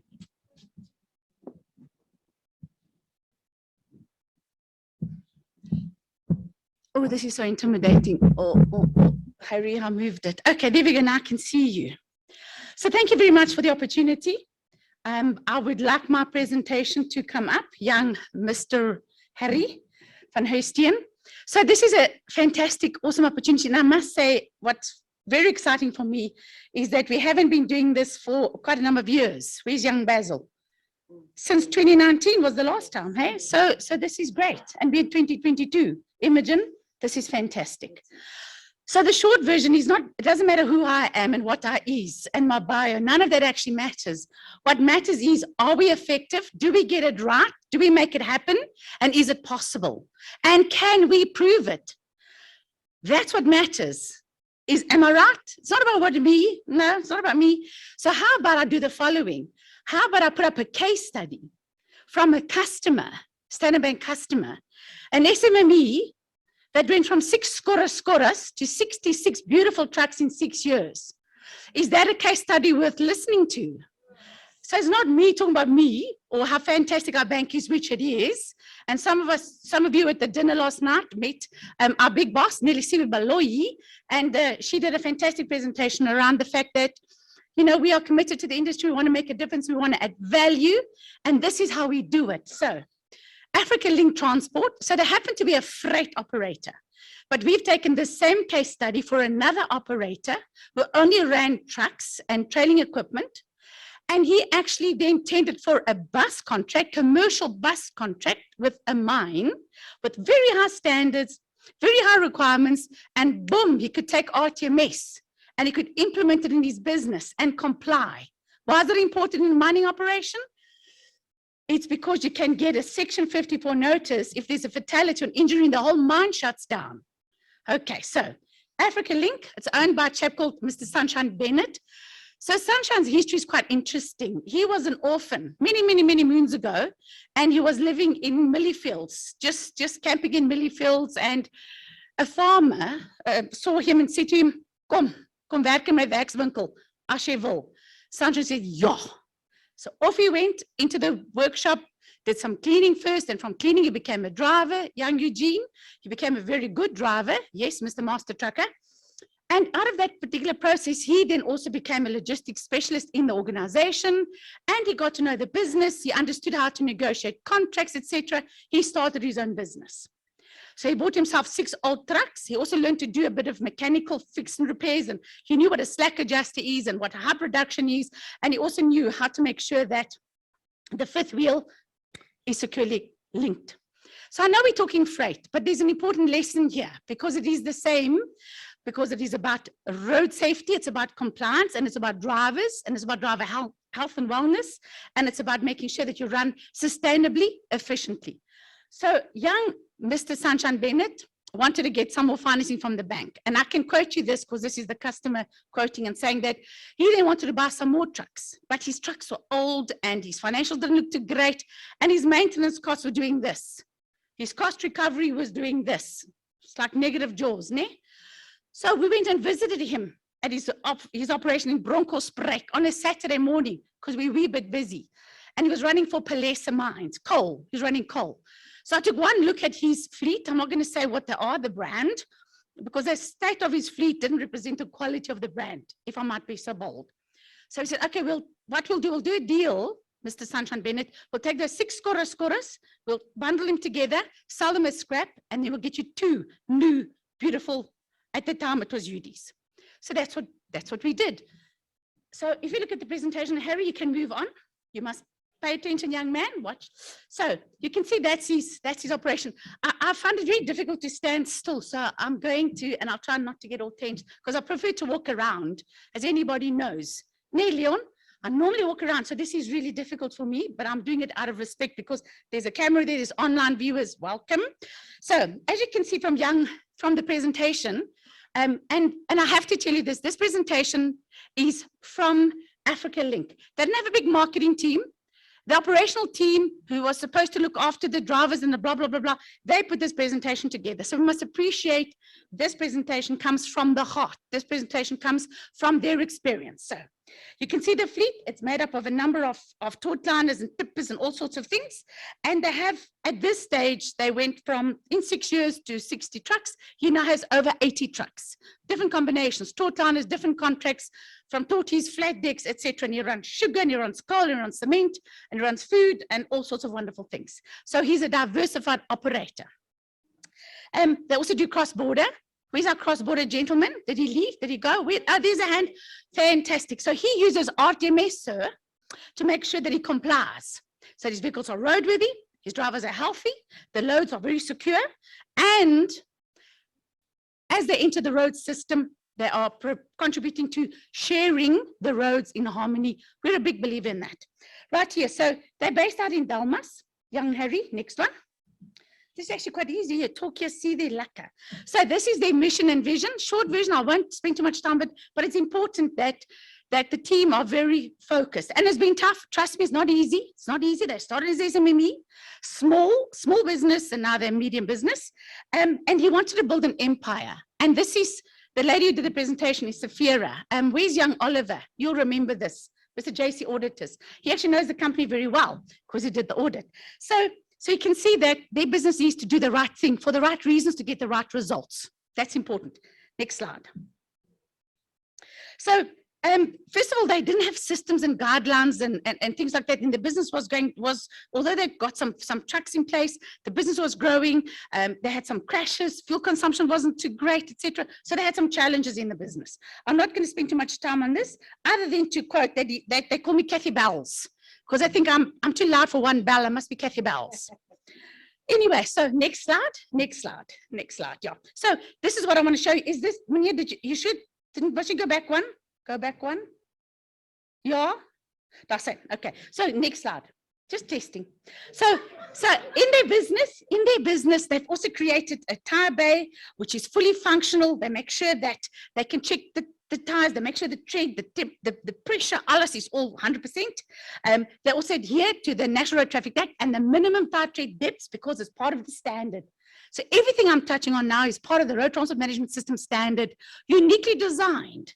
SANS 1395. And by the way, it's the best selling standard at SABS, South African standard. Dupour Peters, Minister, Honorable, a woman Minister of Transport, I think she was amazing. She went to Brasilia, and you know what presentation she delivered? Was all the Artemis case studies from South Africa, which was an update on the UN Decade of Action. South Africa was the only country that actually could present these case studies. We got it. Everyone give an applause. Come. Yes, we get it right. We do. We get it right. Not even Sweden, not even the UK could present, sir. Right. So next slide. Okay. They also do panel beating. This is part of the business. So we're showing a little bit about the business. He even got SABS homologation to build his own site tippers. How awesome is that? That is fantastic. This young man is driven. Right, next slide.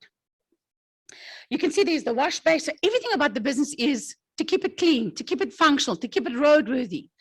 And also make sure that the drivers know that when they jump into a truck, they do a truck inspection, vehicle inspection is all part of the standard, systematic process.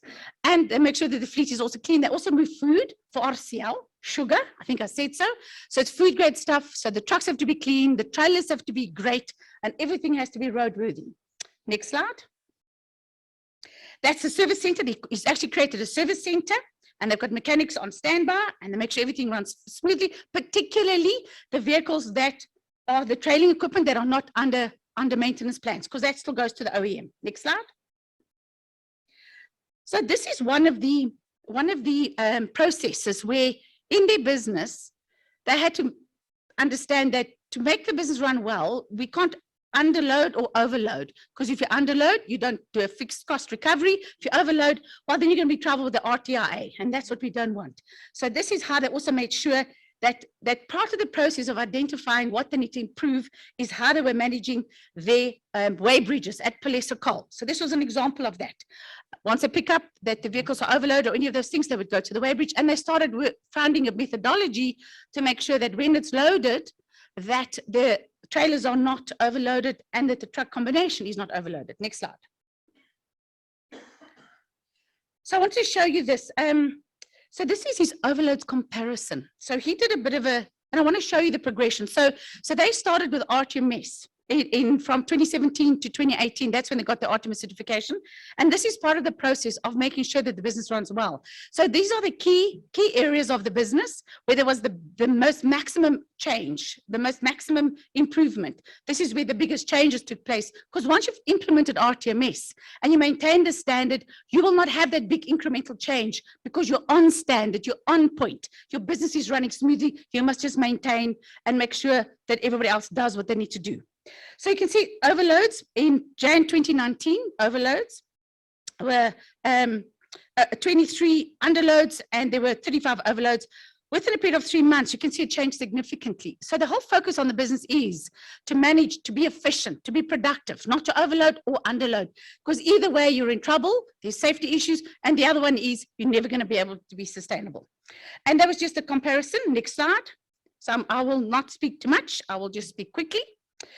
This is the service and maintenance. So essentially what he's showing in the slide is that as they started implementing and going through the process of RTMS and making sure that the standard is part of their DNA and the culture of the business, they also started servicing more and on time and use the OEM's prescribed service intervals. So the whole business went from running quite entrepreneurially to running in a more consistent, safe, and constructive way. Next slide.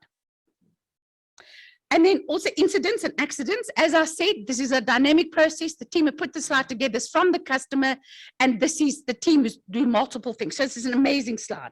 So you can just see how they've monitored and tracked, because that's the issue around not knowing where your business is coming from or where it's going.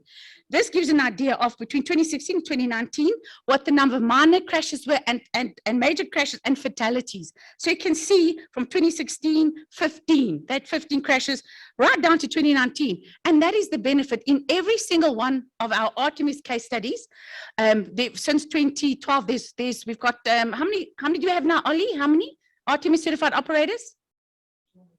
280 odd, and there's how many vehicles? 40,000, including trailers. Plus trailers. 40,000. So we went from 68 with 100 odd to we've got over 40,000 combination units that have met and adhere to the standard. But I think this is a key dynamic. So look at the road safety, look at the graph. That's what you want.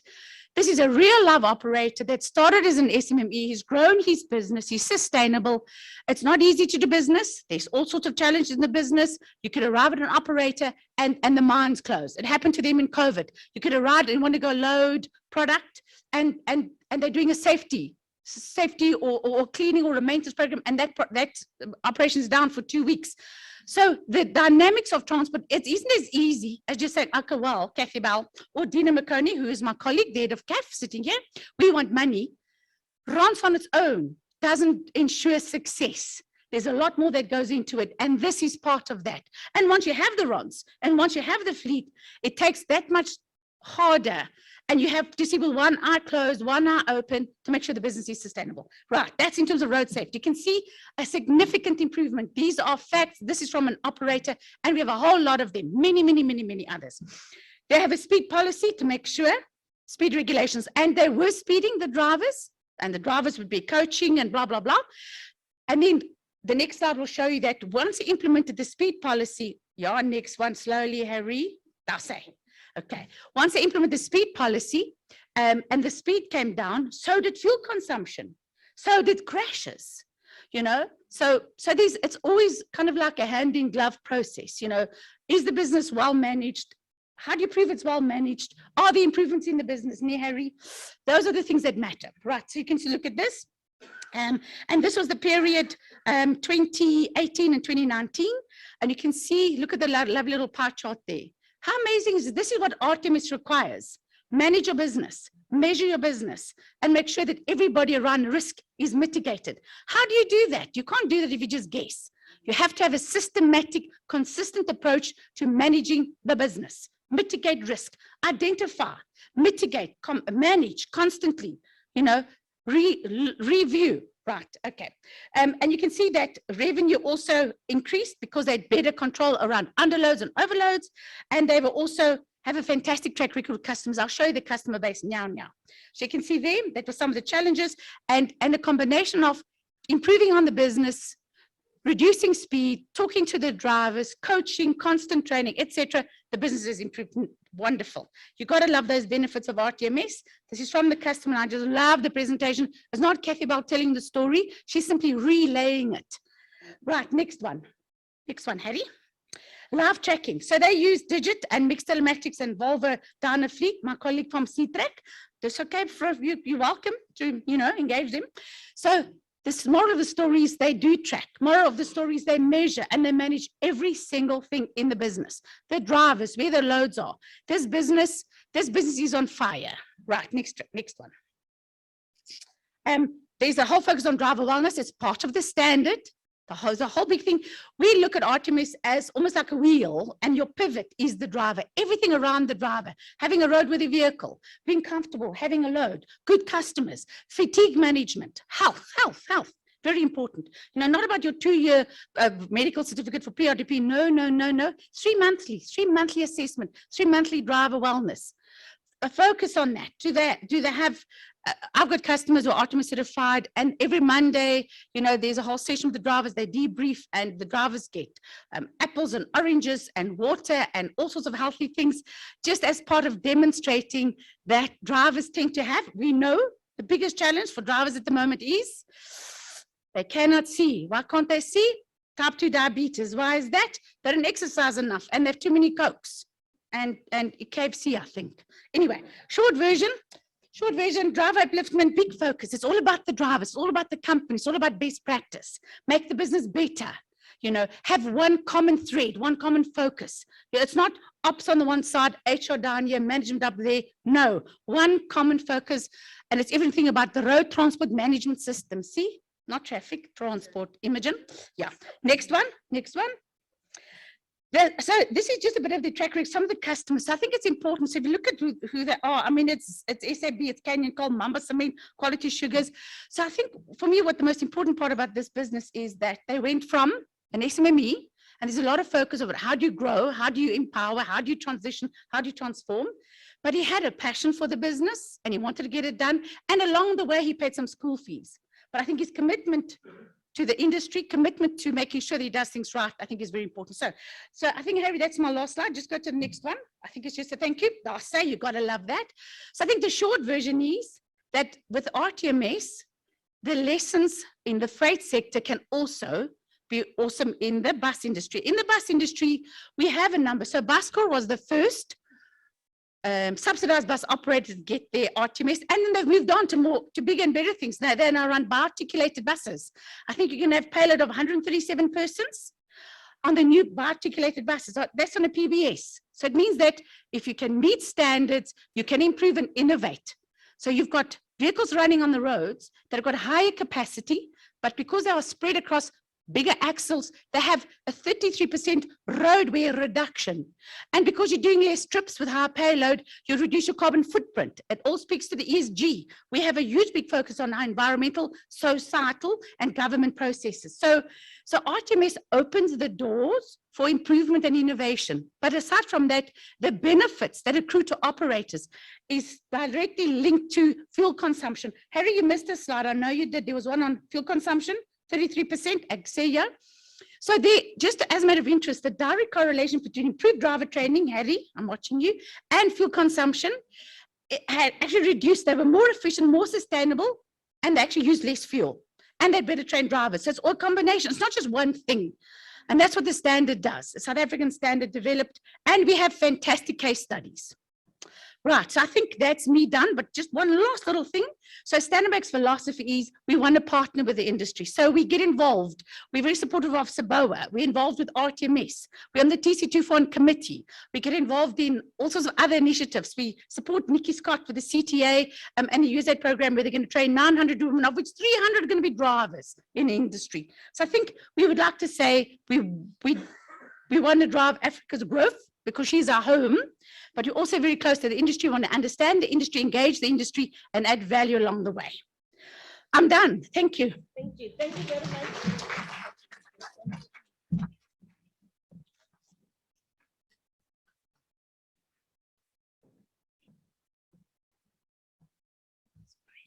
Oh.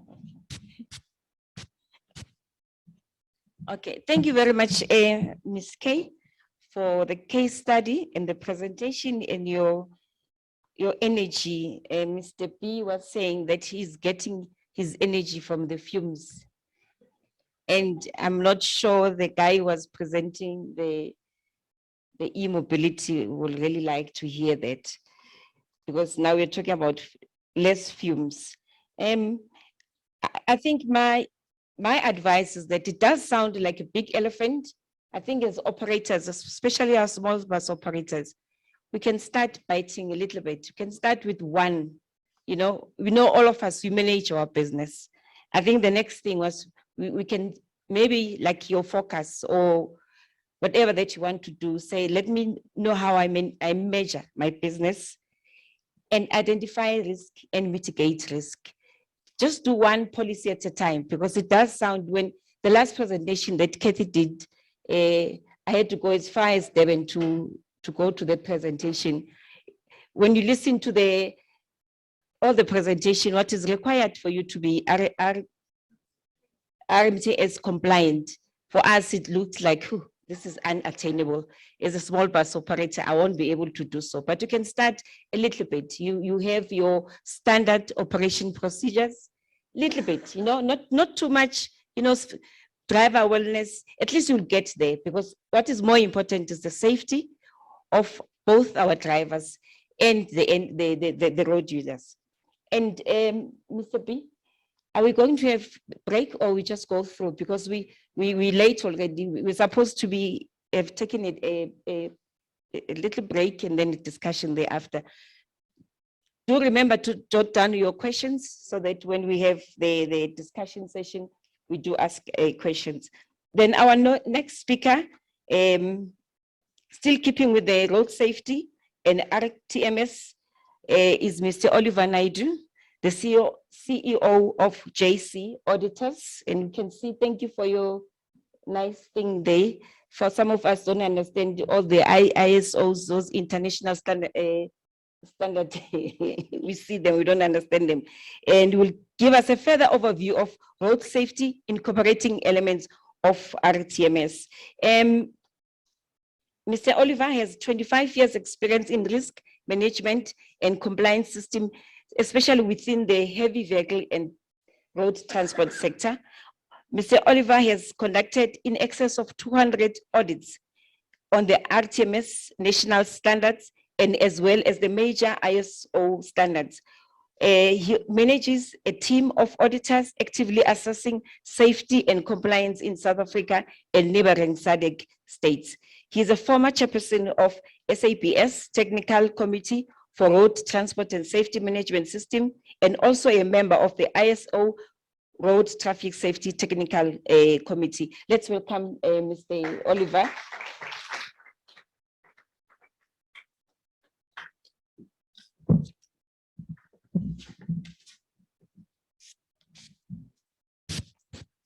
Thank you. After Kathy's presentation, I'm not sure if it's appropriate to say, give that woman a bells. As long as she's not getting into a car afterwards.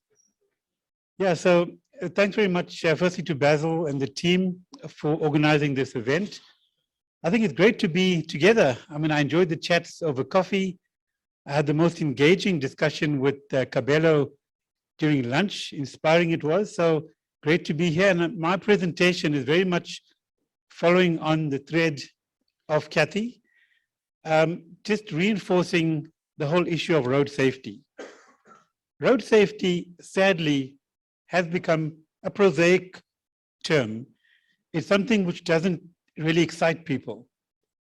We get quite excited about innovation, electric EVs, ESG, and all the new gripping terms that are in the industry. But the reality is, the fundamentals of road safety have been marginalized. And so my presentation will just talk through some of the key principles that one should consider. And I'd like you to just plant the seed in your mind and reinforce, remind, and create an awareness. So the first slide just again confirms what our colleague from Martia showed. We currently have around 24 fatalities per 100,000 population in the country. And think about it, 24 people, mums and dads, brothers, sisters, daughters and sons that are killed. One of the things that I've been keenly aware of in the last 20 odd years, as a country, we've become desensitized to the reality that people are dying every single day. It's about 40 fatalities per day. So we've had about 35 people killed from today up until now. And that's a statistic that we often forget. The next slide, Harry. There's three pictures, and you can just play them one after the other. These are scenes that we are confronted with, sadly, far too often. And it's not just the bus operators, it's all road users. We do have a crisis in our roads. We can put our head in the sand and pretend we're just another African country, or we can take stock and accept the harsh reality that as a sector, as a country, as road users, we have missed the boat. Next one. And as I've mentioned, you see in that pie chart, drivers and passengers of buses account for 7% of fatalities, with quite a mix, and 38% of those are pedestrians, and many of those pedestrians obviously are knocked over by buses or trucks or other motor vehicles. So the problem is not just in the bus sector or in the truck sector, it's a national problem. And I think the advocate in his justification and substantiation for ARTO made some very key points around the need for enforcement. And he also mentioned, and that's my topic today, complementary efforts. This is what the RTMS is. We know for a fact we have increasing risk in our roads. We have increasing traffic volumes. We're currently around, I think, 11 million vehicles on the road networks. And the roads haven't expanded in proportion to the increasing volumes. That's a huge concern and constraint. And it's commercial constraint, and it's really a quality of life constraint. Secondly, and we see it every single day without fail, there's an increasing culture of non-compliance. How many of you, when was the last time you were on the roads and you didn't see something stupid happen? Never, exactly. A red traffic light doesn't mean much nowadays. A solid white barrier line doesn't mean much nowadays. When I got my license, I remember I was terrified of not stopping at a stop street, even though it was clear, because around the corner there was a traffic cop there and he was going to nail you, right? We don't have that. So we've got this increasing culture of non-compliance, and it transcends, I can't understand it. You'll see a CEO of a company, responsible, quite a powerful person in a normal setting. And the same gentleman gets behind his car and he's reckless and non-compliant. So it's not a certain type of person. It's road users across the board that do things that they shouldn't be doing. The last point is an important one. Who owns the roads? Is it government? Is it private sector? No. Because there's no road owner as such, so to speak, people tend to think it's not my responsibility. Okay, it's government's problem. We had a crash, it's third-party fault, or it's environmental issues. And herein lies some of the challenges. Nobody wants to accept responsibility and accountability for behavior on the roads. But we've got to start somewhere. Those of us who've been in the road safety space for a number of years often find or tend to think that the challenge is insurmountable. But let's start in our own backyard. And just to be a bit philosophical, the man who moves a mountain begins by carrying away small stones. So let's start chipping away.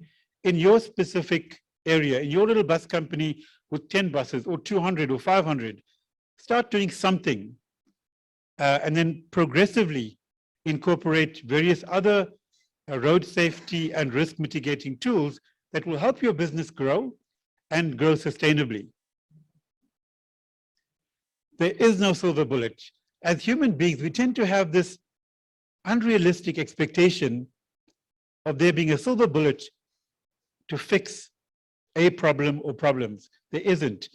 It will take concerted, sustained, disciplined, and innovative approaches involving all stakeholders to make a tangible road safety impact over the long term.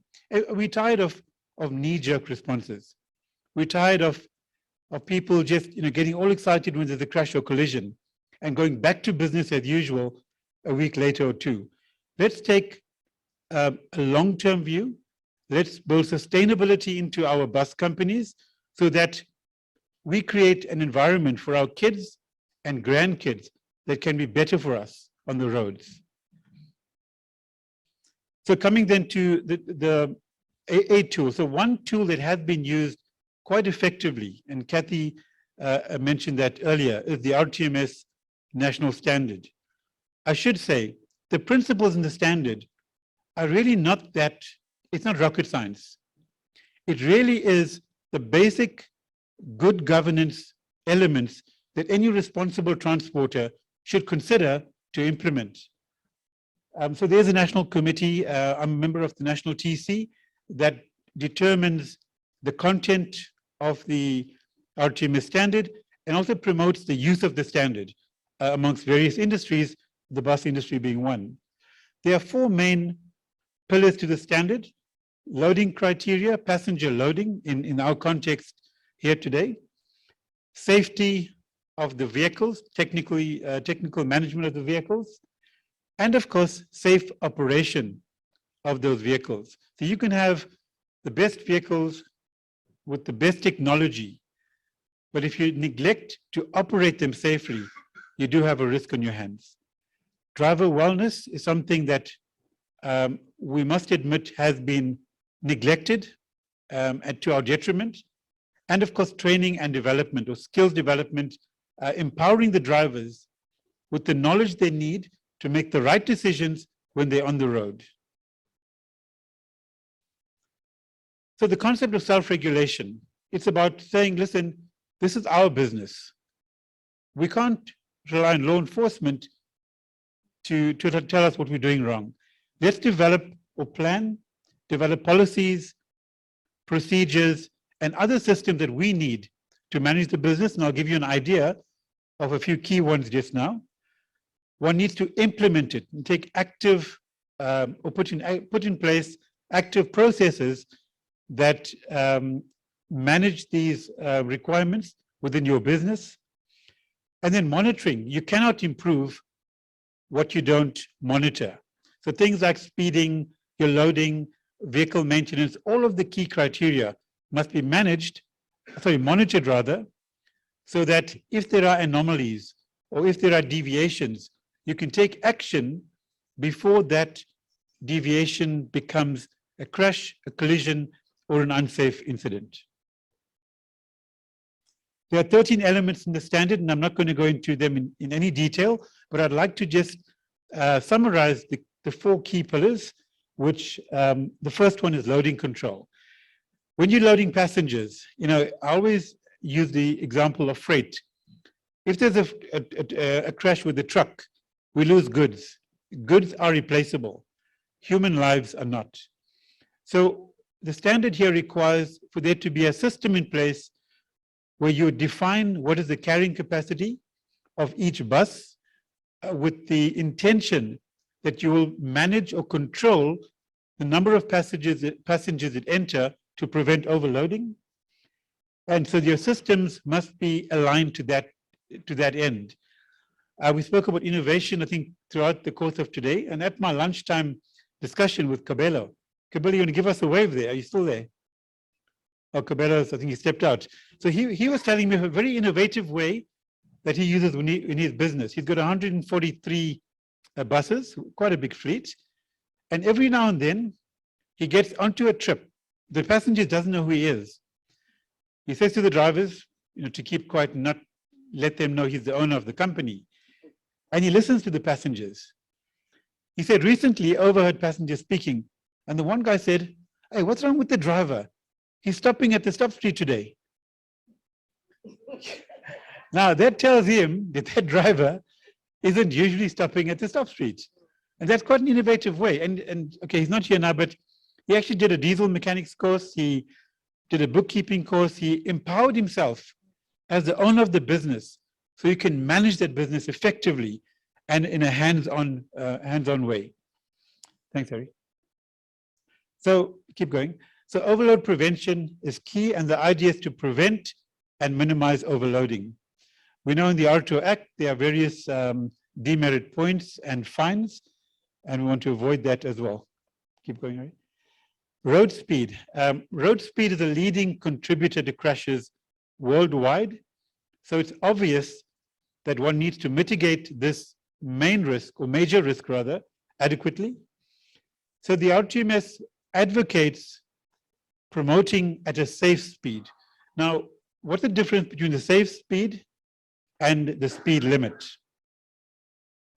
So the speed limit might be 80, but if the traffic conditions are not allowing you to drive at the road speed, you need to reduce your speed accordingly. So safe speed is about driving at a speed that takes into account your traffic density, weather conditions, road conditions, and other factors, so that you're always keeping a safe following distance and you're managing your environment to prevent crashes or collisions. And here the standard requires for there to be methods of monitoring speed, normally it's telematics or technology providers, detecting all speed violations, and ensuring that action is taken before things go wrong.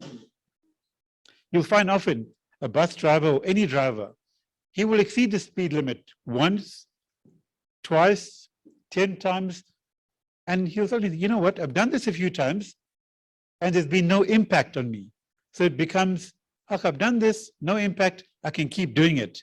Until one day, he comes around a bend too fast, and there's an obstacle, and he can't avoid it, and he goes over the cliff with 160 passengers. So you want to detect these violations before they become that. Next one, Harry. And in that slide, you can see telematics. That's an example of a company that monitors speed compliance. And in that way, if the driver is found to have 10 speed violations from telematics, they can then counsel him, retrain him, or discipline if needed. But I always say, drivers need to be empowered with knowledge. So counseling them and making them understand why should they obey the speed limit for their own personal safety is an important part of the whole aspect of driver empowerment. And of course, we've seen by managing speed, you're improving your fuel consumption, you minimize engine and tire wear as well. So all of these safety gains also have associated economic benefits in terms of diesel consumption, fuel, and tires as well. Accidents need to be investigated so that we can build up a history and determine, okay, in my business, I've had 50 incidents or 60 crashes or whatever it may be. What are the actual causes? Is it third parties? Is it fatigue related? Is it due to speed violations? Is it distracted driving? So you want to have information to empower you to make decisions to mitigate risk and manage your business more effectively.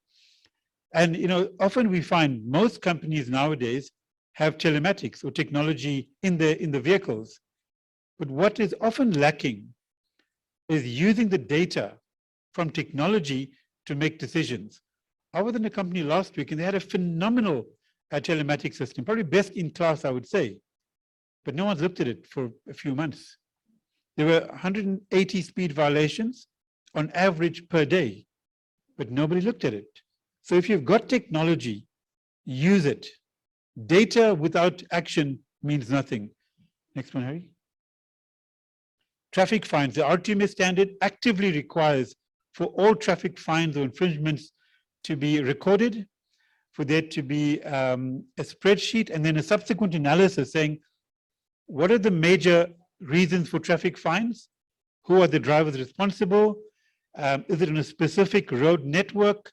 And to analyze and not just pay a fine and business as usual. It's about taking stock of what's happening in your business and then putting in place mitigating measures.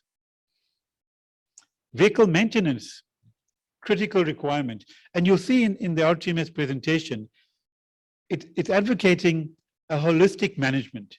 It's not just about training or just about overloading. It's about managing all aspects in a holistic manner so that all the risks have adequate mitigation built in. So in this regard, the standard promotes or requires vehicle maintenance program that makes provision for a periodic servicing of the buses and complying with the relevant service intervals. In that example, you can see they're tracking each interval, service interval, and they're noting the date and the odometer recordings, etc. So a similar system would be required.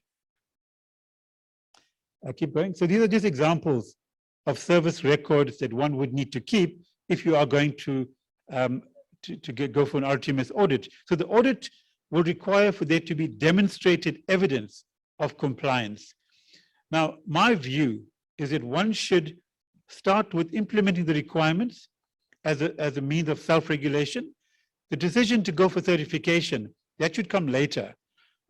I've seen from the last 15 odd years where companies have implemented the standard and they've seen safety benefits. Kathy's mentioned a few in terms of crash reduction, incident reduction, improved vehicle utilization, fuel consumption. So I'd like to see where a case where a business implements a standard, accrues the benefits internally, and then says, listen, guys, it's working for us. Let's get a formal certification to validate that we are complying. And that's what the audit will actually do. Tire management, absolutely critical. Tires are a safety device. Underinflated tires are more likely to be punctured. In addition, underinflated tires increase fuel consumption. So as I said, all these safety benefits have economic gains as well. Pre-trip vehicle inspections. How often have we been to companies? I'm sure you've seen it in your business. The trucks or the bus are serviced exactly as per the OEM interval, but there's something that happens in the course of operations. The Road Traffic Act, and just common sense actually says, if you're on a bus for R1 million or a truck, 3 million rand with cargo, don't you want to check it to make sure it's working before it leaves the site? Are the brakes okay? Are the indicator lamps functioning? You know, all the criteria that are safety critical. And the RTMS, if you go for the audit, the auditor will look at these records in detail and they will seek to evaluate, have all the buses been checked prior to use? If the driver has reported a defect, has it been rectified before being allowed onto a public road? Because once the bus leaves and onto a public road, you've essentially said, as the owner or manager, I've done my due diligence, I'm happy that my bus is safe, and that's your comfort that you have done due diligence as well. Driver wellness is something which has, I think, become keenly pronounced in recent years. We've seen, for example, on the N3 between Heidelberg and Sidara, the number of single vehicle collisions or incidents rather has increased by 70-odd%. That tells me that drivers are losing control, going off the road, hitting into a tree or a light pole or something like that. So the driver fatigue element is a key requirement of the standard. Medical fitness, annual medicals are required. I know in terms of the licensing requirement, the PDP requires every second year, but for RTMS, it's an annual medical, because often you'd find drivers who are diagnosed with chronic conditions like diabetes or hypertension, they're higher risk.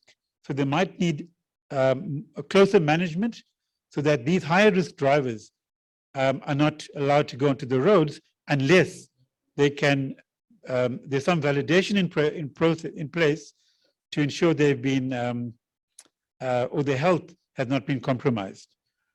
So over lunch, how many of you guys had dessert? How many of you are diabetic? Don't be afraid.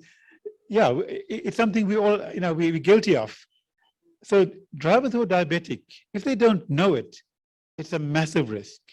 If they know their condition, but don't manage it, it's equally a risk. We haven't done enough as an industry about these kinds of safety critical areas which the RTMS standard is now promoting and advocating. Fatigue management, driver shifts, monitoring of continuous driving hours, all of these are key requirements of the standard. Next one. Driver training, we know that between 80 and 90% of incidents are due to driver behavioral issues.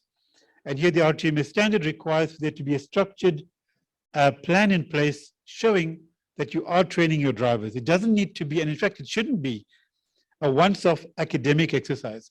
What we have seen, companies who've been successful have integrated training into the culture of their business. So it's not just academic training, it's coaching, the controllers briefing at debriefing, having an awareness posters. It's literally integrating culture, a safety culture, into the business that has shown to have the most tangible impact in terms of safety. So these are just, I think, some examples of a very common defensive driver training technique, where you train the drivers to scan his environment, identify risk, predict what could happen, decide what he would do, and then execute the behavior. So it's really promoting this safety mindset with the driver, so he's prepared more or less for things that he's confronted with. Then if you need more information, you're welcome to go onto the RTMS website. There's lots of case studies. If you have any constructive inputs, you're welcome to log those on the website, and the committee would be very happy, in fact, to engage with you to make the system more robust, productive, and to deliver on the outcomes, which is ultimately safe roads, safe vehicles, and safe lives as well. So that's just a summary of what the standard is about. And I've got one video at the end. Harry, I've got 3 minutes left, I think. I should be okay. It's a 3-minute video, just summarizing in a much more, I think, eloquent manner what the standard is about. Thank you. RTMS is a national standard promoting safety, compliance, and efficiency in fleet operations. It promotes a framework in order to minimize crashes, ensure vehicle safety, promote safe driving behavior, and ultimately allow for an efficient supply chain, which is essential for economic growth and global competitiveness. Let's look at the 4 pillars of the RTMS standard. 1. Correct vehicle loading is essential, making sure that the mass and dimensions limits of the National Road Traffic Act are complied with. If a truck is overloaded, it not only damages our roads, but it is also a safety risk, as the vehicle braking and handling is compromised. Our roads are a national asset, so by preventing overloads, we preserve our roads and make them safer. So whatever you are loading, be it bulk or break bulk, make sure to load correctly and safely, taking care to distribute the load across all axles. The RTMS standard also requires safe load securement, so make sure that load is correctly and tightly secured to avoid dislodgement during transit. 2. Safety of vehicles. The second pillar of the RTMS is safety and safe operation of the vehicles. A structured preventative maintenance program is essential. This includes tire management and maintenance of the trailers. Of course, in addition to preventative maintenance, it is essential that pre-trip safety inspection is conducted daily. It is widely accepted that more than 80% of crashes are due to driver error, so managing driver behavior is a crucial requirement of the RTMS standard. One of the main causes of crashes is driving at unsafe speeds, so monitoring of driving speed is a key requirement of the RTMS. 3. Driver health and wellness. The third pillar of the standard is driver health and wellness, which requires that the drivers are assessed for fitness to drive. The standard also requires a fatigue management plan, including a driver duty roster, monitoring of duty hours and driving hours. It is critical that drivers get enough sleep to avoid falling asleep at the wheel. Another wellness requirement is the screening of drivers for possible intoxication, which we know prevents a severe risk impact. 4. Driver training. The fourth pillar of the RTMS standard is the requirement for a structured driver training program to be in place. The training program should focus on key criteria, including defensive driving techniques such as keeping a safe following distance, driving at a safe speed, avoid using a cell phone while driving, driver health and wellness. So, as can be seen, RTMS is all about managing risk and promoting safety in a fleet operation. The RTMS has been implemented by leading transport companies since 2006 and is widely accepted as the gold standard for fleet operators. JC auditors are proud to have conducted RTMS audits since 2006. Our team of experts and industry professionals are passionate about promoting safety, compliance, and efficiency in fleet operations. We have conducted more than 5,000 audits since inception and count it a privilege to be able to work with forward-thinking companies who are committed to the highest standards of professionalism and good governance. RTMS, it's simply doing the right thing. Thank you very much, Mr. Oliver. I think during our graveyard session, we've learned, number one, government perspective on road safety, the systems in place and how they're going to enforce it. And their second presentation was about the system from road traffic management, how you can make sure that you comply, you adhere and comply and be accountable. That's very important. And the last one, how to get there through JC auditors. You get the certification. And what is more important is the self-regulation. I've hinted earlier that as operators, we can start small, do one thing at a time. It does look like big. How am I going to get to that area, all those systems that they're putting in place here for us? But we can start small self-regulation. And our last speaker, the gentleman has been here since the morning. I thought he was one of our operators, but this is an entity that is vital to our safety and security, is the SAPS, South African Police System. We cannot travel safely if crime levels are out of control. Our public disorder is prevalent on a daily basis.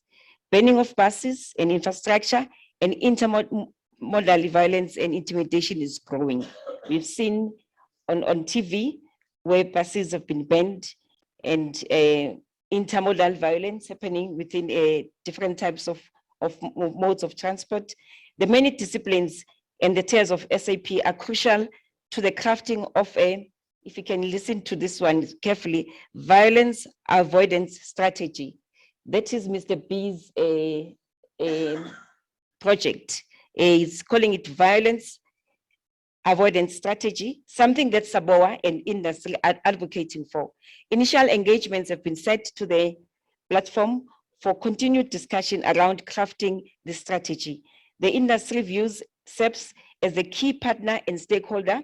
Representing SEFT today is Mhlonishwa Freddy Poison. You're welcome.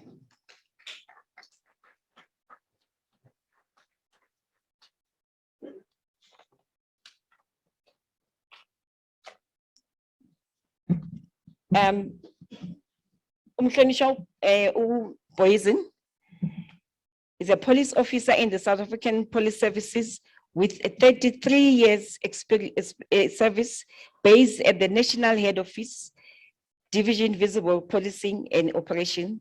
He's a section commander, Rapid Response Services with specialist knowledge and experience on 10,111 command centers, flying squad, highway patrol and motorbike units. Excellent track record in management training in 10,111 command centers and flying squad units throughout South Africa. Welcome. We're looking forward to your presentation. Round of applause. Thank you.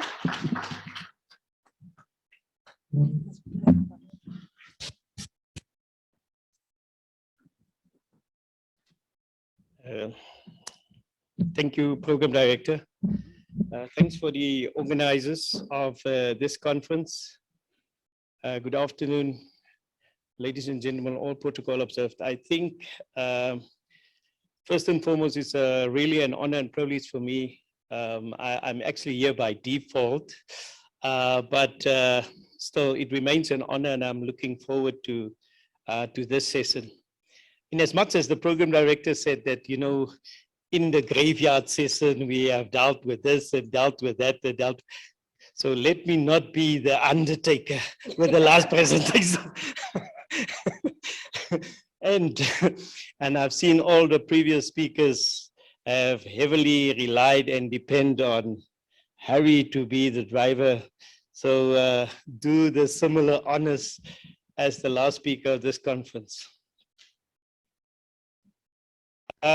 I think initially when the request was made for SAPS to be part of this conference, basically the request focused on more the strategic functioning of the SAPS per se and how it linked up with the other partners and key stakeholders. Hence the reason for the presentation to be also in that fashion.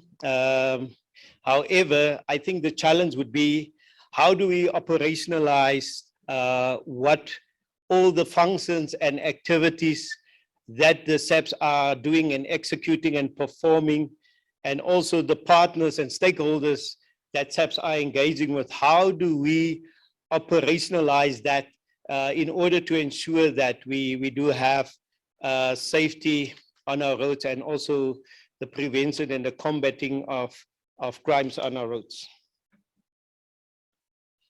Well, I'm not going to bore you with the scope of what the presentation will entail, so we will probably much faster run through this presentation, seeing that we also have a limited amount of time. I think you can continue, Harry. Thank you. Our mandate is quite clear. All of us are aware of it, what's it by now in terms of Section 205 of the Constitution, to prevent, to combat, and to investigate, as well as maintain public order and ensure the safety and the protection of properties and of all the inhabitants of the country. So, and also coupled with that is our delivery agreement in terms of outcome number 3, that we must ensure that all the inhabitants of this country, all the people staying in this country are safe at all. And I don't think there's no two ways about in terms of what we are here for. Continue. Next one. If you look at this general challenges that are being our country are basically confronted with, this is basically, I call it my doom and gloom slide, because which is a very bleak picture of currently what is going on, and quite frankly, you as operators of the roads and users of the roads, will quite obviously be scared to go out there not knowing that, or being aware of that these things are happening.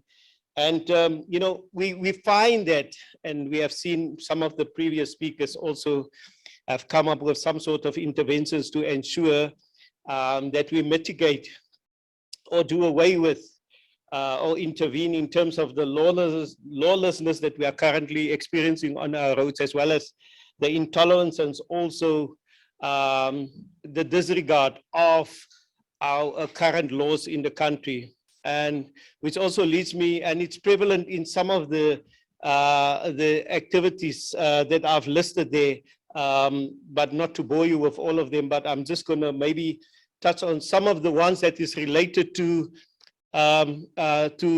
transport in particular, in the transport space, like your taxi violence, your road and traffic violations, which was quite mentioned extensively. And also like the damaging of trucks and the theft of trucks. And another one is the damage the road and the infrastructure. And also what is very much prevalent there in particular in Western Cape is also the damaging of the trains there. Next slide. Next one. Okay, this is just to give you a picture of, in terms of the processes that we are having in place in terms of the platforms where we should report as an organization when we are dealing with challenges, and how to prevent and how to combat and how to mitigate and how to intervene in order to mitigate some of those challenges. Just to give you some of you might have heard about the JCPS cluster. That is basically the platform that all the departments, some of your key departments that are involved there is your defense, your police, your home affairs, your finance, your state security, as well as your justice and correctional services. And that is the platform where, or if the departments are encountering countrywide challenges, where they go to in order to report it. Next one, Harry. Next slide. And then of that particular cluster, one of the task teams in the case of SAPS is your NAT joints. And that is the platform where all the departments also have a sitting in terms of the DGs, and where they also table their concern and challenges, what they are experiencing, in order for all the departments to have intervention and to react or respond on in order to ensure that that particular occurrence or activity for that matter are being dealt with. Now, quite obviously, you have your different spheres or levels. Nationally is the NAT joints, and quite obviously under it is the NATJOC, the center where you report and also record all the successes too. But similarly, in every province, you also have that levels of reporting at provincial level as well as your local level. Then it just becomes the prof joins, and then ultimately your prof joc, and then also in the past it was cluster jocs, but now it became the districts because we've been demarcated and divided into districts. And then a new phenomenon that's been established lately for the last 3 years was your operational command centers. And you also find that that particular structure at the various levels, at district level and also at provincial level, as well as on your national level. And like I said in the past, this is the structures when it comes to dealing with crime and challenges relating to crime, which is infringing on the safety of our communities, where you go and report particular incidences to. Next one. Well, I think I wanted to touch on a multidisciplinary approach, and that is what we should have. But in essence, a multidisciplinary approach, it just boils down to partnerships, and partnerships. The whole is better than some of the parts of it. And I think we have said it on numerous occasions and on numerous platforms that we are basically fed up of, you know, every department doing his or her own thing in silos. And it's by time that we take hands. And in as much as this plight is being echoed at numerous platforms, that we take hands in our combat against our crime, in our prevention against crime, in order to mitigate certain activities that is endangering the lives of our community at large. And that is the important thing about. So I'm not going to bore you with some of the things and activities that we are doing. But what is important, even in this industry, in order for us to tackle and eradicate what is currently prevalent and in existence here, we need also to take hands, have the engagements continuously, and act upon it whilst having engagements, and then revisit and see and evaluate, assess, did it work out? What can we do differently? And that's the only way how we can win the war, how we can win the battle out there. Next one, Harry. Like I said, you know, the next two slides basically boils down to what I've mentioned in terms of partnerships and all the other initiatives that are currently running. I've mentioned but a few, but there are also other initiatives that are currently being implemented in order so that we can address some of the things, not only at national level, but also at provincial as well as on local level, at your station level, the communities there. And also you will find out that, you know, in order to give it a priority here and there, in some instances and in some cases, task teams were formed in order to seriously address some of the challenges that are being experienced by the communities.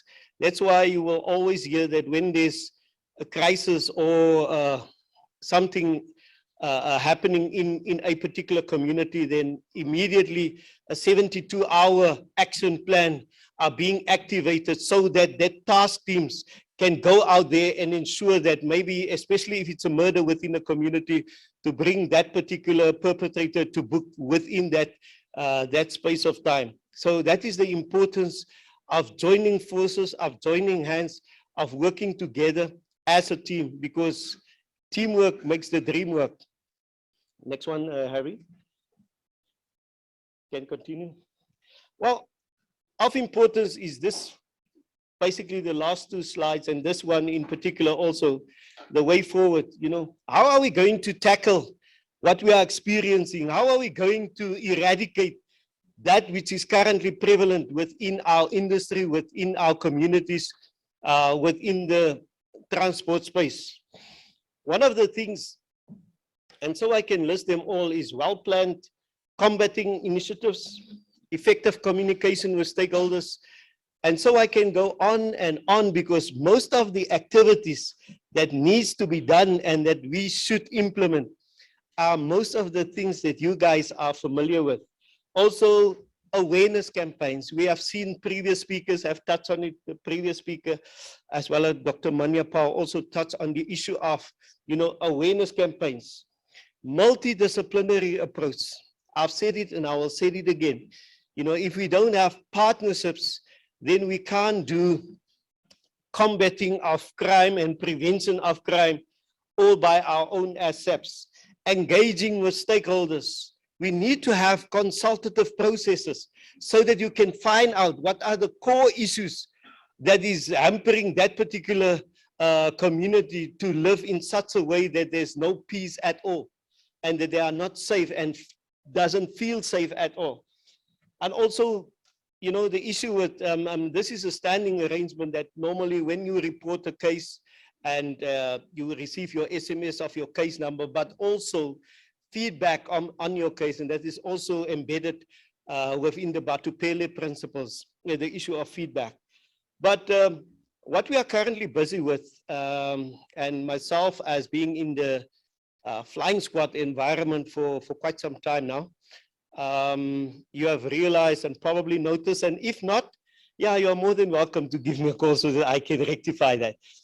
That the flying squad, in as much as their core function or mandate is to rapidly respond to serious and violent crime in progress, your alpha complaints, your complaints and danger and emergencies that are imminent, they are also the same vehicles that is patrolling on your highways and byways. And probably some of you would have come across some of those vehicles.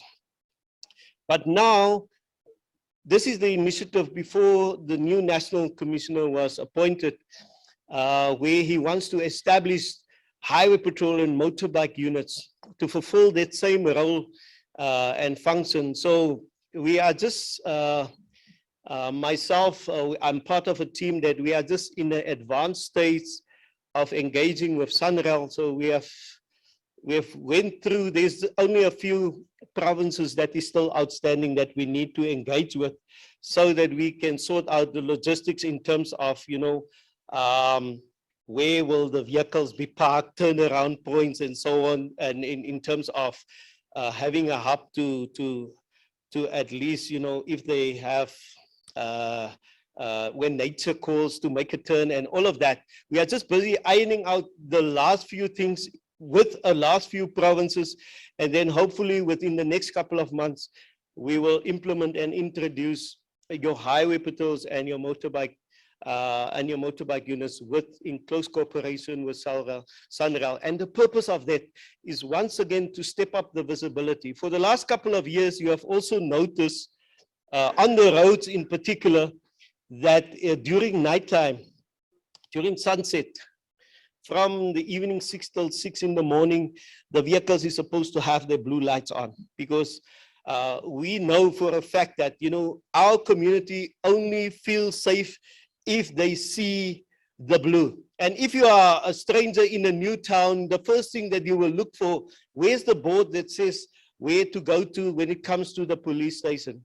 And that is the purpose of it, to step up the visibility so that our community can feel that safety, what the police, the subs as such can offer.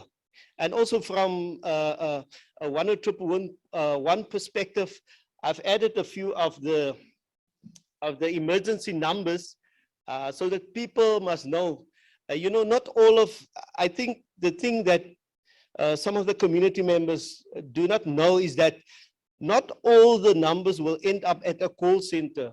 Like if you phone a 10111 number, in particular in a rural type of area, chances are that you might end up by a police station.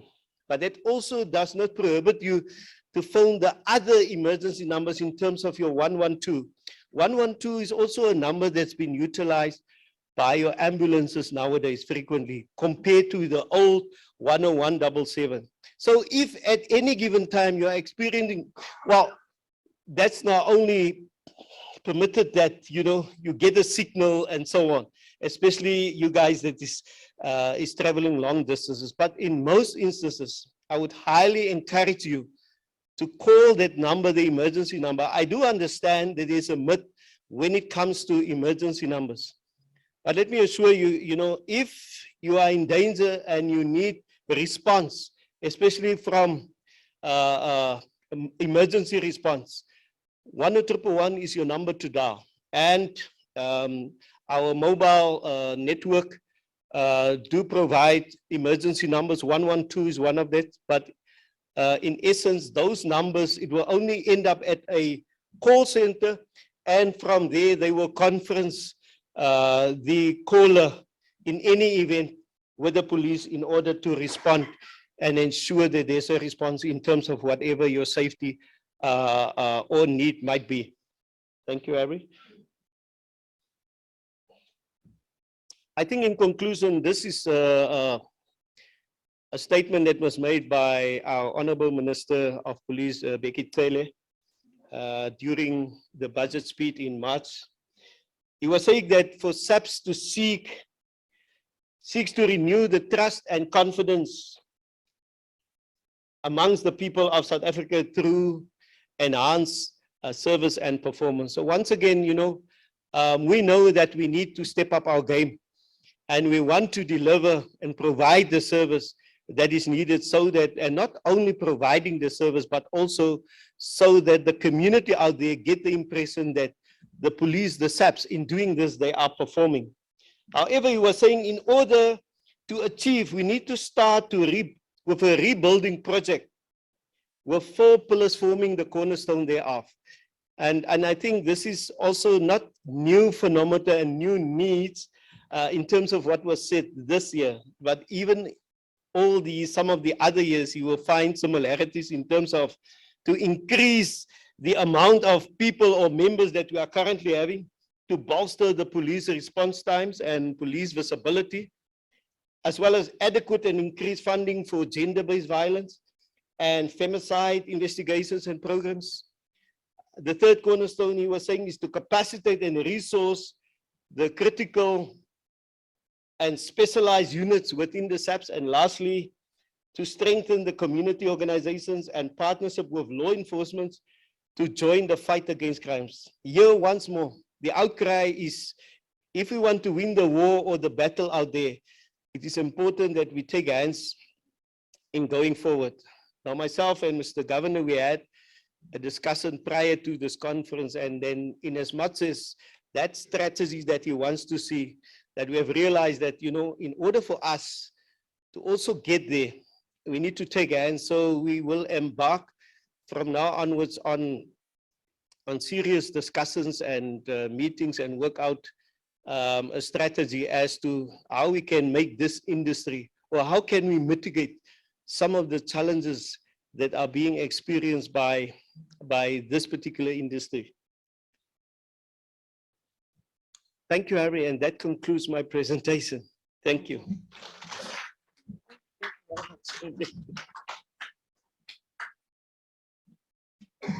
Thank you very much, Mhlonishwa. Madam Chair, could we quickly try and play that RTM video now? Oh, okay. RTMS video. Thank you. Just a moment for us. Okay.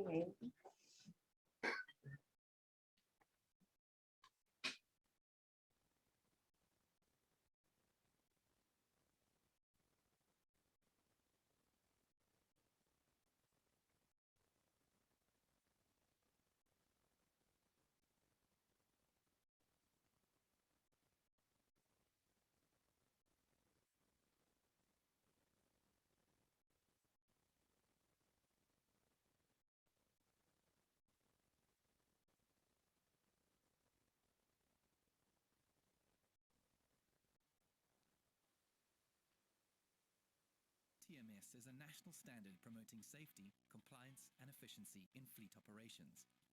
It promotes a framework in order to minimize crashes, ensure vehicle safety, promote safe driving behavior, and ultimately allow for an efficient supply chain, which is essential.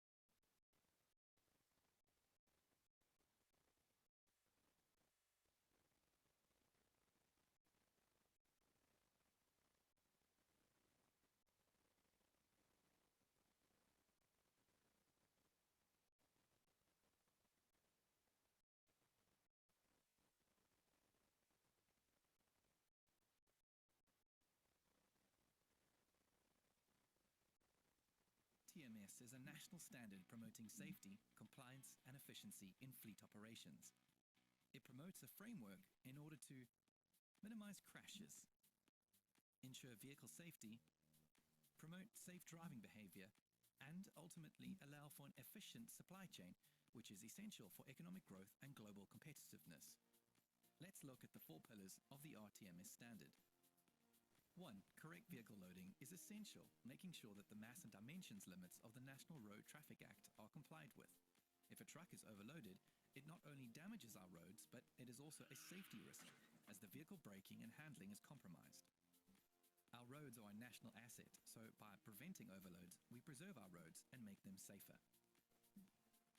So whatever you are loading, be it bulk or break bulk, make sure to load correctly and safely, taking care to distribute the load across all axles. The RTMS standard also requires safe load securement, so make sure that load is correctly and tightly secured to avoid dislodgement during transit. 2. Safety of vehicles. The second pillar of the RTMS is safety and safe operation of the vehicles. A structured preventative maintenance program is essential. This includes tire management and maintenance of the trailers. Of course, in addition to preventative maintenance, it is essential that pre-trip safety inspection is conducted daily. It is widely accepted that more than 80% of crashes are due to driver error, so managing driver behavior is a crucial requirement of the RTMS standard. One of the main causes of crashes is driving at unsafe speeds, so monitoring of driving speed is a key requirement of the RTMS. 3. Driver health and wellness. The third pillar of the standard is driver health and wellness, which requires that the drivers are assessed for fitness to drive. The standard also requires a fatigue management plan, including a driver duty roster, monitoring of duty hours and driving hours. It is critical that drivers get enough sleep to avoid falling asleep at the wheel. Another wellness requirement is the screening of drivers for possible intoxication, which we know prevents a severe risk impact. 4. Driver training. The fourth pillar of the RTMS standard is the requirement for a structured driver training program to be in place. The training program should focus on key criteria, including defensive driving techniques such as keeping a safe following distance, driving at a safe speed, avoid using a cell phone while driving, driver health and wellness. So, as can be seen, RTMS is all about managing risk and promoting safety in a fleet operation.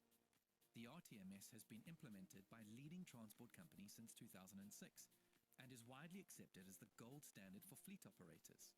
JC auditors are proud to have conducted RTMS audits since 2006.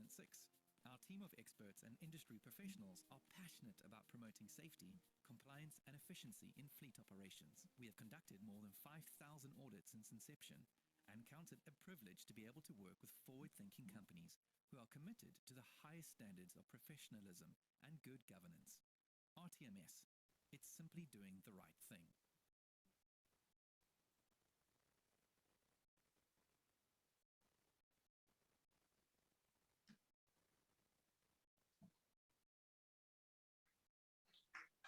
Thank you, Mr. Oliver, for the snippet of our road management traffic act system. I'm saying everything.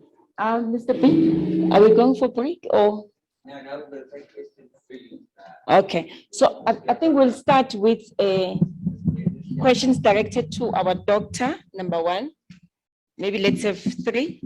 I think it would be better maybe for panelists. Sorry, I'm taking. Okay, over your yeah. slide. I just wanted to, Oliver's got a time constraint, so he's already heading out. So we'll have to excuse him. But if the other panelists can come up, then we'll take the questions all at once and they can respond accordingly. So Is it not going to be part of it? No, he was okay. Oh, Yeah. okay. Oh, Oliver. Oh, Oliver. okay. All right. Do you mind joining the podium?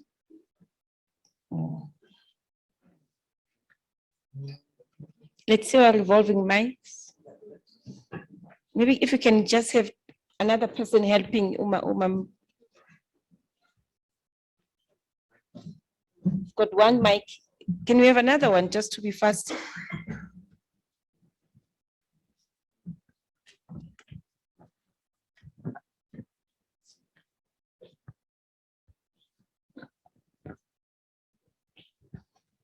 So if we've got one mic. Oh, okay. We've got Mr. Governor here and Ume. So we start with the gentleman at the back, number one. Okay, let's maybe note 1, 2. There was a hand somewhere. 3. Hey, the light, sorry, neighbor. And 4. Okay. Okay, Let's shoot. Can we go ahead? First, Okay. just with regard to the RTMS, it's a system which doesn't need advocating more than what it is now, because I do believe that if transferred to the bus industry, we see people that we train in the trucking industry who comply, their efficiencies and improvement is significant. But if I can pose a question to the doctor, I think it's implicit those who have a healthy respect for road safety believe that ARTO's intentions are good. That's a fair statement. However, when we look at some of the challenges that we come across, let's assume that it was going to be implemented the 1st of July if there hadn't been the court injunction. The question to the doctor, he spoke about engaging with people in order to rehabilitate them. So my question is, was that in place already? And if not, why not? And if it goes ahead, when will that be put in place? And what will be the process so that we can understand it? The second question is that whilst we agree that the system can work and should work, but there's things down the line that contribute toward its failure. For example, we recognize that a number of driver's licenses, some say as high as 50%, have been obtained fraudulently. So if they're on the road without having gone through a proper system, the likelihood of them incurring demerit points is significantly high.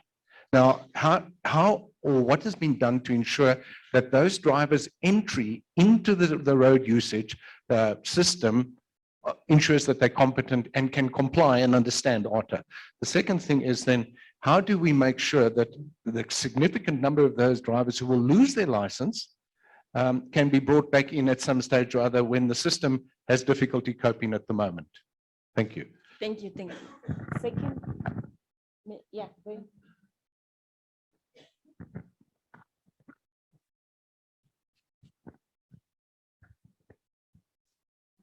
Thank you, Chair. I had 7 questions to the doctor, but I'll make them 2. Okay. Thank you.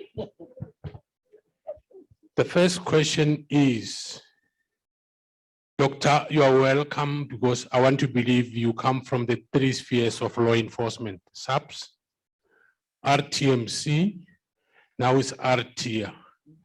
How are you going to sell this idea of RTIA to the municipalities? Because they don't want to see that. The metros don't want to see that. Even the provinces don't want to see that. Why am I saying they don't want to see that? Is because when they enforce law, the ARTO charges, looks like they don't have the National Land Transport Act or Road Traffic Act on them. Where there are sections and regulations when they charge, which unfortunately from SAPS you will know, the SAPS will charge someone with contravening the Road Traffic Act of 1996. Just that is a charge. Whether it's a cracked windscreen, it's a worn out tire, it's oil spillage on the road. What they charge it for, because they found it on the road, they charge that thing. It's a general charge. The second and the most important question is this. RTIA, has it got the people to enforce it? Because from the same Department of Transport, we've got 5 enforcement agencies. What do you mean 5, Baloy? There is municipal office, there is provincial office, there is metro police, there is subs, even the army in the far north enforces that. And then you've got this a child who's got no parents cross border, which forces everyone. Chair, I'm giving the general this provision, food for thought. If he goes to the N4 corridor from Mozambique up to Botswana on the other side, where there are these two law enforcements, the metros or provincials or whatever, and the cross borders, there's conflict. There's a cash cow on that route. The same thing happens on the N1 when going up north to Zim. Don't you think you are setting us up to the neighboring countries? Because if you don't have a specific law which addresses the infringes and on the road, it gives the other country a tit for tat. In Zim, they are taking advantage of us. It's even worse, they will tell you about the SADC protocol, which I've seen, you highlighted that here, but I'm worried. General, my apologies, I will take you back home. I'm worried. What you alluded to is going to be saying you are not a patriot, because the demeriting point, you are going to do it, enforce it to us South Africans. And on the road, we've got 60-40 percentage in the road users, 60% foreign and 40% South Africans. And the last one is this thing of OCAS. The CBRTA are introducing OCAS. Babalo, you said 2. No, this is the last one. I'm sitting down. Okay. OCAS from CBRTA, RTIA from RTMC. Don't you think you're competing? Thank you. Thank you. Third person here. Then fourth this side.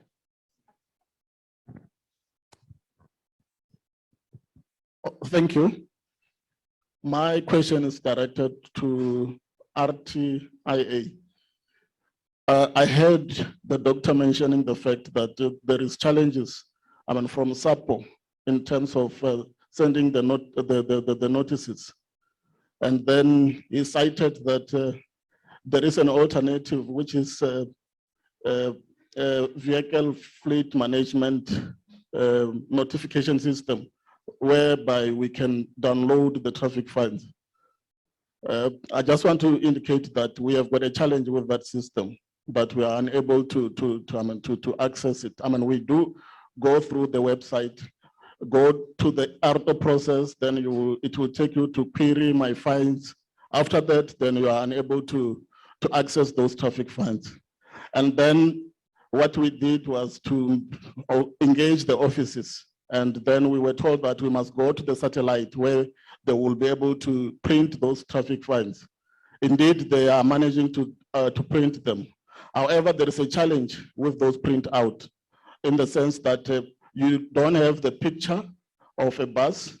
It doesn't show the speed zone. It doesn't indicate by how much did you exceed the speed. And also it doesn't show the physical address. Like when I say physical, to say corner, street, so and so, it doesn't show you anything like that. So the problem now is when it comes to redirecting this to the drivers, it becomes a very big challenge, because then the driver will ask you, he will ask you all these questions to say, where did it happen? What was the speed limit? And then you don't have an answer for that. And also the area to say, what is the area? And then again, the other problem will be that, issue of 64 days as it elapses. What is going to happen now? Because currently we're faced with this, with this problem. Thank you. Thank you. Madam May Chair, I have a special request? Madam Yes. Chair, sorry, there are 2 online questions, if you can allow me. Oh, okay. Thank you. It's both questions from Prince Manisi. The first question is, R2 is great for business in transport and traffic. What is government going to do in limiting selling of driving licenses and driving learners into community members? And then the last question, also by Prince, is in the freight industry. Do you employ foreign national drivers? And if yes, why? Okay, thank you. Thank you very much. Mr. Mton, can we stick to one question per person? Because let's give other people a chance to ask questions. Eric. Where is Mr. B? Okay, Oh, yeah, I didn't see that. Sorry, he was the next one. Oh, okay, you can hear. I'm Piet from Genetic Training. I want to know whether pensioners are going to get discount on Arte. But my real question is, I know, but the real question is as long coming. as long as the penalty system is not connected to affordability, we will have problems. If you fine a student 500 rand, it is like a death sentence. If you fine a professional 500 rand, it's like a nuisance factor. So my question is there not a possibility to connect it to affordability? And then I want to ask about pedestrians. We see 38% of people dying on the road are pedestrians. What are we doing about that? Where is the penalty system for them and also the enforcement? And then in terms of corruption, when do we ask all officers to wear body cameras? And my last thing is, if the post office doesn't work, with emails you can block somebody from sending emails to you. Will emails really work?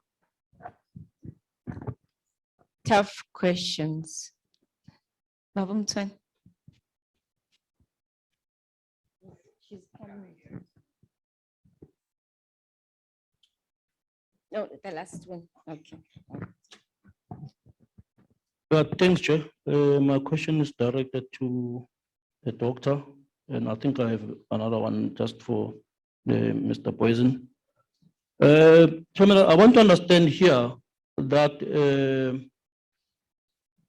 the doctor made reference to some studies in Netherlands. Now, it brings me to a question I always wanted to ask when I did my global immersions in Singapore and Netherlands, Amsterdam and Rotterdam. In parallel, we're majoring in road safety. Now, we brought back recommendations that were well researched to the department, and that happened over the years, and I've been observing that none of those recommendations has ever been encapsulated to mitigate road fatalities. So my question is, where do these recommendations end up? Because it's money spent by government. The other one, Chairman, is the whole process of blocking renewal of license discs because of infringements. Yes. Did the person who or the entity that engineered that actually apply their minds properly? Because the whole initiative, probably with good intentions, in militating against the objective. We have almost, if I'm not exaggerating, half of public transport that is being operated in Gauteng in particular with unroadworthy vehicles, especially the mode called MTT.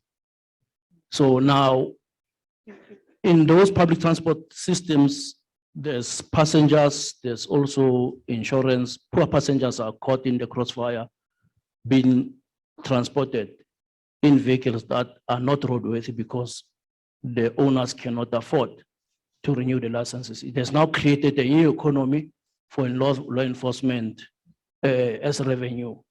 So basically, how do they assist in mitigating that situation? Thank you.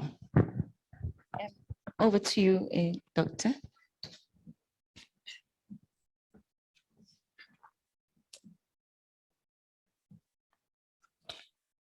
Thank you. when I think the program director caused problems here. When she said Arto is a, what word did you use? A thorny discussion. So you sort of gave people energy to. Okay, thanks program director, and thank you very much, ladies and gentlemen, for the questions. In our presence together with me is Mr. Emmanuel Tshehla, the gentleman in the blue suit there at the back. He might take other questions or he might answer some. I think the first important thing that I want to explain is what is the RTIA? You see, the RTIA is not the law enforcement agency. We don't enforce the law. Our mandate is to adjudicate traffic infringement matters between issuing authorities and operators, drivers, owners of vehicles. So we don't enforce the law. And this is the confusion in the constitutional court case, where the judge was influenced to think that RTIA is a law enforcement institution. Is not. Our mandate is one, but only one. It's adjudication. That's the first thing. And I think it will respond to a lot of questions. The second thing that I want to deal with, you see, I'm not going to stand here and lie to you that we have million strategies to deal with corruption. Corruption is everywhere in South Africa. It has become a culture in the country. It's creating problems everywhere. I can get you a driving license now while I'm standing here. I can get you a passport while I'm standing here. I can get you a roadworthy vehicle clearance while I'm standing here. That is the culture that is permeating, things in the Republic. It's a problem that is bigger than me, bigger than the RTIA, and it really needs us to approach it differently. In my view, I think it's a culture issue more than a bureaucracy issue. So I'm not going to give you answers. Even Prince, I think Prince asked, what are you going to do about these licenses that are being issued fraudulently? I mean, you've seen on TV, newspapers, how many officials you are arresting for selling driving licenses, for clearing vehicles that are roadworthy while those vehicles haven't gone to the test. Look, the RTMC, who is in charge of, and that Jodo, by the way, what do they call it? National Anti-Corruption Unit in the RTMC. They deal with all the corrupt-related reports in the country insofar as it relates to traffic matters, whether be it CBRTA, ARTO, traffic law enforcement, metro, local, and so on. They deal with those issues. They do the investigations. They work with the Hawks and all that. And the RTIA, we don't deal with corruption. It's not our mandate. Even when we have those cases, we actually ask Bukenel and Wuntadem CV to deal with those. However, we have built internal control systems in the RTIA where we're able to pick up if there's tendencies of corrupt activities, and we actually follow through. We currently had resignation en masse in the company where we actually picked up where people are able to buy successful representations. And immediately we approached the staff actually started resigning because we have the evidence. There's no two ways about it. And we have continuous audits. There's other things that we'd like to bring in around your, what do you call this, lie detecting thing, this creation of the profiles and so on and so on. But it's actually a lot. So, and I think a lot of people raise the concern around corruption. So the bottom line is, I'm not going to sit here and lie and say there's million strategies to deal with corruption. It's everywhere, ladies and gentlemen. The first question around rehabilitation. Yes, there is a program that we have developed for driver rehabilitation. Currently, the program is only one. It's one generic program. The program is divided into three.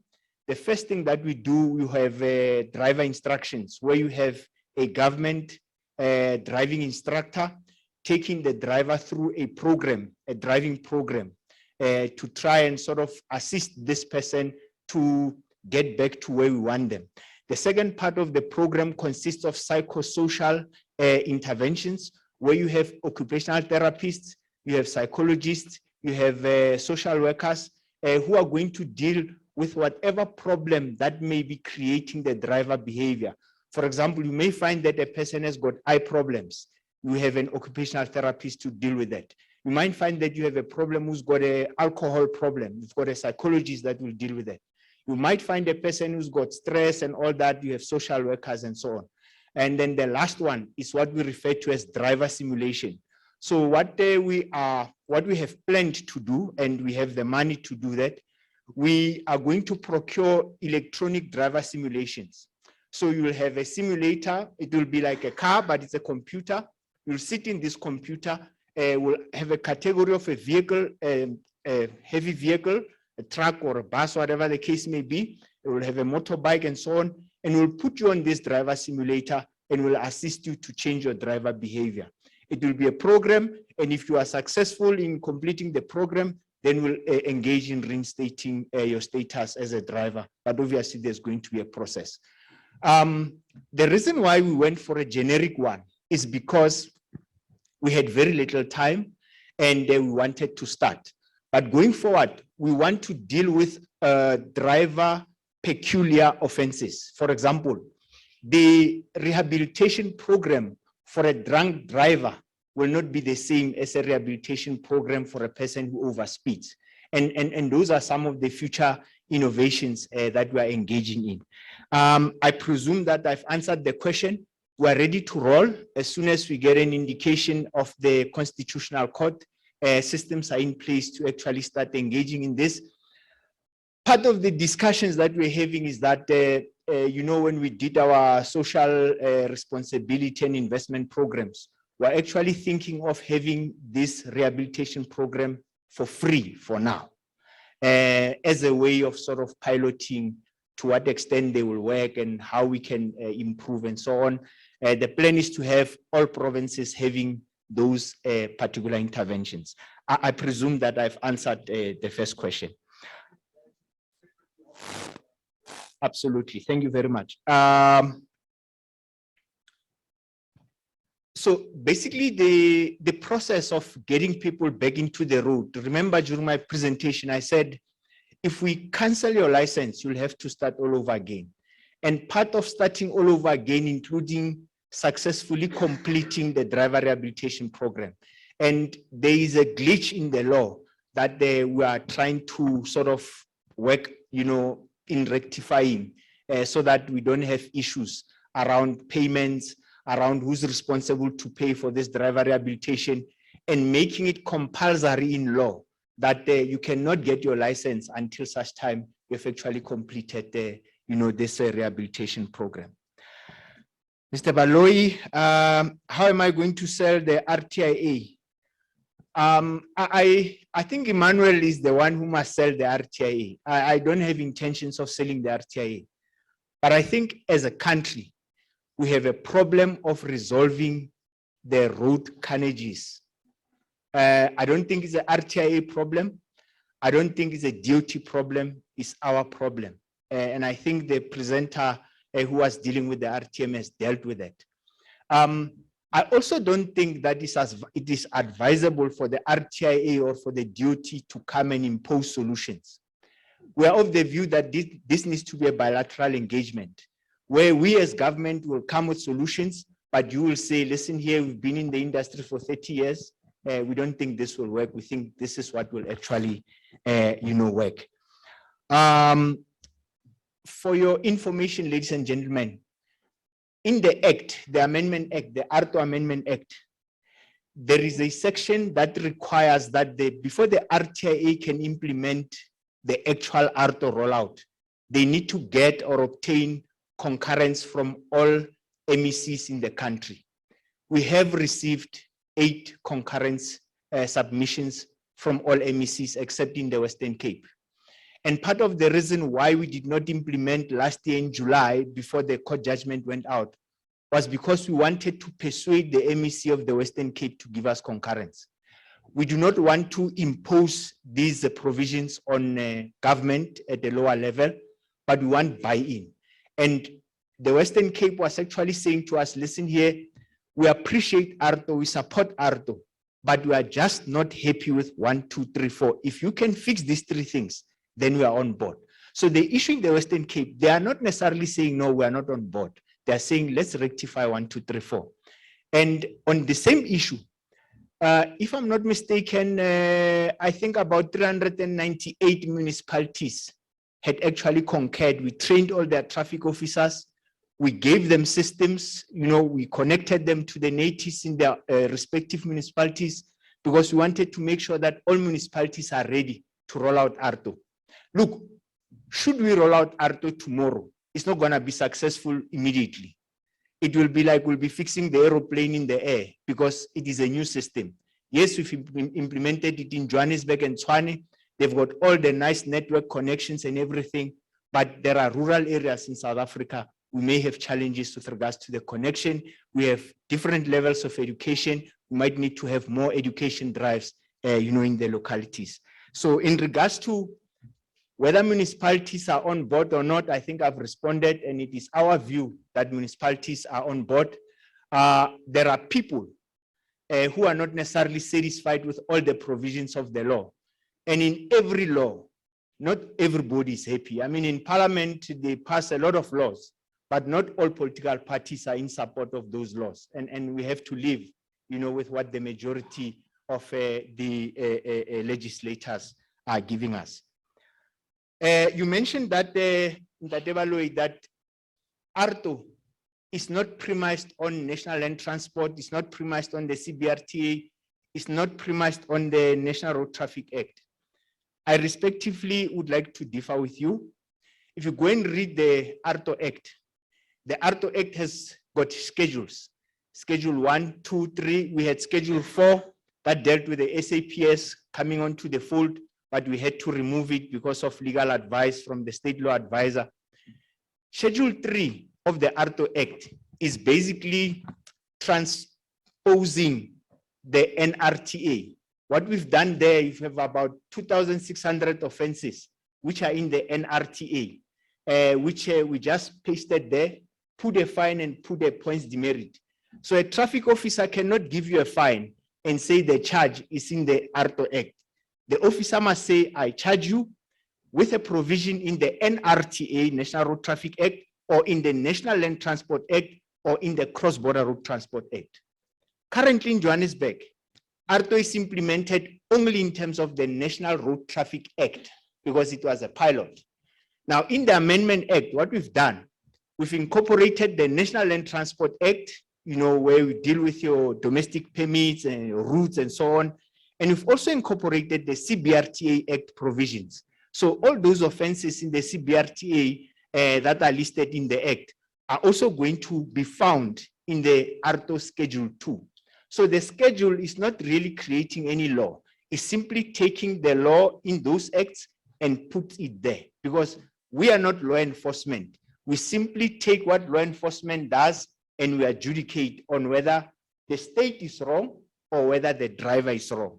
So I encourage you to familiarize yourself with the provisions of the ARTO legislation, and you will see that we do not create traffic law. And for me, that's another mistake that the judge made in the judgment, because they presume that we create law and we don't, because we just, adjudicate on those issues. Do we have people to enforce ARTO? Our job is not enforcement. That was the question. Enforcement is done by National Traffic Police, Provincial Traffic Police, Metro Police, and Public Safety in the local government. All that we need to have, we just need to have representation officers as well as the appeals tribunal. What do representation officers do? You get a fine, you are not happy with the fine, you write to the RTIA and say, listen here, I'm not happy because this fine is wrong, or this offense is wrong, or the picture that is in the fine is not the right one. And then the rep officers, who are qualified lawyers and advocates, they will look at your representation. And if you are correct, after they investigate, they will either make your representation successful or unsuccessful. If you are not happy with the new legislation, you'll go to the appeals tribunal, which consists of 9 members. They will look at your representation against the decision of the rep officer. They will adjudicate and they will come up with a decision. If you are not happy with that decision, then it will go to the next level, which is the court. So there's no competition between the RTIA, the CBRTA, the RTMC, and so on. The mandates are distinctly different and nowhere close to one another. The RTMC's role is to deal with traffic management standards. The RTIA's role is to deal with adjudication. The CBRTA's role, that the Jodo is here, is to regulate cross-border road transport in the country and outside the country.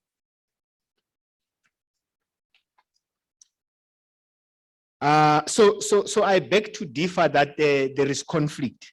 In relation to questions around the N4 and the N1, I am passionate about law enforcement. I'm a trade law enforcer, but I want to be cautious and not respond on behalf of law enforcement in the RTMC, the province and local. I believe that there's people who are well positioned to respond accordingly. You spoke about the fact that foreign vehicles and foreign drivers constitute 60% in the country, and local or domestic drivers and vehicles are 40%. I'm not gonna dwell on the statistics, but what I can say is that when we did the public engagements as well as engagements with NEDLEC, they advised that it can't be proper to have ARTO legislation that is only going to deal with local drivers and local vehicles. And we've since committed to rework. That's why Ntate Joto talked about the virtual documentation. I also talked about virtual documentation. Part of the things that we want to regularize is to have a driver from a foreign country entering the country. We're going to allocate a driving license, temporary, virtual, whatever the case may be. And he's going to use that license to come into the country. Ntate Joto, they've built something called route adherence system, where they'll be monitoring a driver everywhere in the country for cross-border purposes. And when that driver comes back or en route, will either be stopped by the police, traffic, and or at the border, then we'll deal with the conduct of that driver, at that point. Part of what is in the SADC protocol talks about harmonization. And somebody spoke about the triple FP. What is it in that Jodo? Triple TFP, sorry. At that platform, one of the things that we want to do is to harmonize standards in all three regions within, the southern hemisphere of the continent. There was a third question. The gentleman didn't mention his name. I note that you said you are having problems with regards to the VFMNS, but I also noted that you spoke about the website. I acknowledge that there might be problems with the website, but the VFMNS is a different system. You register with us, you don't go to any website. We actually send you a notification that there is a notice that has been issued against you. Please act on it. I've provided my email address. I'm also available until the end of the session. I can actually connect you, Linta Tebaloi, who will help you, and I'll monitor to make sure that you are registered if that is what you want to do. You mentioned also that when you go to the office at head office, they actually send you to the satellite. It's not supposed to be like that. But you also mentioned that when you go to the satellite, they print a notice, and this notice doesn't have details. I also want to advise you that in terms of the law, a fine has got to comply with certain things. If a fine doesn't have all that, you can make a representation and that fine will actually be cancelled, or your representation will be cancelled. We're just not interested in making money from you as an adjudicator, but we are also interested in ensuring that the process that is being used or you are exposed to is actually compliant with the law. Like I said earlier, the success rate of our representations is about 80% of all the reps that we are getting. So you can see that instead of wanting to make money out of the 80% that we could actually be banking, we're actually supporting the driver against government practices, which may be arbitrary, for lack of a better word. So if you get a fine that doesn't have pictures, that relates to a speed camera enforcement, or doesn't have a maximum speed that you were caught doing, or doesn't have an address or a location where you were caught, that fine is actually defective, and it's a very good reason to have a successful representation. In regards to doing driver nominations, remember, I'm not sure to what extent you have to explain the provisions of the fine, because as an operator or as a business, all you have to do is just to nominate the driver on the system.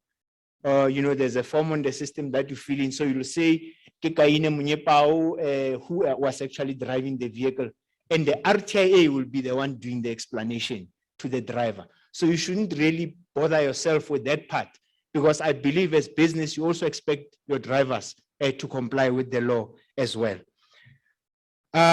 So Harry asked two questions. I didn't understand the one, but I think the one of selling driver's licenses, I did answer. I'm not really going to argue there. Pete spoke about discounts for pensioners. Law is a problem. If you come with a law and say, no, pensioners will get a discount, then people living with disabilities will come and say, we also want a discount. And then women will also come and say, no, we also want a discount. So it's very important that the law applies the same to everyone. If people want discounts from non-compliance, maybe the best is for people to comply. And that's why PDS only for, excuse me, that's why points demerit system now, we only want it to focus on serious offenses that contribute to, road crashes. I really want to persuade everyone in the room to embrace ARTO, because ARTO doesn't affect people who comply with the law. It only affects people who don't comply. And I don't think, if we are concerned with compliance and improving road safety, we should be protecting people who lose jobs, people this, people that. If people want to be reckless on the road, let them stay at home. Let's only have people who want to comply, on the road. So the penalty system immediately becomes affordable, it becomes a problem. When I was still in the CBRT in Tatebaloi, operators could be able to afford paying fines, and they actually budgeted for paying fines, and that's not right. It should be a deterrent. People should not be able to pay fines and actually opt to comply with the law. That is what we actually need. Pedestrians are a problem, yes. There are fines for pedestrians, but the problem with pedestrians on our roads is more an infrastructure problem, is more a road engineering and traffic engineering problem more than a human behavior. You look at what's happening in the country, you have on the one side of the national freeway, you have a settlement. On the other side of the freeway, you have a club. And you have bridge, maybe you have one bridge 2 kilometers away from the other one. I mean, N1 is a classical example to Limpopo. What do people do? They decide to break the barriers, cross the freeway because it's closed at that side. They get drunk, they come back drunk. It's a social problem, it's a spatial problem, it's a planning problem that we have to deal with. So it's more an engineering problem than a human behavior, problem. Program director, you spoke about emails that can be blocked. Correct, emails can be blocked, but there's a clause in the law where we talk about presumed served. So remember, this email that we are using is not the one that we are getting from the sky. We actually, when you come to a DLTC or an array, we actually ask you to give us your email address. So you are actually consenting to that we use this email address. Now, in terms of the law, if we serve that notice to you or a courtesy letter or an enforcement order, and for whatever reason you decide to block me, I will rely on the presumed serve legislation or provision for me to actually get away with it in court. Because we can't allow people to evade the law and come up with all the tricks in the book to evade the law. So we have to instill those type of legal provisions to get people to account. The honorable leader here spoke about studies in the Netherlands. First time I hear about the report. Certainly if it was given to the DOT, we were not privy to it. I'm willing to actually engage with you, but we get the document. I share it with the colleagues. I'm sure that the JOTO, the DOT colleagues, as well as the RTMC, would be happy to look at it, and the police as well. And then if there's anything that we can do and support it and can legislate, I'm sure it's something that we can look at. And that Basil has my email. I also shared my email, in my presentation. I think, Program Director, I covered all the questions. I think there's one more from. Oh.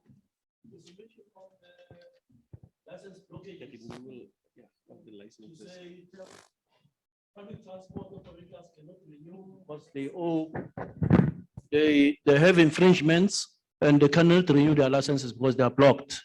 Now I'm saying, as much as the idea could have had good intentions, but it's militating against the objective, because now we have probably half of public transport operating in Gauteng with unlicensed vehicles. Now, how do you mitigate that situation? Because passengers are caught in the crossfire. RAF cannot assist them. They be committed in illegal vehicles. There's a lot of insurance companies that were here. I'm surprised they did not raise that because they have to repudiate the claims. And yes, so I'm saying, how is there a way, because that is a reality that is there. It has now created a new economy for traffic officers to get revenue. Now, are there plans to mitigate that? Thank you. Deputy Chairman. Saying, is there any other way than a punitive way, less punitive way for the operators to be able to renew the license without being punished for not being able paying their infringement fines? Hey. Sorry. Ladies and gentlemen, it's not Basil, the speaker who spoke about auditing, Oliver. He spoke about the culture of non-compliance. There is a provision in the ARTO system for an operator to check their fines, for an operator to arrange payment in installments, for an operator to make a representation, for an operator to make a nomination. I don't want to be arrogant, and I don't want to sound as arrogant. As a regulator myself, and as a student of law, I would like to ask this question. Why should we massage the law to accommodate people who are not compliant? Are we not breeding a culture where we say there's laws, but there's ways in which we can maneuver? Yes, there is a problem because we are creating a new economy for traffic officers. I note that. There is a problem because you have vehicles that are unroadworthy on South African roads. And I will go back and engage stakeholders because you see, my job is to make sure that it's either government is held accountable or the driver is held accountable.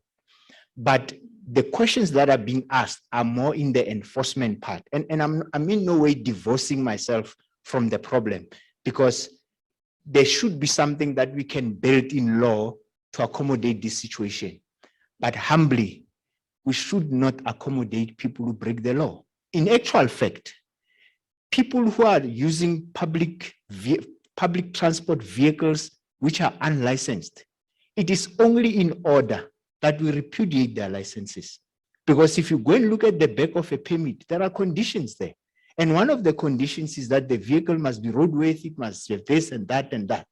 So my problem is, I can't get out of my position as a regulator or a legislator. It is my job to ensure that you comply without necessarily saying, no, I disregard what you are saying. I will take the problem back. But my plea is, ladies and gentlemen, let's comply. It's very simple. Let's just comply, or else we're going to lose more people on the roads. we're going to spend more money on accidents and. South Africa is where we are today because always when government has a problem, they want to sidestep, come with new laws to accommodate people who don't want to comply with the law. If the law is there to be manipulated, what's the purpose? We can just operate with one another. Everybody drives on the right and on the left. Everybody drives without lights. Everybody who feels like driving without the license, they can drive. And I don't think that's the kind of society we want. We want our children to live in a safe, secure, protected, compliant, high ethical, moral, high ground. Thank you, Chair. Yes, thank you very much, Doctor. We have Colin. I've noted your hand, Ms. K. Thank you, Program Director. I think maybe just to latch on to what the doctor have answered, the very last question, I think we must encourage representations more. Because I'll also tell you why. One day I was traveling to KZN with a captain and we were pulled off by a traffic officer. Quite obviously I was speeding. So to cut a long story short, so the man took the book and wanted to do the honorable and so on and was just about to fill in, and then the captain said, "Hi, Norman, I tell the man you're a colonel, man," and so on. I said, "But why? The man is doing his job. I mean, really, why must I from that age, and especially if it's a young traffic officer, why must I now, for him to when it comes to certain people, he must grant them to go whilst you have violated the law, and then other people must be given fine."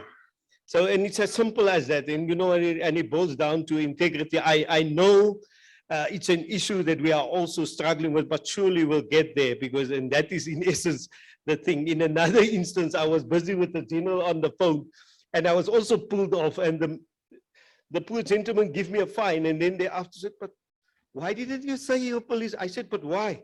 You are doing your job." And I think that's the essence, and that's what we want to move to. That's the ideal, that's the utopia. But just to get back to, I've heard reliably, the issue of body cam. Yeah, luckily I was involved with that project, where they asked for totals and what have you, because the police were also thinking in that direction to embark on issuing of body cam. I can do a follow-up on it because, yeah, we had some discussions and meetings on a couple of occasions where people were requested to submit their needs in terms of body cam, also to address the issue of corruption. So let me do a follow-up on it, if it's still on the cards, and if it's going to be issued, when it's going to be issued. But yeah, surely there's something that SAP was looking at. Thank you. Thank you. I think it's the last one, then we call it a wrap. This is for Dr. Monya Powell. You mentioned about driving simulators. So this is not a question, so you don't even have to answer, you can just smile. Because we have a solution. Coca-Cola SA, who by the way is RTMS certified, have 2 driving simulators, and they've actually partnered with the Department of Transport since 2019 to actually help with driver training, etc. So it's an open invitation to you to engage with us, and we'll help you, we'll connect you. You can go check out the driving simulators. So in terms of the idea that you have, instead of wanting to go and buy any, we have some locally available, and there's a partnership because they're rather expensive and costly, but the industry is obviously aimed at finding solutions, but I'll be very quick because your explanations were very detailed, sir. But we offer that as an extended, and by the way, many of the bus operators in the room have simulators as well as part of driver training. So you're on the right track, but we've already done it and we are doing it. We're inviting you to see what we do. Okay. Thank you, sir. Thank you, Ms. K, for the offer. I think we've reached the end of our program today. Thank you very much for those who've been able to stay until this end, and a round of applause for our panelists Thank you very much. You can go back to your seats. Yeah. Sorry, your insurance, I'm not sure about. I can now hand over to Mr. B. And again, Ms. Motlow, thank you very much for the AM session. It was wonderful and vibrant and very informative. And the whole SABOA team, on behalf of our president, I would like to thank the team for putting this thing together. And I hope they've realized that one day is not enough. And maybe the next time we need more time. Some of us could not even go to the halls.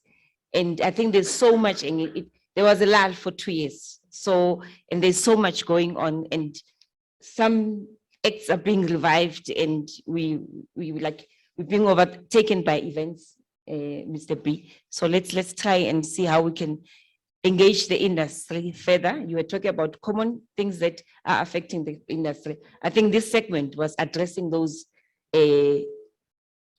factors that are common across the board, whether we are a big operator, we are a supplier, or we are a pedestrian. All this affected us. Thank you very much. Over to you. Thank you.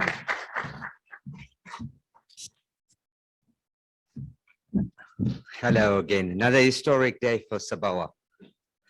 Not just one, but two hostess and facilitators, and both female. So I think they've done excellent. I must tell you that they had no choice in it. I picked the phone up and said, guess what you're doing on Thursday? And they stepped up. Okay, folks, now for a little bit of excitement. But I think just before we get there, let me give thanks to all the people that assisted, the partners that assisted us in getting this together today at short notice. I think in 2 months to pull off something like this is short of a miracle. Yes, we brought you all the issues. We didn't say we'll solve all the issues, but it was to start the narrative again after 2 or 3 years. So, but you've had enough talking for the day. So thanking all around you. You can see all the banners up. Some of them have been taken down, but you know, to Standard Bank, I say it once again, if you didn't know any better, you'd think this is a Standard Bank jewel, right? Well done, Standard Bank, for hosting our Connect lounge upstairs, our Connect Center upstairs, and for being a true partner. The same, Oliver Naidu and JC Auditor stepped up terrifically in the process. And you know, there is such a list of contributors to the goodie bag that's going around that was started by Standard Bank in those blue bags. I'm going to keep you here forever. So those thanks will come through in the manner that they, should, personally from SABOA and with the acknowledgements and through all the socials. But for now, all partners, all sponsors, and all parties are truly acknowledged and thanked. I think without that, we would not have been as successful today. It has really exceeded my expectations. We have taken note of your requests, concerns, and certainly we've set the base for next year. Enough of that. Thanks to all the speakers. You've contributed an entire day of your time and presenters, but I think you are powerful. Every one of you gave this industry serious things to think about. So thank you for that. Because without you, we can't stimulate debate. And a lot of you, Dr. Manya Pau, you took quite a few blows, but you're still standing strong. So that's a true leader in government, not stumbling, standing up for what's right. And for the Kampala project, for sharing our TMS, the cross-border opportunities, and SAPS, we deliberately put you last, Colonel, because we knew you could take everything, right? But you've heard us all. And remember, we've got this brotherhood started, and we've committed live on YouTube that we're going to see this through. Okay, so looking forward to engagement with SAPS. And I'll thank the minister and the online speaker, Shireen, also from Standard Bank, personally via the mail. So right, let's close this gig with some giveaways. I also need to thank the man that, see that little man, Andy Cap, look-alike down the corner there. He grayed immensely today. Because overnight, we ran successfully last night, but overnight somebody closed the door on that roving camera at the back and snapped the connection. And it set him off on a path this morning, trying to find out where the problem was. Then the sound upstairs during my presentation, the sound and the sinks were not working. So he just said, I've let my main sponsor down. Maybe he's not going to pay me. But Harry, well done. Thank you.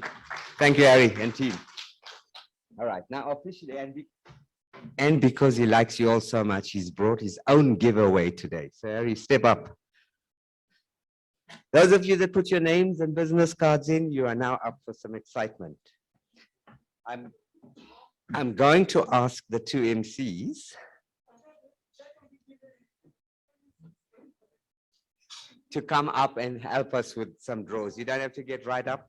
Now, last night when we did this at the dinner, I asked if there are any auditors in the house, and I was jesting. So when we did the draw, I was told there are 150 people and 150 numbers are in. The first draw that came out was 151. So I thought, here we go. All right, going once, going twice. Harry, will you describe what you're offering? Well, it's a nice blower vacuum thing for your garden. Yeah. Very nice. It's worth almost 800 rands. That's it.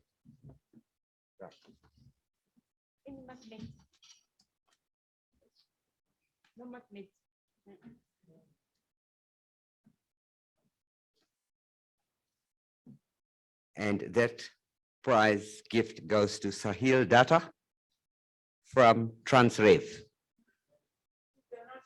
If they're not here, forfeited. Going 3, 2, 1. Okay.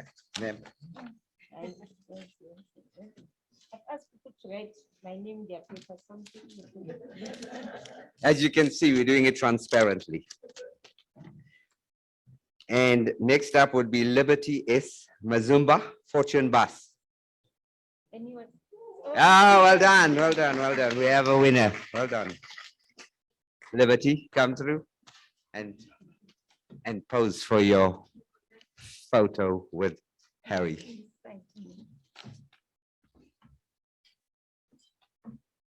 Thank you, Madam Speaker. Your job here is done.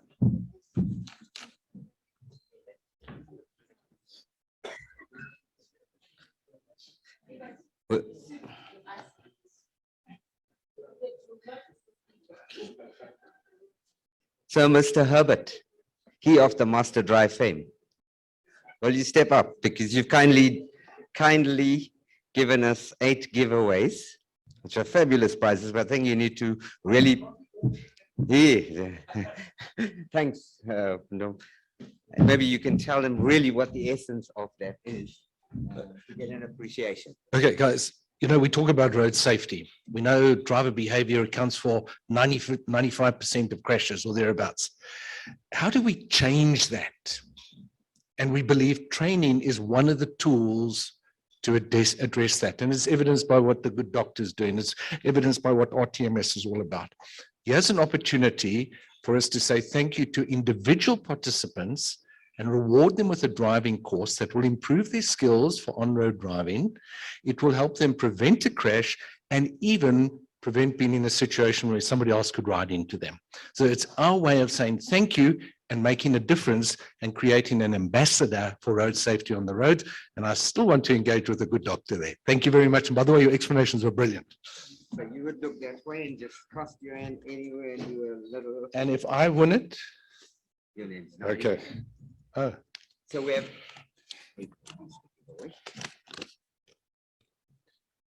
James Beekers from Metrobus. Gone. Gone. We'll do another one. Perhaps might just get 8. This is definitely not you, Kathy Bell. Dina Mokani from SBSA. There we are, Dina. Wow, good. Well done. Thank you. Come and fetch it. We must do a photograph. Let's do it to everybody. We'll just ask you to stay. Dina, you're going to stay here in front when you win, all right? We're going to draw the next one. You want one, Harry? No, okay. Oh, sorry, I drew 2, so I'm dropping 1. T. Koi, TK Transport. Did I pronounce that correct? Hey, come up, sir.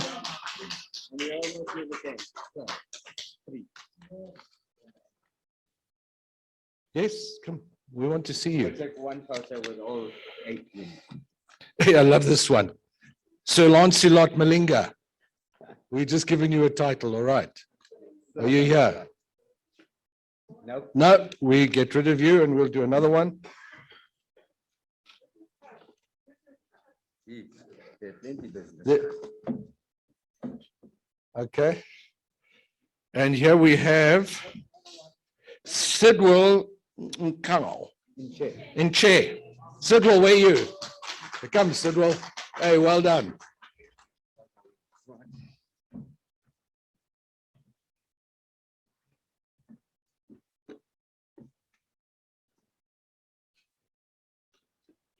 Trying to find business card. There we've got something. Okay. Daniel Sambo. Hey, well done, Daniel. Come up, Daniel. Just when you were going to leave just now, eh? Just as well you stayed behind. And how many more? What have you got? 1, 2, 3, 4. We've got 4 more. There we are. Oh, 4 more.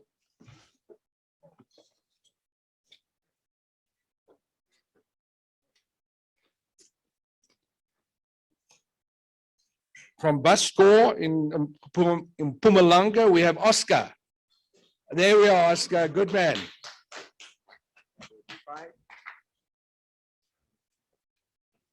Basil says if we overdraw, you'll pay for the next one. All right, okay. And who's reserved? Now we'll go to the back, all right? Okay, nice.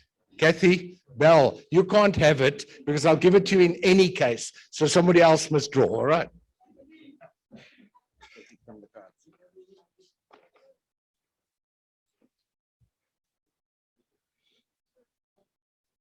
It's another one.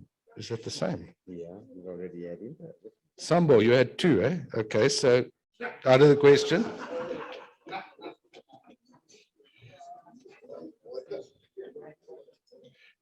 Same one. Sidwell, you're twice. Hey, you guys crook, eh? Ish.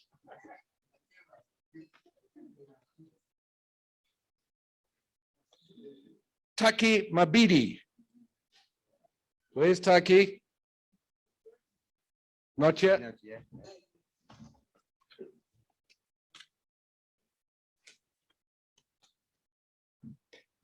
Rainier Abrahams from Metrobus.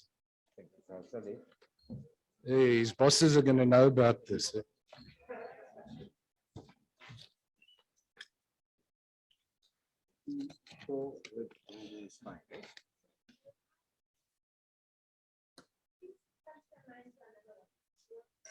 Why, don't you have a driver's license? Okay, all right. Good. Lutundo Mashiwa, Metrobus. How many people work at Metrobus? Not enough. Oh, not enough.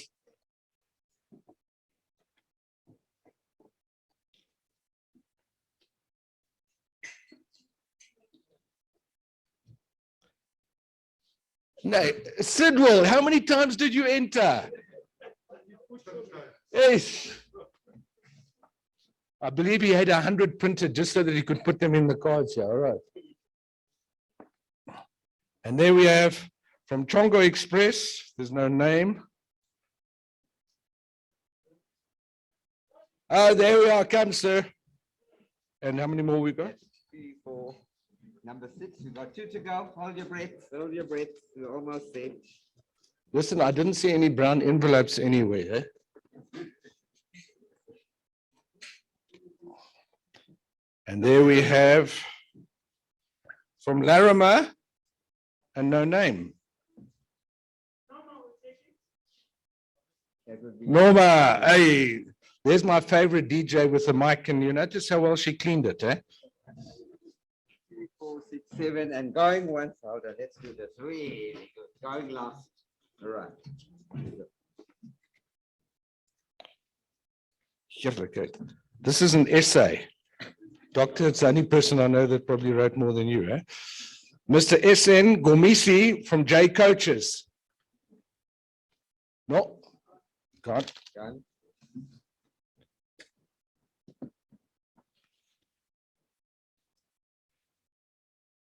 Darius Weingart.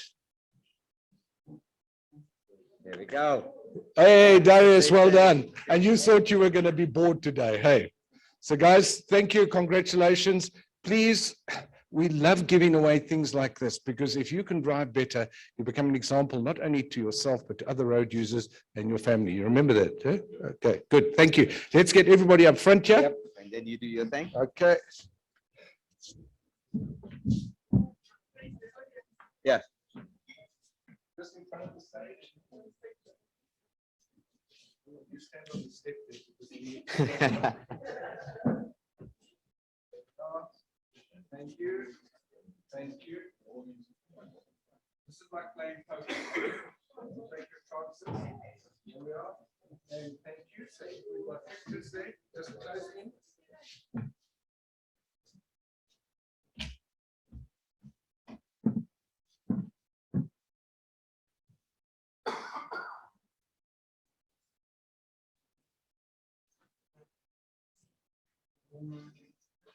Good.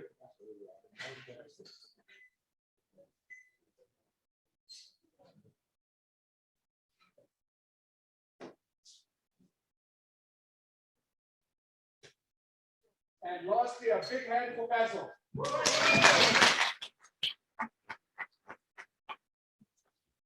You can be my PRO. And that, folks, as they say in the classics, is a wrap. I do apologize if I did not credit you by name personally, but believe me, my admin in the next days is to thank the well over 50 people that have assisted us and put this together, all the exhibitors, but you are officially dismissed. Thank you and goodbye.